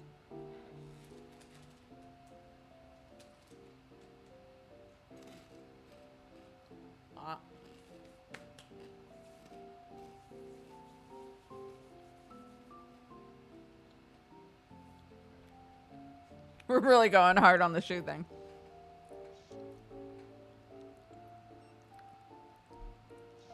She shoots me a terse look while defensively crossing her arms. This conversation is over whether I like it or not.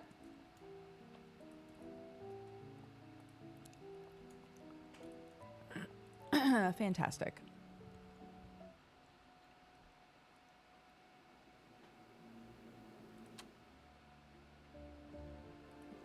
That was exactly what my thought was. I assume you're thinking the same thing.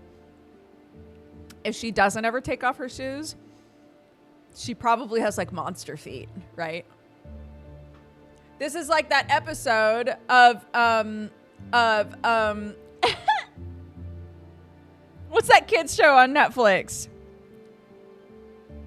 Where the kids are humans by day and turn into monsters at night.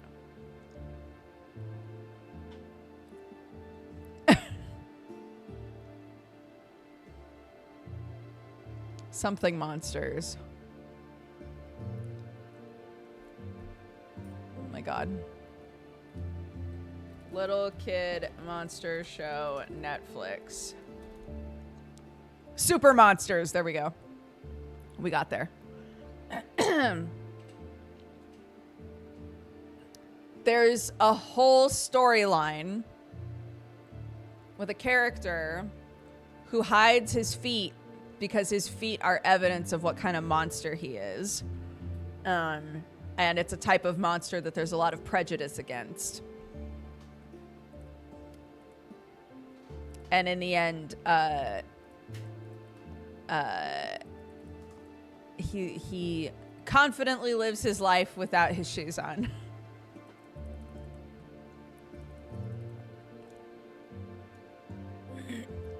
Okay. I didn't discover anything about... Ooh. Oh. The commode. There's a 1 pound note in the bowl. Desperate times, but I'm not that desperate. Fair enough.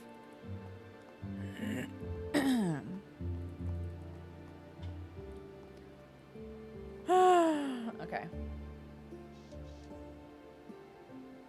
Shall I see what the wide world of London has to offer? Daylight's a-wasting and I need to fetch the pills. Or, not yet, I need to finish up a few things before I'm swept up in the bustle of the big smoke. I'm pretty sure we did everything in here, though. Like, everything we have to do. Yeah.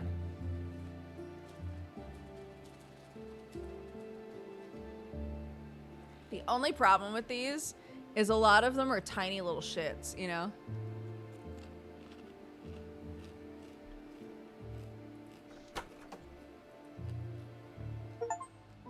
Aw.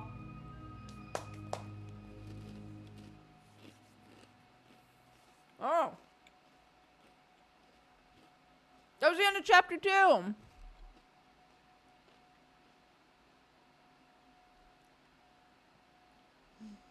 And now we do get to play as Teddy. Tight.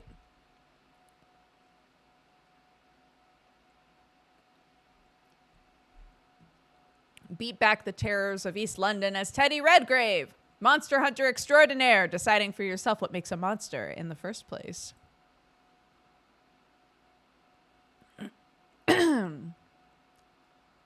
Whether it's a fiendish critter or an idea for a mechanical contraption, Teddy can't help but chase his quarry. Is he truly chasing what lies ahead or fleeing from his past? Okay, the traits, the humors for Teddy are impulse. Battle-scarred by his military service, Teddy gained an appreciation for getting his hands dirty and indulging in his animalistic side. Impulse is your primal instinct to survive. As a hunter, it has your back. It's fond of temptation, even when danger is not afoot. Keep it under control, but listen to your urges when you are threatened. Ingenuity. Losing some limbs hardly robbed Teddy of his shrewd mind and senses. An inborn sense of structures and systems helps him carefully negotiate delicate tasks. Ingenuity is a blend of observation and imagination. Paint a metal canvas of the world you want to see, then design the blueprints to make it your reality. Analysis. Ever the engineer, Teddy sees people, places, and happenings like machines, objects requiring close study to make sense of their intricacies. Analysis is the engineer's sharpest tool. When a puzzle needs solving or an engine needs fixing, analysis breaks the problem apart and puts it back together. Or empathy. Unlike Queen and Country, Teddy feels a connection to people, helping him understand and sometimes manipulate those whose paths he crosses. Empathy is how you connect with other creatures, whether they're flesh or metal. You might be a monster hunter, but that doesn't mean you wouldn't stop to pet a dog or a centaur. Okay, so these are the 4. And again, this is just to establish which one is our strongest trait. You get all of these traits, but whichever one you pick is like your front-facing trait. And as you play, just like with the other 2 characters so far, you can improve all of these other things. It's just what's your skill set at the very start. Okay, so let's do a poll.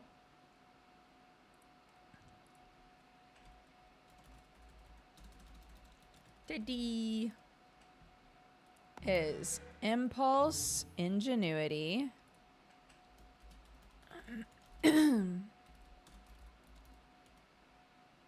empathy, analysis, empathy.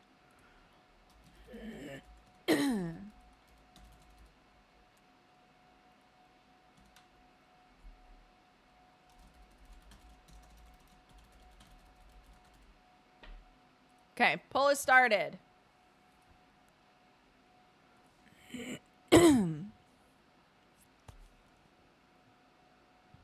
Hi, Games Reaps. I finally followed a few days ago. I couldn't chat. I had to go back to work. But I swear I followed when you were playing the opening of Shadowbringers. I guess I forgot.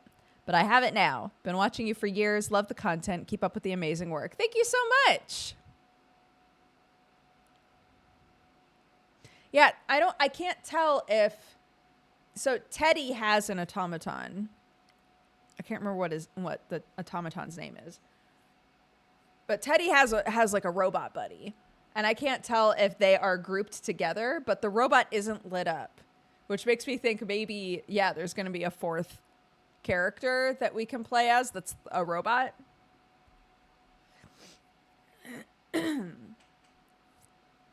What's with Kill the Minotaur? Because normally when I do a poll, I have Kill the Merchant. Empathy. I have Kill the Merchant as an option for anybody who doesn't want to participate in the poll. But there's a Minotaur in this game, so we're saying Kill the Minotaur instead. We know the robot name. Atticus asked for it. I'm saying I don't remember it. I'm not saying that the robot didn't have a name. I'm saying I don't remember what he said it was. Okay. Empathy. Our major arcana is the Tower, which gives us the trait Insightful. You can see hidden truths and people respect your criticism. Let's go.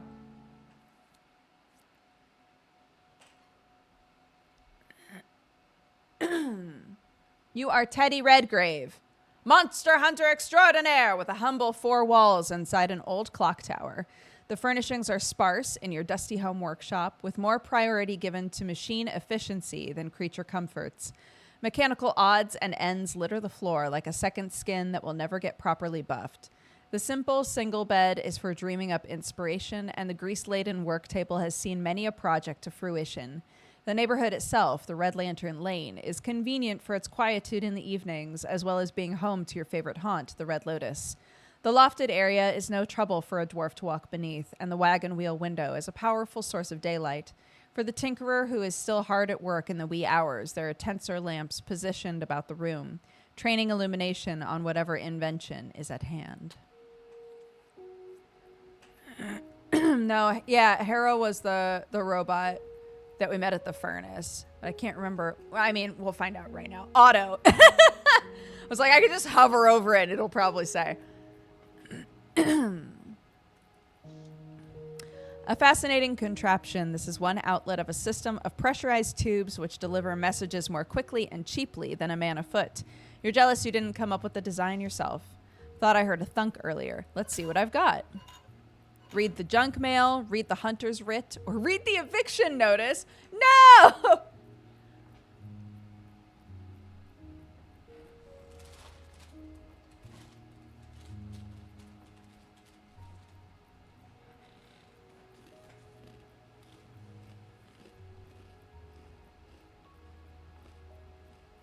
Another F.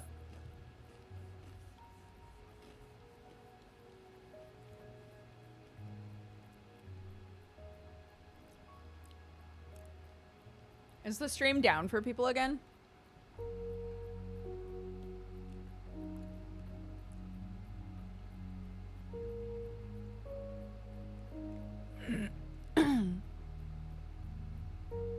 Okay.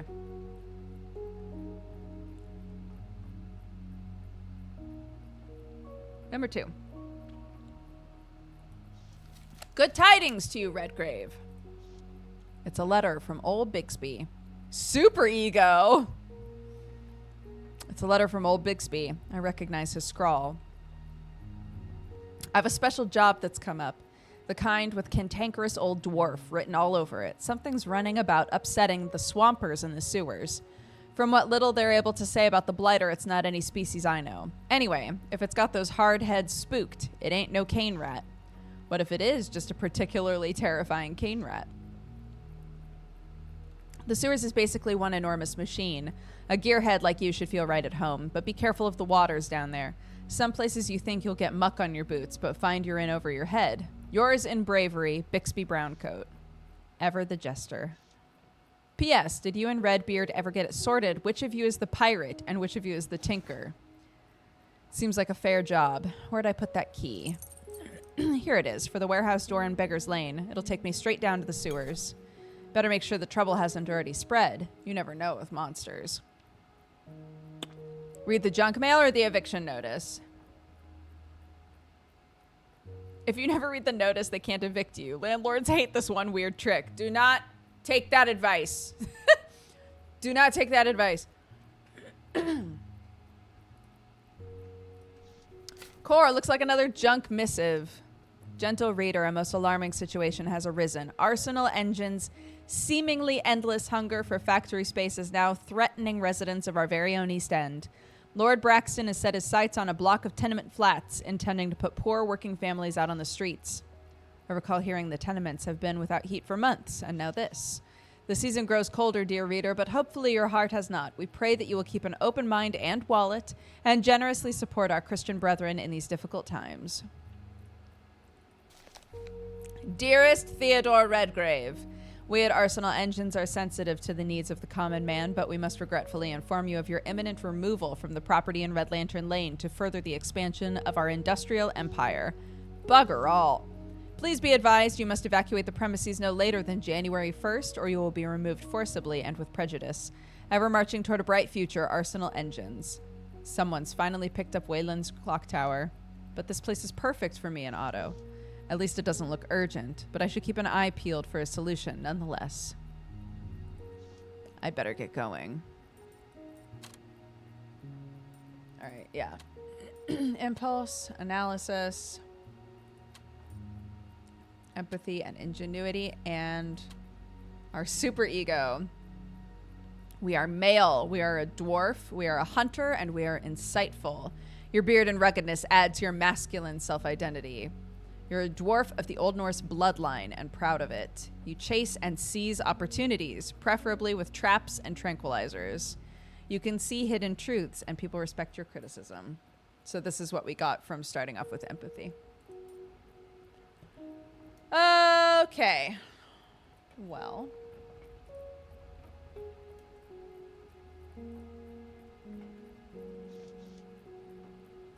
Here's the old bucket of brass, my pride and joy.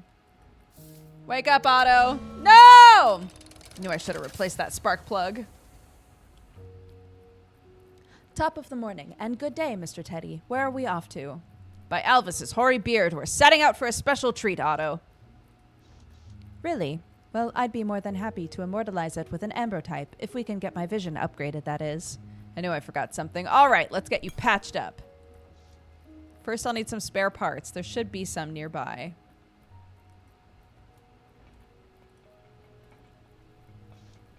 A cracked but still serviceable looking glass. That is a dwarf in tip-top shape. Every grommet accounted for and in working order. But a spick-and-span cove like me needs a loyal sidekick. So I thought, why shouldn't I make my own? Otto's computational cores have improved with every caper. Someday, he may even be an automaton with autonomy. The cast iron battleground where many a shepherd's pie has triumphed over that bothersome nag hunger. Last time I had a few hours to spare, I cooked a brace of Cornish game hens. Or, I hope someday Otto can taste my creations. Broker willing, there'll be a circuit for that, or I'll have to invent it myself. Oh, this is cute.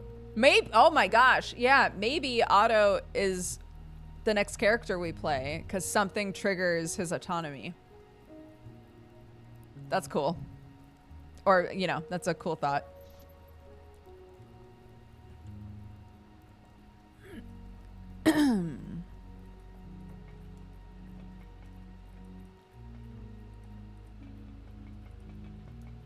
Nope. Okay. Pile of gears. Oh, okay. What a mess. I should think about setting some time aside for tidying things up around here. That's what I get for being so absorbed in my work. If I was a spare part, where would I be? I think I see something a little more to your right. Got it. Good thing I did such a fine job tuning your optics. Get this part to the workbench and get started. Workbench up here. Mm-hmm.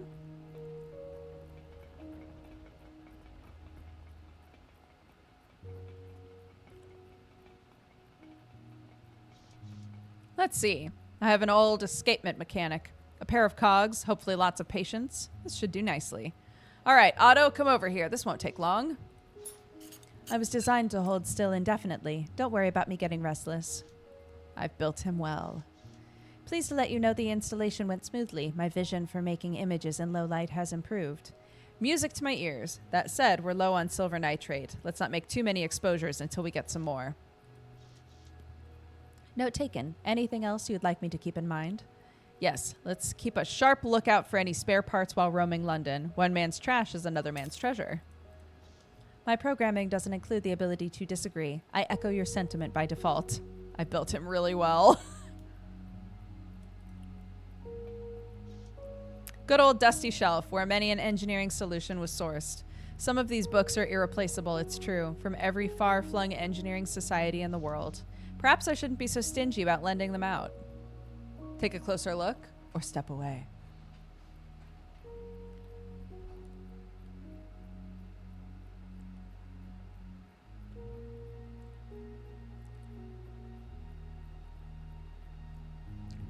Otto's shape and things, like the design of him, reminds me a lot of, is his name Robo from Chrono Trigger?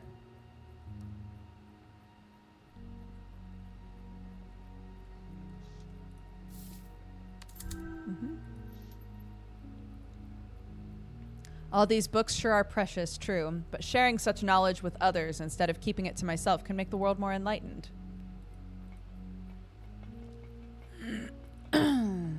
Okay. The other side of this door is the hustle and bustle of London. Let's go!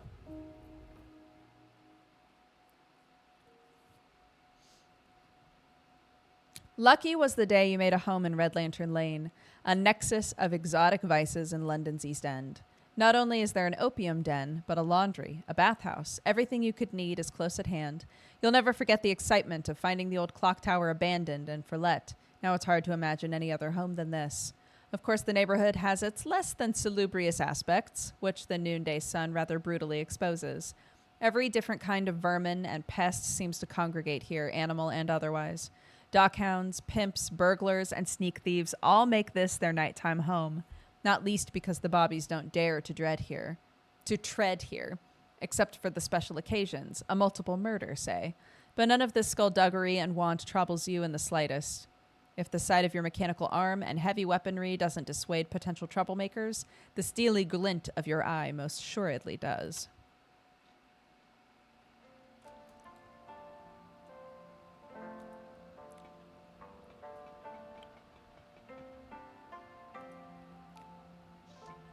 Friendly disposition and a steam cloud of dumpling aroma, none other than Bowsy, being Bowsy. She keeps running the shop since after Waylun passed, but his grandniece Dolores checks in on her nowadays. She's your type, Otto? For discourse, I mean. Answer pending. Give her noodles. Ask if she's lonely. Reminisce or step away.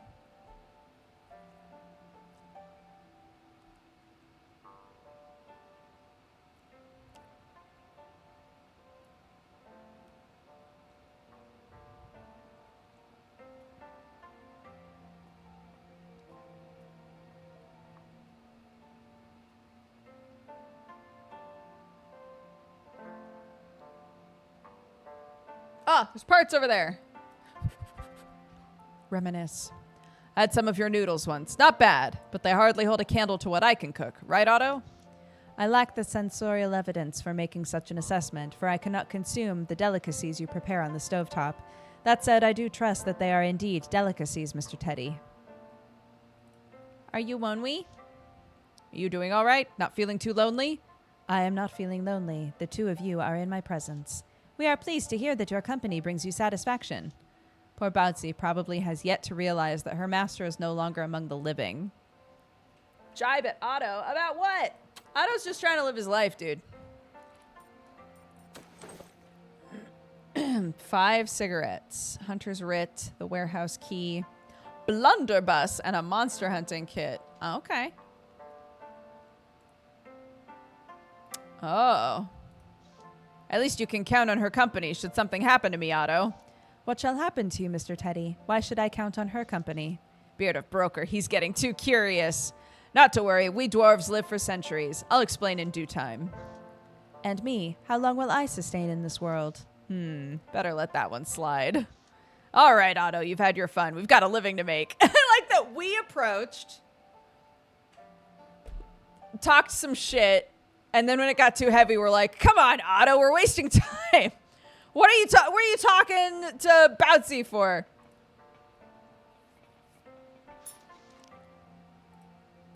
Take them.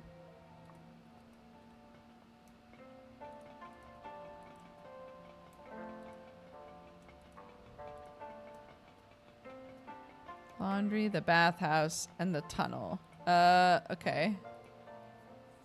Sure. What's in the laundry? Dolores Chen's machine laundry is a place Londoners like having their clothes, if not their dirty character, washed and ironed. A presentable look determines fashion and survival. After all, people guard their image and belongings with their lives in a city that would rob them just as well of their reputation as their pocketbook.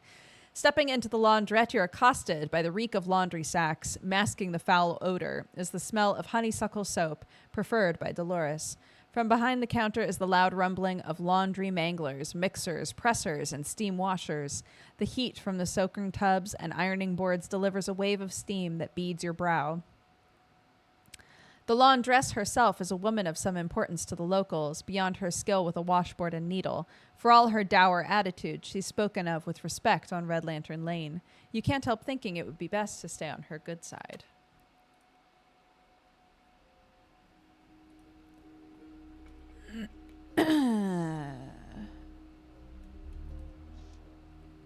A common dressmaker form, essential kit for tailors and seamstresses. Unclaimed clothes. A tidy row of clothes left behind by customers. Dolores Chen, liable to bite my head off as soon as look at me, but she's a good sort. Just like scrubbing stains to find clean clothes underneath. Teddy Redgrave, should have known you'd walk in soon as I got done mopping the floor. You and your metal friend leave oil stains everywhere you go. Dolores, you know the machines and I are inseparable, isn't that right, Otto? That is right, Mr. Teddy. Spare me. Still, I don't want to give the impression I turn away anyone who isn't clean from top to bottom. Otherwise, I'd be keeping all of London at bay. We promise to tread lightly. Was someone smoking opium in here and picking up the scent? Or, don't worry, Dolores, we're just peeking in. We just want to say what's up. What's up, Dolores? How are you? How's it going? You good?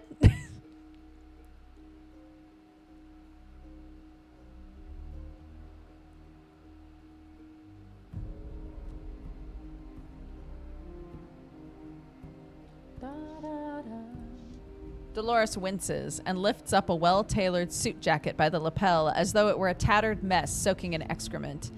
An opiomaniac left his rags to salvage. Her scowl suggests a history with use or users. That appears to be a fine suit. You must be mistaken, Miss Chen. I have a better eye for rags than most. Certainly better than a machine without eyes to start with. Seems like this poppy head customer struck a nerve. Or now that you mention it, they do seem ragged. Come along, Otto. Now that you mention it, those are definitely rags. Anyway, we're busy. Poor Otto. Yeah, I'm believing this more and more now. There's too many, like...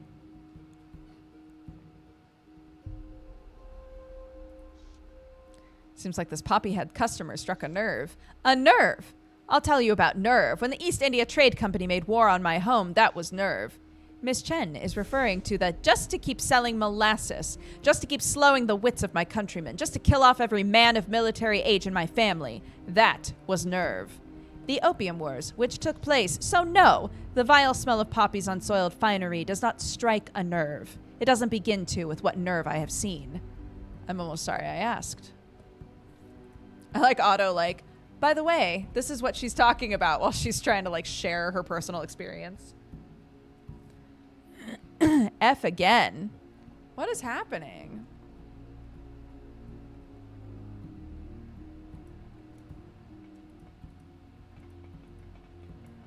Knitting machines. Looks like a spare gear is gumming up the works on this machine. It would be easy enough to snatch it out. Remove the gear or leave it alone. Yeah, we think it's regional. It seems like there are people in specific regions that are having trouble watching the stream for some reason today. But what I was saying is, like, Teddy has specifically said, man, maybe one day my automaton will have autonomy, right? And now there have been so many we just started this chapter and there have already been so many things that have pointed to Otto being like, I can't disagree with you. You built me, right? Like, sort of stuff. Sometimes all it takes for a quick fix is a trained eye. Hell yeah, dude. Vats of lye used to clean clothes. If only there were a way to automate the process. Much like a good hunter, State Farm is there. Much like a good hunter covering his tracks, Dolores' cleanliness might as well be instinctive.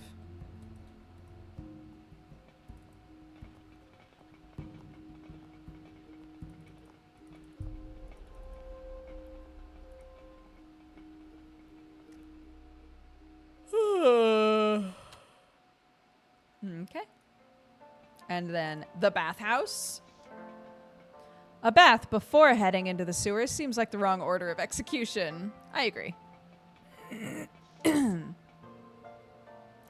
This path will take me to the canal bordering the slums. The canal might be polluted, but at least it's access to water. Or only people who live there are those who can't afford to live anywhere else.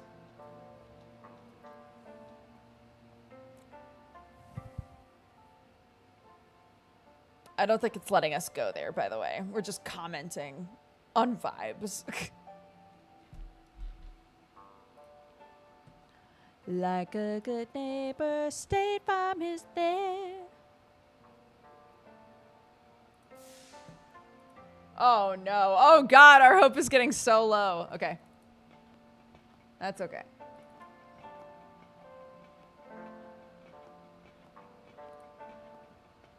Time to go to the station. Okay, this is where we're at right now.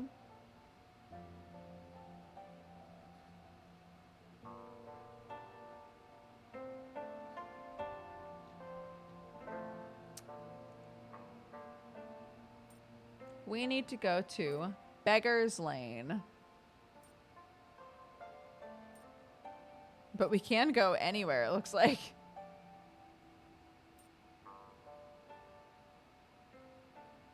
Will it stop us?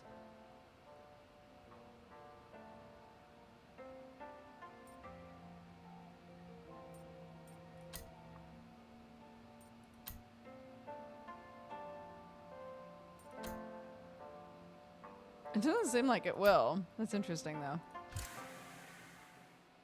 Not even sunlight can lift the pall of despair on Beggar's Lane, where so many have wagered their pay at the Palladium only to be thrown out on the cobbles penniless.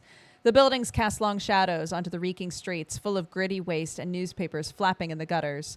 You thank your luck that after the war you had enough in the way of employable skills to avoid bedding down anywhere like this.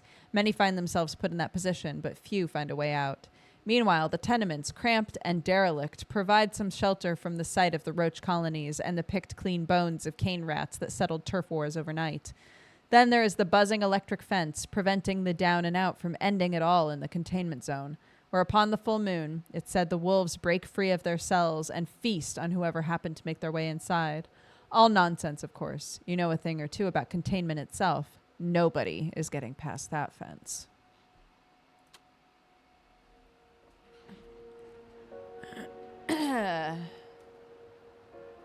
Dante's shop. The storefront's frosted window panes shield the interior from the gaze of the passerby, hiding the merchandise from would-be shopbreakers, especially important now that Dante hardly opens up. Must be too busy with his new position at Arsenal. Yet Dante's not one to neglect his business. Just how pressing can his work for Silas be?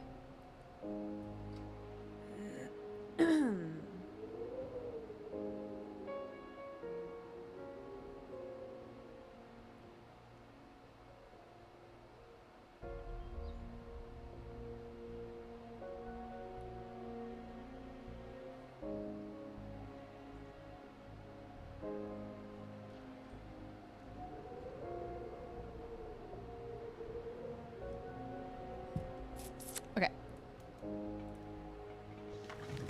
Don't see many of these nowadays, what with steam gurneys tearing up the avenues. The march to progress beats a steady drum, but the simple inventions had to walk before complexities could gallop.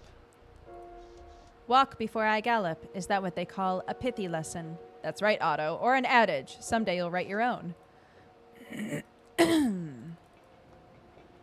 Old socks.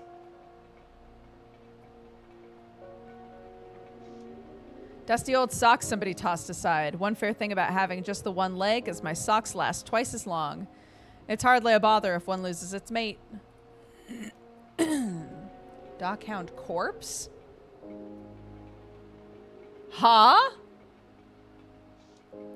A dockhound that called it quits and left this mortal realm. Is that dockhound taking a nap, Mr. Teddy? I'm afraid not. Seems this one has had too many drinks and couldn't handle the load. He's fitted with all sorts of advanced enhancements. I say we loot the old blood bag. He won't be needing that tech anymore. As long as I don't mind picking over a corpse. There is indeed a highly saleable pressure valve in easy reach. Do we pick apart a dead guy or step away?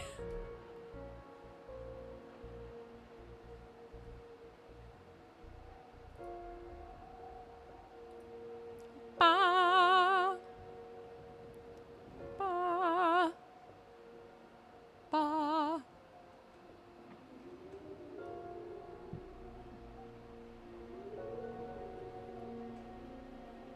All right, get the valve. Had to wipe the blood off. Mr. Teddy, is this a part you could integrate with my systems? Otto, sharp lenses on you. This here is a high-pressure regulator. Henry Ford's doing, I believe. So I might get an upgrade. If it's a good fit, worth trying out back at my workbench. Okie doke. Artichoke? What does Teddy have to say about missing orphans? As I know very well from the war in Zululand, when someone goes missing, it's often for good.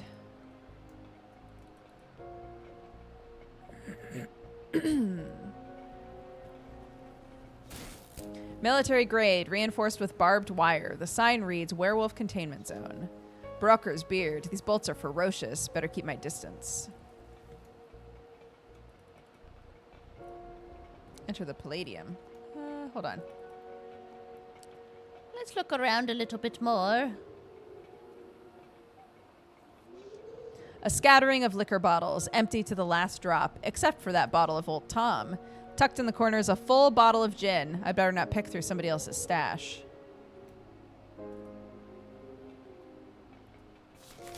A fleet-footed journalist takes to the East End, etc. Reads like a tall order for the bobbies. If it's a monster behind the series of murders, a potential contract for me. In the meantime, I do hope nobody else comes to harm.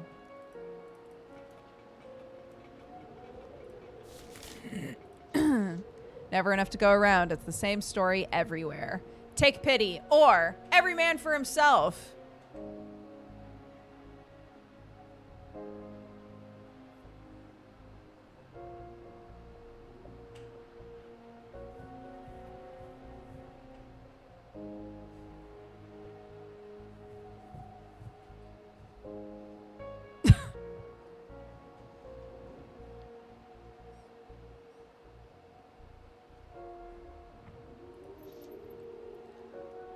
Poor souls.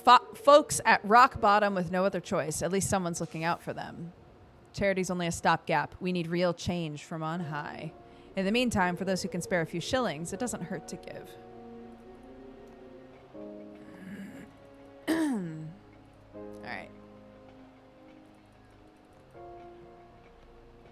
Let's get into this herring basket, dude.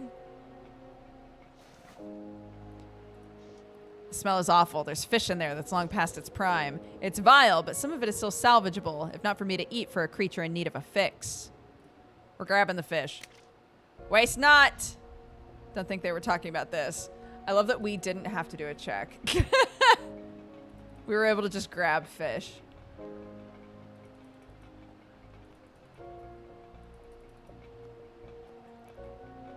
Wait, so are these happening asymmetrically? Or is this like, at the time that I'm going in here, Clara is still on the airship, sort of a thing? Compared to the stench and grime of Beggar's Lane, this murky bar room is a welcome diversion. The beating heart of a woebegone corner of the East End. The Palladium is a haunt for after-work drinkers of all stripes and a destination for criminals and thrill-seekers alike. The well-appointed public house also has a casino, and the green felted tables so often separate folks from their earnings that it's no wonder the street outside is known as Beggar's Lane. Above the bar and casino is, of course, the Velvet Rose, brothel par excellence, catering to every whim you can imagine. Guy came in asking for the weird stuff. The garments stored away here are used to project status, but cravats and waistcoats are too much fuss and bother. Jesus Christ.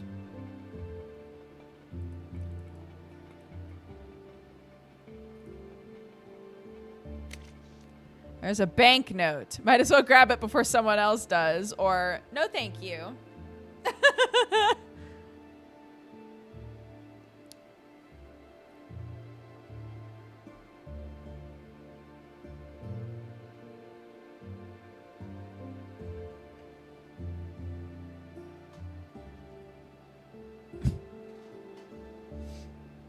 That's true. We're desperate. We gotta pay rent, dude. Although I don't think this is a getting evicted because of rent issue. This is a we're tearing down this building and you have to get out issue. But sure. I'll take it. Easiest pound I ever made. That's my boy.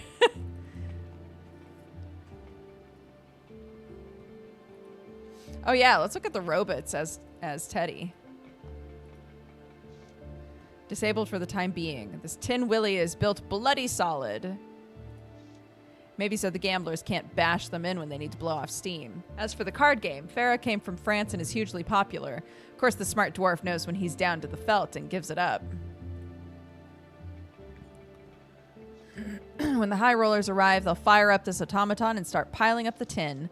Lots of money to be made at Baccarat. I can't say I'm fond of a game where it's you alone against the banker. What do you think, Otto? Do you see a resemblance? Error. Pattern recognition is not a function of my circuitry. My apologies, Mr. Teddy. A self-dealing, self-shuffling automaton, waiting for the gambling crowd to arrive. This one's called Whist. You play with a partner, preferably a friend, against another pair of people. The better you know your partner, the better your chances. Analysis. Gambling against other players rather than the house increases odds of victory. Ain't it always the case? Ain't that just the way? Like a shepherd, the marble figure keeps watch on tables where lives can get ruined.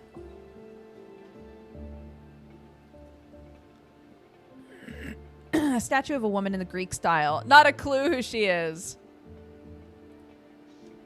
One of the Stoic philosophers. What kind of nupty thought it was a good idea to station him here?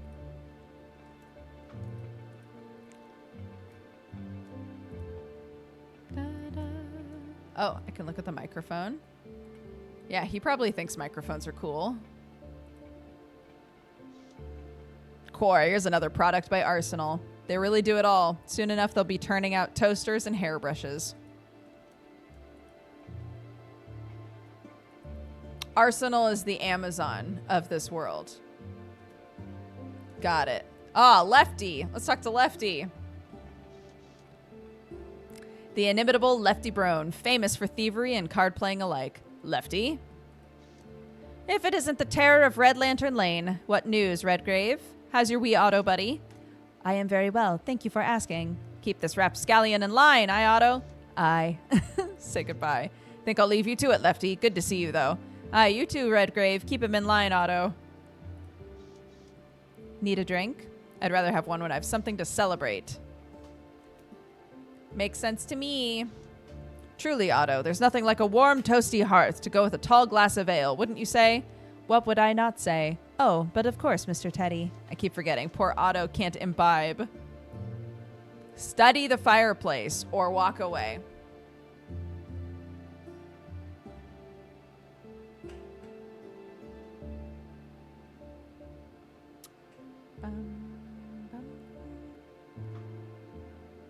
Gotta find a place to live. That's so true. I'm gonna have to pay rent somewhere. You'd think monster hunting would pay better. Study the fireplace. Oh, God. A foot closer and you would have become my new pair of eyes, Otto. Mr. Teddy, I am too big to fit into your eye sockets. Figure of speech. Let's get going. Nothing but trouble and vices upstairs. Maybe another day. Okay. Bye. I gotta go sewer diving, dude.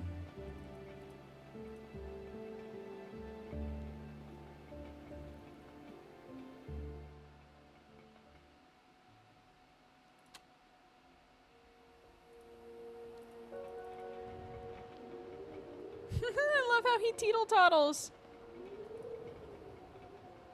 Beep boop, beep boop, beep boop. Use the key. Perfect fit. Love a simple mechanism as much as a complex one. Time for the hunt! Affirmative, engaging anti-muck protocols. I'll set the padlock and chain to the side.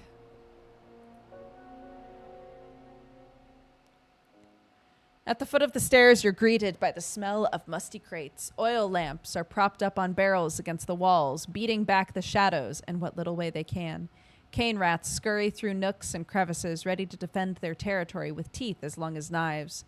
You can hear the churning of distant machinery, most likely the pump house in the sewers further down. A flickering light shines up ahead, which is, of course, the furnace around the corner. Despite the heat and the close, humid air, you feel a bone-deep chill. Nevertheless, you take another step. What else is a hunter for but to quell the creatures lurking in the shadows? No, an ad break!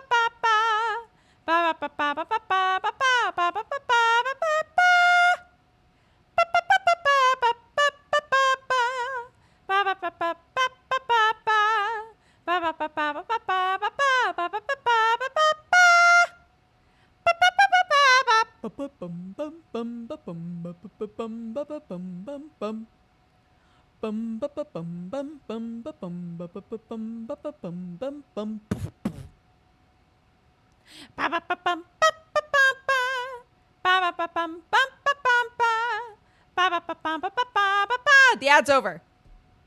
Welcome back. Okay.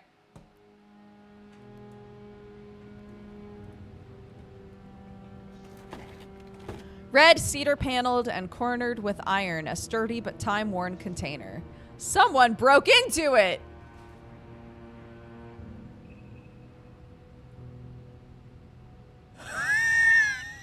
I was supposed to grab the whole thing. Who could have done that?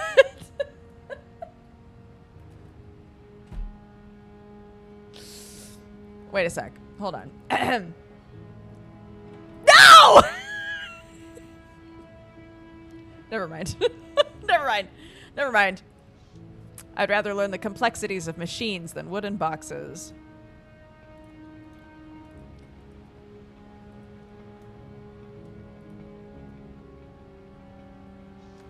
Beat up crate. Smells like an animal crawled inside of it to die. Even the mold couldn't keep plunderers from getting their paws dirty. Somebody fashed with this crate. I just hope they found what they were looking for. Who? you? Who could have done this? Footsteps down below. I know who that is. Ah, Teddy and Otto. 'Twas the shine of Otto's housing gave you away in the gloom. What brings you here? I could ask you the same. Hard for a bilgeman to do his job from up the stairs and next door. Or, Bixby sent me a hunter's writ. Said you've got some kind of creature running amok in the dark. A mystery, truly. Who could have done it?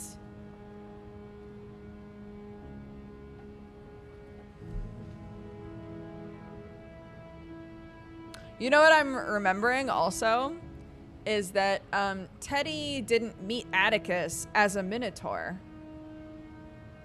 Atticus used illusion magic before we met Teddy. So Teddy doesn't actually know what Atticus looks like.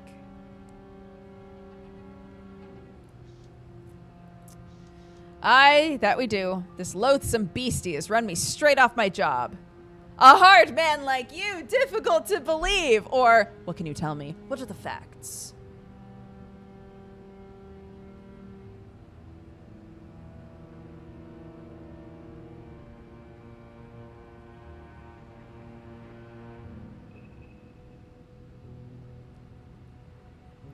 Ooh, ah.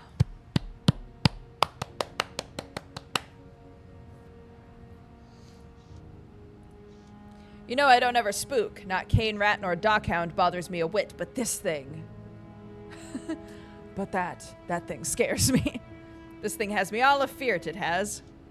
Spending all of one's time underground must numb one to the shadows.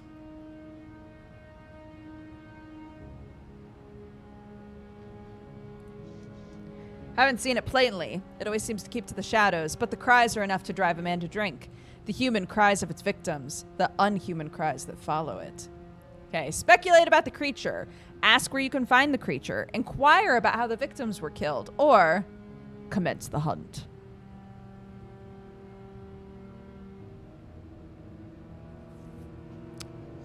Also, when we're done with this conversation, we're going to have to end stream. So, you know, just keep that in mind. This game has been fun so far. I'd be really curious to know how far along we are in it.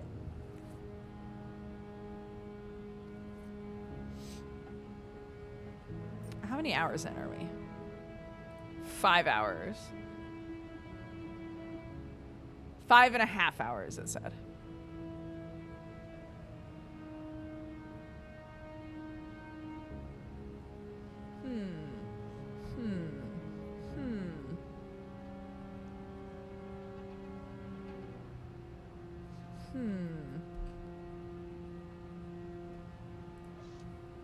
How were the victims killed?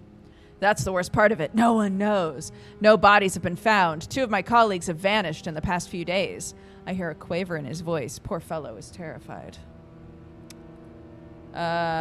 Speculate about the creature. Care to speculate what it might be? Has anyone tried to trap it or take it down? It's not some enormous cane rat, I hope. No challenge in that. You are a card, Mr. Redgrave. No one I know is brave enough to tackle it, but if I were forced to speculate on its nature, it wouldn't surprise me if a werewolf was responsible. The full moon isn't yet upon us. Werewolves only transform on the lunar cycle. I hope it is a werewolf. That means the added bonus of doing a service for humanity. I can't wait for werewolves to be relevant in this game. They've been bringing up werewolves like snacks, like little treats. They've been bringing them up since the second the game started, and we have yet to see one, meet one that we know of. Normally that's true. There's a lot we don't know about it. Perhaps there are some who can transform at any time. Ask where you can find the creature. Lurking about the sewers of the pump house, I reckon. Hasn't come as far as the warehouse yet. If it does, I may leave London altogether. Very well. Let the hunt commence. I wish you all the luck in the world, Teddy. You too, Otto. Be sure and see the pump house captain for a key. That is, if you are sure you want to go in there. I'm chomping at the bit to meet my quarry. Hold on. I want to meet Hera before we leave. The boiler. This boiler uses the flow of rainwater and sewage to generate steam, heating the walls and floors of the Shorelock tenements above. What is this? The boiler is hot, but the fixtures leading through the ceiling are cool to the touch.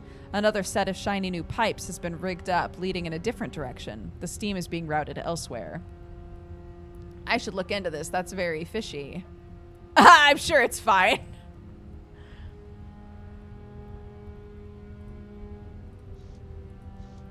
Looks like the steam is being routed downstairs. How about those glistening vats down in the pump house? Pump house is the best control system in our near vicinity. If I were stealing steam, I'd manage the pressure from there. A brass-banded traveling trunk with sturdy corners, fit for a long voyage. It's out of place down here. Whoever tried opening this trunk was either desperate, bored, or a mixture of both. You never know. People do all sorts of bizarre things for a thrill. Hello. Identity. Hera, functioning, firing the boiler. A stunning piece of craftsmanship. Hera, report. Or, aren't you a cutie pie? Are you a pretty baby girl? Or, come on, Otto, we have work to do.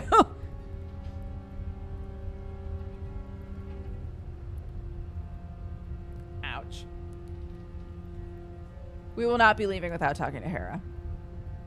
So if number 3 wins, I will ignore it. FYI. She just does the fire, dude. Aren't you a pretty baby? New automaton, greetings. New automaton, identify. Didn't know there was a punch card for flirting. Come along, Otto, there's work to do.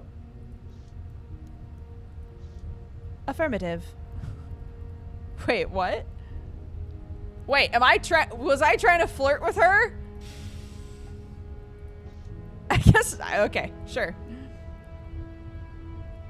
All right, we go to the sewers. Bye, everybody. Bye. See ya, bye. London's sprawling sewer network is a dark and dank maze of rushing water, choking gases, crumbling brick, and slimy surfaces. All very far from daylight or a friendly face. Deadly shapes lurk in the dark, so keep a close grip on your blunderbuss. Despite or because of its dangers, the underground labyrinth seems to attract a lot of traffic from street urchins and criminals who favor it for a rendezvous, hideout, or cachet for illicit goods. It feels like you stepped into the deepest reaches of London's underbelly, where the closest thing to the authorities are the sewer workers, a rare breed, proletariat, who doesn't mind a 12-hour divorce from the daylight. Safety is a concern for the sure-footed workers, not only due to creatures like carnivorous cane rats, but because of the bone-crunching power of the turning wheels of machinery keeping everything on course.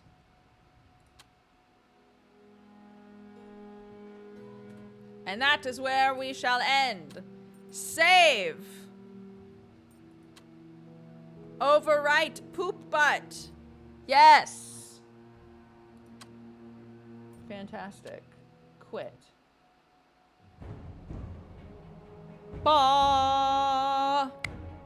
Ba ba. Ba ba. Fantastic. My camera. Beep. Beep. All right. Exit to desktop so we can try and maintain what our actual playtime is on that game. Yeah, this is a fun game. I'm really enjoying it. It's weird because it's supposed to only be like 11 hours, but I kind of feel like we're really only like scratching the surface of what the story is of this game, you know? Maybe I won't feel that way once we're like doubling back to Atticus, you know? Which I assume we will do. I assume that there's going to be 3 or 4 characters that we get a first chapter on, basically, and then we'll revisit each one. So potentially there's 8 chapters, maybe something like that. You get 2 chapters with each character. I don't know.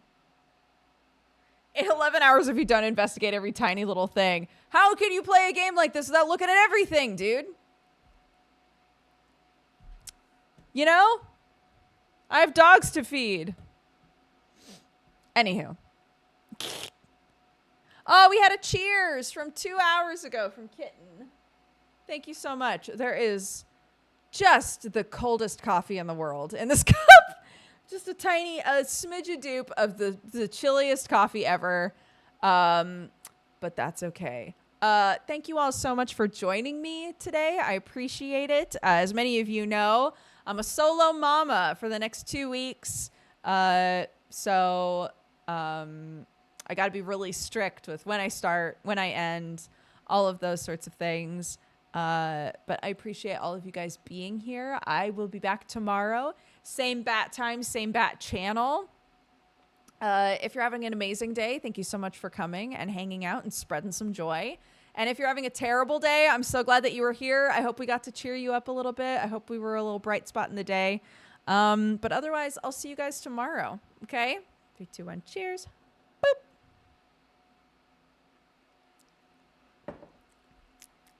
Yeah, I mean, sure. That's certainly coffee. That is certainly coffee. Also, Forecast Gray yesterday got a Valentine that I'm going to read now that says, can you pass on a message to the YouTube VOD watchers that they are loved and appreciated? So that's for you, YouTube. Alrighty, let's read the activity feed. Raid Leader is open. So if you want to grab it, you can. Court and Justice, thank you for the gifted sub. Ruby Rach for the 64 months. Robert CC for the 86. Arnar for the gifted sub. Berry for the 8. Flister for the 49. Arkanar for the 3. Kiera for the 65. Glug Slug for the 2. Bucky JP, again, welcome to the Cat Gang. Thank you so much for subscribing. Abavus for the 7. Illig Mello, thank you very much for subscribing and also for all the gifted subs. Welcome to the Cat Gang. Everybody who was gifted a sub today. Double check who gave it to you. Say thank you. And Illig Mello, welcome to you as well. Let's see. Danny Calamity, thank you for the 23 months. And Arnar for the gifted sub right at the end here. Oh, to the dev. How very sweet. Okay. No one snagged it. No one took Raid Leader. So it's mine. Guys, I can't tell you how happy I am to not have it default to Yahoo. What a delight. What a delight to have that not happening anymore. Da, da. Da, da. Da, da. I will send you over to